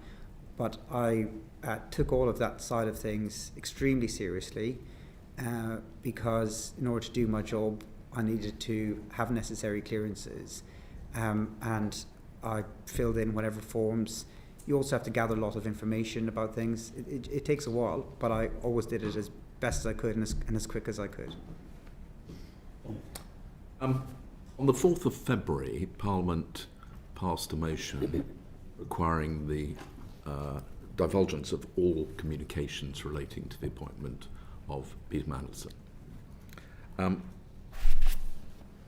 On 25th of March, you reported that your telephone had been stolen. Now, the Metropolitan Police have released the transcript of the call you made relating to the theft of your mobile phone. You didn't say, "This is the Chief of Staff to the Prime Minister. My government issue phone has been stolen." which one would imagine would have been taken pretty seriously. You just said, "Oh, hello, someone just robbed my phone." Why did you not make it clear that this wasn't just an ordinary theft, this was a phone which was likely to contain highly sensitive information? So, the dates are slightly incorrect. My phone wasn't stolen on the 20th of March. My phone was stolen on the 20th of October. So it was 4 months before. I gave up my government phone pretty much as soon as I left. Within a couple of days, I handed all my kit back to number 10. My phone was stolen on the 20th of October. I was a victim of crime. Somebody hopped onto the pavement and took my phone from me. The first thing I did was to try and retrieve it. I tried to chase, which was probably a mistake. The next thing I did was I phoned number 10, and I would have gone with whatever they told me to do. Now, I thought at the time that they would be able to track the phone, and that's what would happen, given, as you say, what's potentially on that phone, and that was my assumption. I then called 999. If number 10 had told me, you need to tell the police or you need to tell the call handler what your job is, I would have done so. But otherwise, I didn't do that as a matter of course. I didn't, in any part of my job, go around saying, I'm a very serious and senior person. If number 10 had asked me to do that, I would have done that. I also thought, wrongly, again at the time, I thought a squad car might come by and I could explain a bit more if the squad car had come by. And then I made further phone calls to number 10 where I'd hoped that they could track the phone and I could tell the police where that phone was. And like you and like everyone else kind of reading about this, I was quite surprised by how limited the security is around Chief of Staff's telephone. One of the reasons the squad car didn't come round may be because you gave the wrong location. You said you were in Belgrave Street, which the operator interpreted to be in Stepney, and you said he turned left, there's a park on top of the road, and the operator said, Stepney Green Park, okay? And you said, yeah, he turned left there. That wasn't anywhere near Stepney, it was in Pimlico, I understand. So I also said I was in Westminster. So I said I was in Belgrave Street, Westminster, where I think I was on Lower Belgrave Road? No, I think I might have been on Lower Belgrave Street. Okay. It was some months ago, and I missed the lower. I didn't see it. I was also missed the operator saying Stepney Park. I was also quite adrenalised. So what happened was I chased the guy who stole my phone as far as I could. I was out of breath. I was completely exhausted because I'm 48 years of age and I shouldn't be chasing people down the street. And then I was trying to go back to the original location that it happened so that I could tell the 999 operator. As I was following the guy, he turned away from a park that I could see in front of me, and as I was coming back to try and find the original location, I just assumed that the call handler was looking at it on the map. I haven't heard the audio. I can't imagine that I was clear and coherent at the time. I was out of breath, I was adrenalised, and if I gave any wrong direction, it wasn't intentional, but I did say I was in Westminster, and why the squad car didn't come had nothing to do with how the call handler had heard it. The call handler had said the squad car wasn't coming while we were on the call, and if the call handler had said to me the squad car is there, I'd have been much more precise about where I was so that I could meet the police at the time. And as I said, I had thought wrongly that my phone would be tracked so I could retrieve my phone. Can we take it that your phone would have contained quite a lot of communications either with Peter Mandelson or about Peter Mandelson's appointment? Probably not as much about his appointment that hasn't already been available to number 10, because when he was sacked, number 10 did do its own I wouldn't say investigation, but its own research on what happened and why it happened. And as part of that process, I was asked to share messages and emails about the appointment, and also been interviewed, as were other members of staff. So those messages are therefore recorded somewhere? Everything that I had at that time in September, which was more than a month before my phone was stolen, I shared it with the number 10 team. Beyond that, any messages that I sent to ministers or staff or officials would still be on their phones. That should be in the humble address material at some stage. Yes. Yeah, I would have thought so. So actually, there is a record, you believe, of all your communications from that phone, which, if relevant, will be released. So I don't think that all of my phone records will still be available, but I don't know what the recipients of my messages have, and they'll have to share their messages too. So I can't tell you what the Cabinet Office have. I'm not in charge of the humble address process, and wasn't when I was there, and I haven't been told by the Cabinet Office what's been released and when, but I gave all of my government kit back to number 10 when I left. One would assume that given the sensitivity of the material on this phone, and there may be all sorts of things besides Peter Mandelson, that there would be quite a robust effort to try and recover it. Has there been any news as to whether or not it's been found? Or Police keep me up to date, but I don't think that I should share the latest. But they haven't found the phone. No. Just very quickly following on from Sir John's questions, so for the missing period from October onwards in relation to the content of your phone, was it not backed up to a cloud or linked to a device, or have we lost all data for that period? So from October 20th to my departure, all of those messages should still be on the phone that I gave back to the government, so they should have all of that. For everything prior to that, whatever the settings were on the phone, I didn't change them, so I didn't change whatever default settings people have on WhatsApp. It could be linked to a cloud. It could be backed up somewhere. I don't know. I don't know. My understanding is it's not, that they don't go connect back to the cloud, but whatever the default settings were on my phone, I just kept those. The government phones are pretty restrictive at what you can do as a member of staff with them. When I became Chief of Staff, we couldn't copy and paste on those phones. Thank you. Did you have disappearing messages on your WhatsApp? That's the question.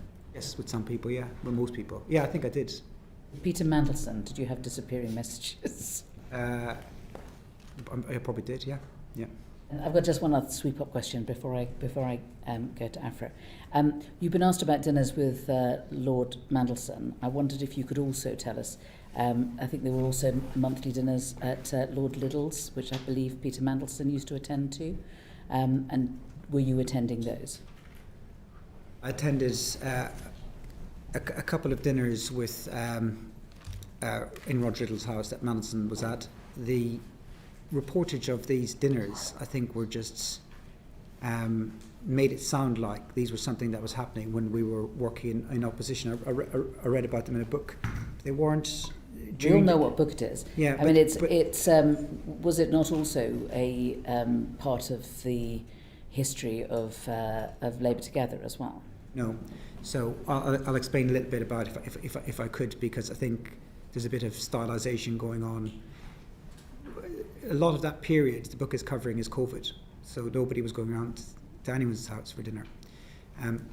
Mandelson did not like Labour Together at all. He was not a fan of what I was doing. He was not interested in it.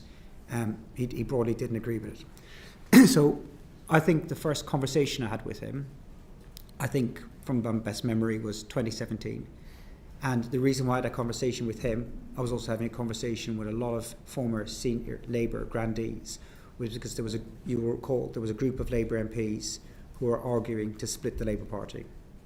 I did not agree with that. I thought it was a terrible idea, and I was trying to basically make the case and build support to oppose that. I met with Mandelson as part of that. He wasn't particularly interested in what I was doing at Labour Together at all whatsoever. The next time I really started to meet him more was about 2019 at social gatherings, a couple at Roger Liddell's house, but I didn't really have a one-to-one relationship with him I don't think he backed Keir Starmer to be leader of the Labour Party. I don't recall him doing so. He certainly didn't. Certainly wasn't working on the campaign, wasn't donating to the party. So if he voted for him, which he might have done, but from what I could tell, so this sort of mythos that's being built, that he is some sort of guiding hand behind me or my strategies or my life, is not the case. I started to try to engage with him for advice in about late 2020, early 2021, I can't remember when I was thinking about how do we win the next general election. I also did so with characters like Margaret McDonough or Spencer Livermore or people who had run campaigns before, because I wanted to know what a winning campaign would look like, and he had been part of one in 1997, and that's why I engaged with him then. But there was no closeness of a relationship prior to then whatsoever. Thank you. Civil servants, including those in ambassadorial roles, can be eligible for a severance payment when their employment's terminated. Were you aware that Peter Mandelson would receive a severance payment on leaving his role? No. So at no time until it came out in the media were you ever told or aware that he would get payment? You weren't consulted at any stage on the terms of his departure? I wasn't consulted on his departure. I don't know if I was aware, but I wasn't consulted or didn't give a view, wasn't asked for a view. Okay. And were you aware whether others in number 10 were considering whether making a severance payment would reduce the likelihood of Lord Mandelson potentially becoming a public critic of the government? I don't know. His contract is with the Foreign Office. Okay. So you don't recognise the kind of reports that there may have been emails that said that if they paid him off, it would limit his reputational risk? Just what I read. I wasn't in those conversations, so I don't know much about it, I'm afraid. But do you believe those conversations may have taken place? I don't know. Okay. Not with me. And I think you just got... Just for the record, I attended a dinner at Roger Liddell's with Peter Mandelson, I believe after he was appointed ambassador. And was Morgan McSweeney there? That's the last question. Thank you very much. Thank you for your time. I'm sorry we've taken so long. If we could, everyone could remain seated for the moment. Order.